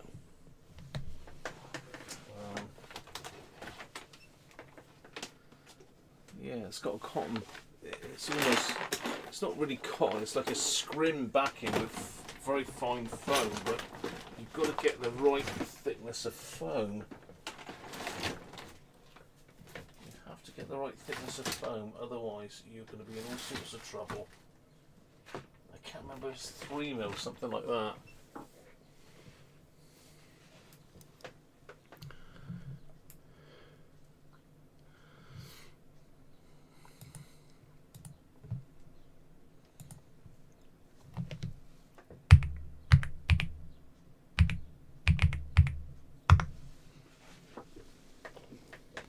Definitely got some down here somewhere. What the hell I've done with it, I don't know. How strange.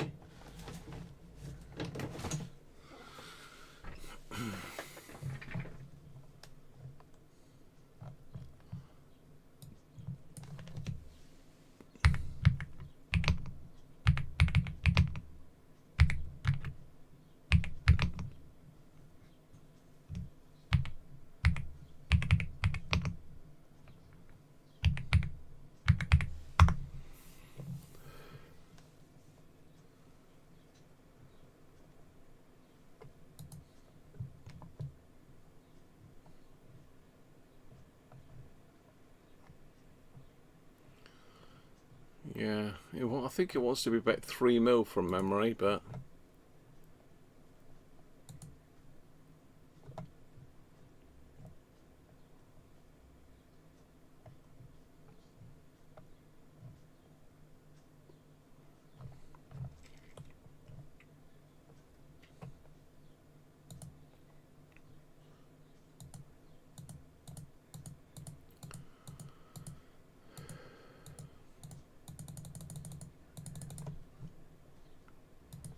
yeah,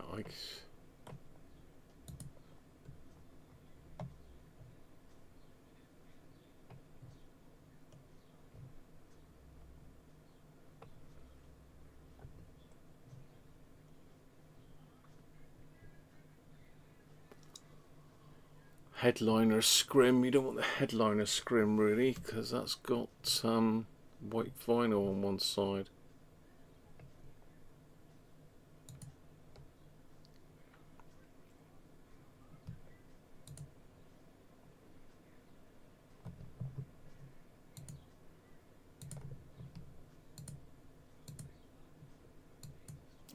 This is the sort of stuff.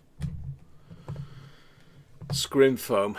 So if you look at the pictures, So you see one side of it's got like a bit of a cotton weave on it. So one side is foam and the other side is this like cottony stuff. But it looks like these are out of 3mm. Oh no.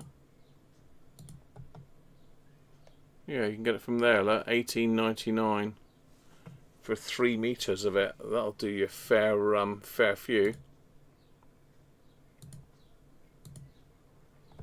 I think it's 3mm. I'm not. You don't want it very thick. It's literally only just a fine bit of padding.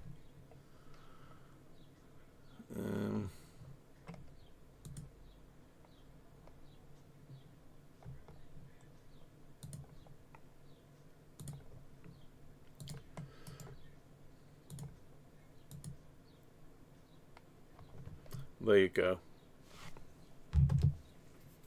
There you go, Andrew. That'll sort you out. Oh.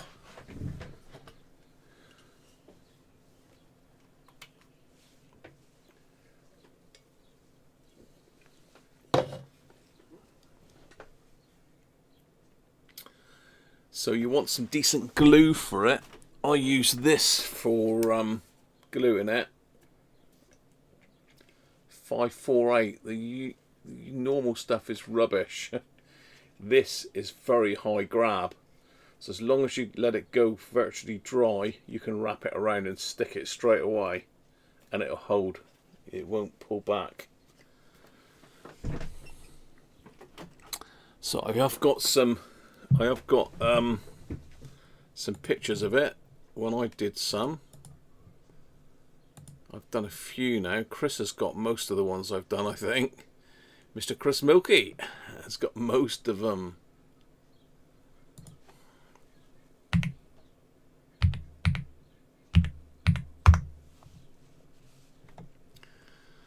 Right, let me think. It would be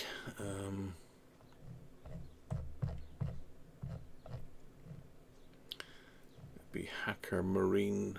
Did I do Marine? No, VHF Herald I did for you, didn't I?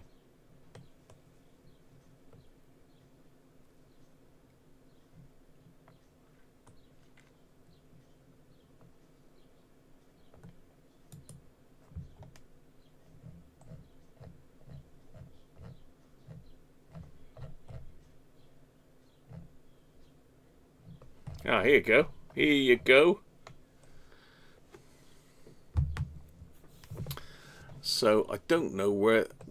I think Chris may have this one, or I've still got it. I don't know. But this is a Hacker Marine Herald that I restored many years ago.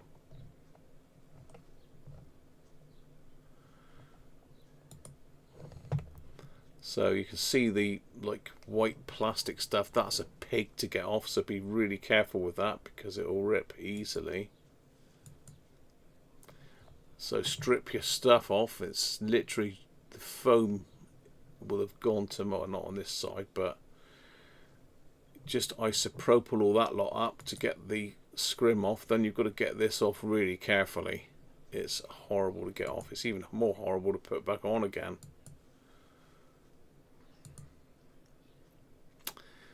Then lift the old vinyl off the back. I mean, I've cleaned it off, but it's literally full of powder, so do that outside. There's my scrimler, so you can see I've got the cloth sort of side that way. PVA on the back panel.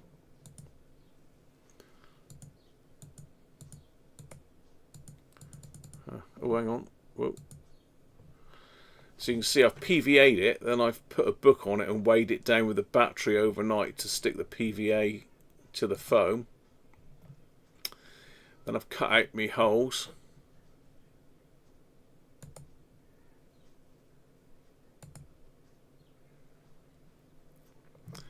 So what I haven't unglued this edge. I've just crunched it all up into the middle like that.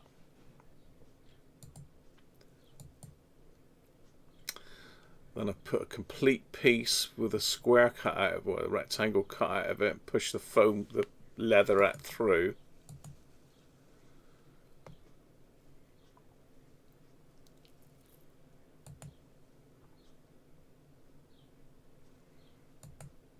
So you can see I've started gluing the edges back down. So you basically put your glue on both edges, let it go off, and then you just oink it around.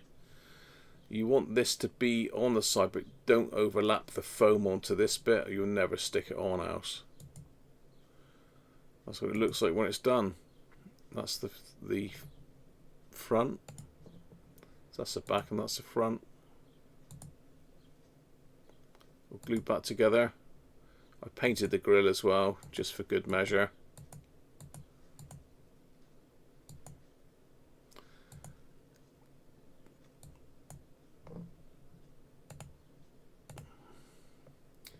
So you can see it does look really smart, doesn't it, once you've done it, but good luck with that, Andrew. Good luck with that, mate.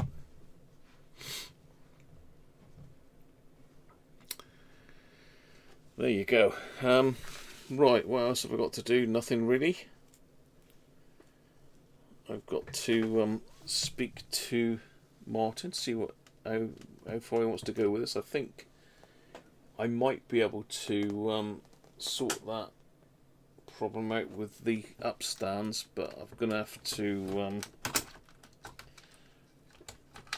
rebuild these posts,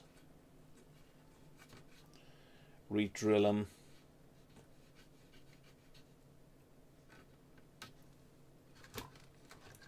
How many is there? 1, 2, 3. Oh, that's not too bad. It's doable, isn't it? I can bend the record thing back. Yeah, I think it's doable.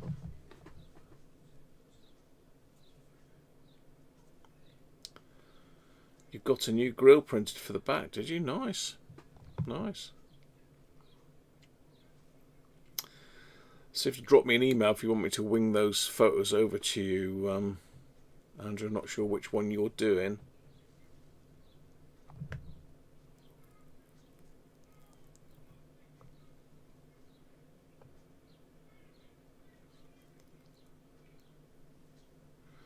New trick plugs are good. Right, that's me pretty much done. We've got to do our YouTube channel. Nearly forgot. Got to do it to our YouTube channel of the week. Now, there was a toss-up between a couple, so I'll do the other one next week. But this is the channel that I've been watching a little bit of recently. Kevin O'Reilly. Now, I initially found his channel because I was doing a bit of research on the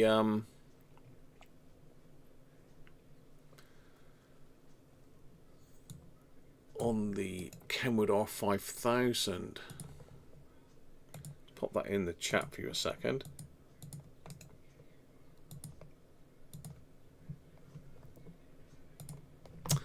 Yeah, I was looking for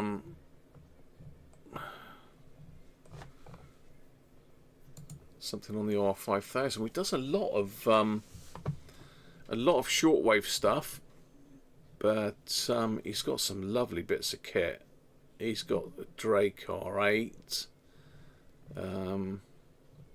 Basically, does a lot of different radios, comparisons, band scanning, bit of books, Wellbrook loop.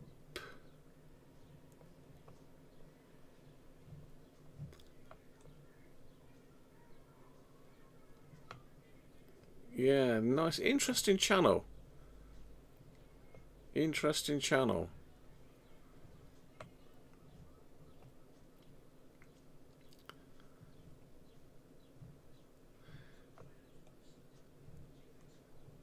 So, yeah.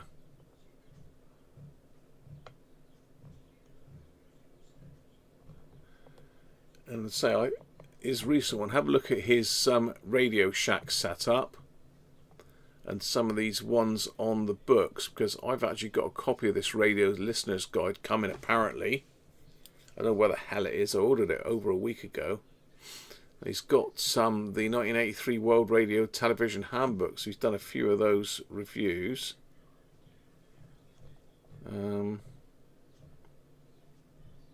Yeah, and the last ever Radio Television Handbook, which I've actually got now.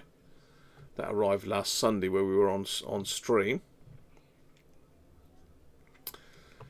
So yeah, interesting channel. So check them out. Give them a subscribe if you fancy it.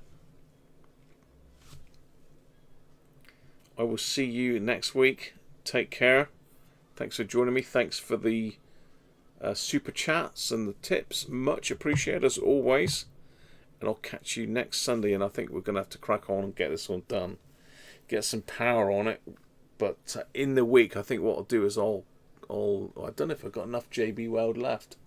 I might have to get some more. I'll JB Weld the hell out of those and see how we get on. Yeah, that's going to be fun. Anyway, cheers everybody. Have a good one. See you next week. And again, thanks to my members and Patreons because they're paying for lots of things that I'm doing here. Well, not lots of things, but some of the bits and pieces. Like all these bits, you know, that I've been playing with. It's all comes out of my sort of PayPal, Patreon pot. So thanks again. Catch you next week. Bye for now.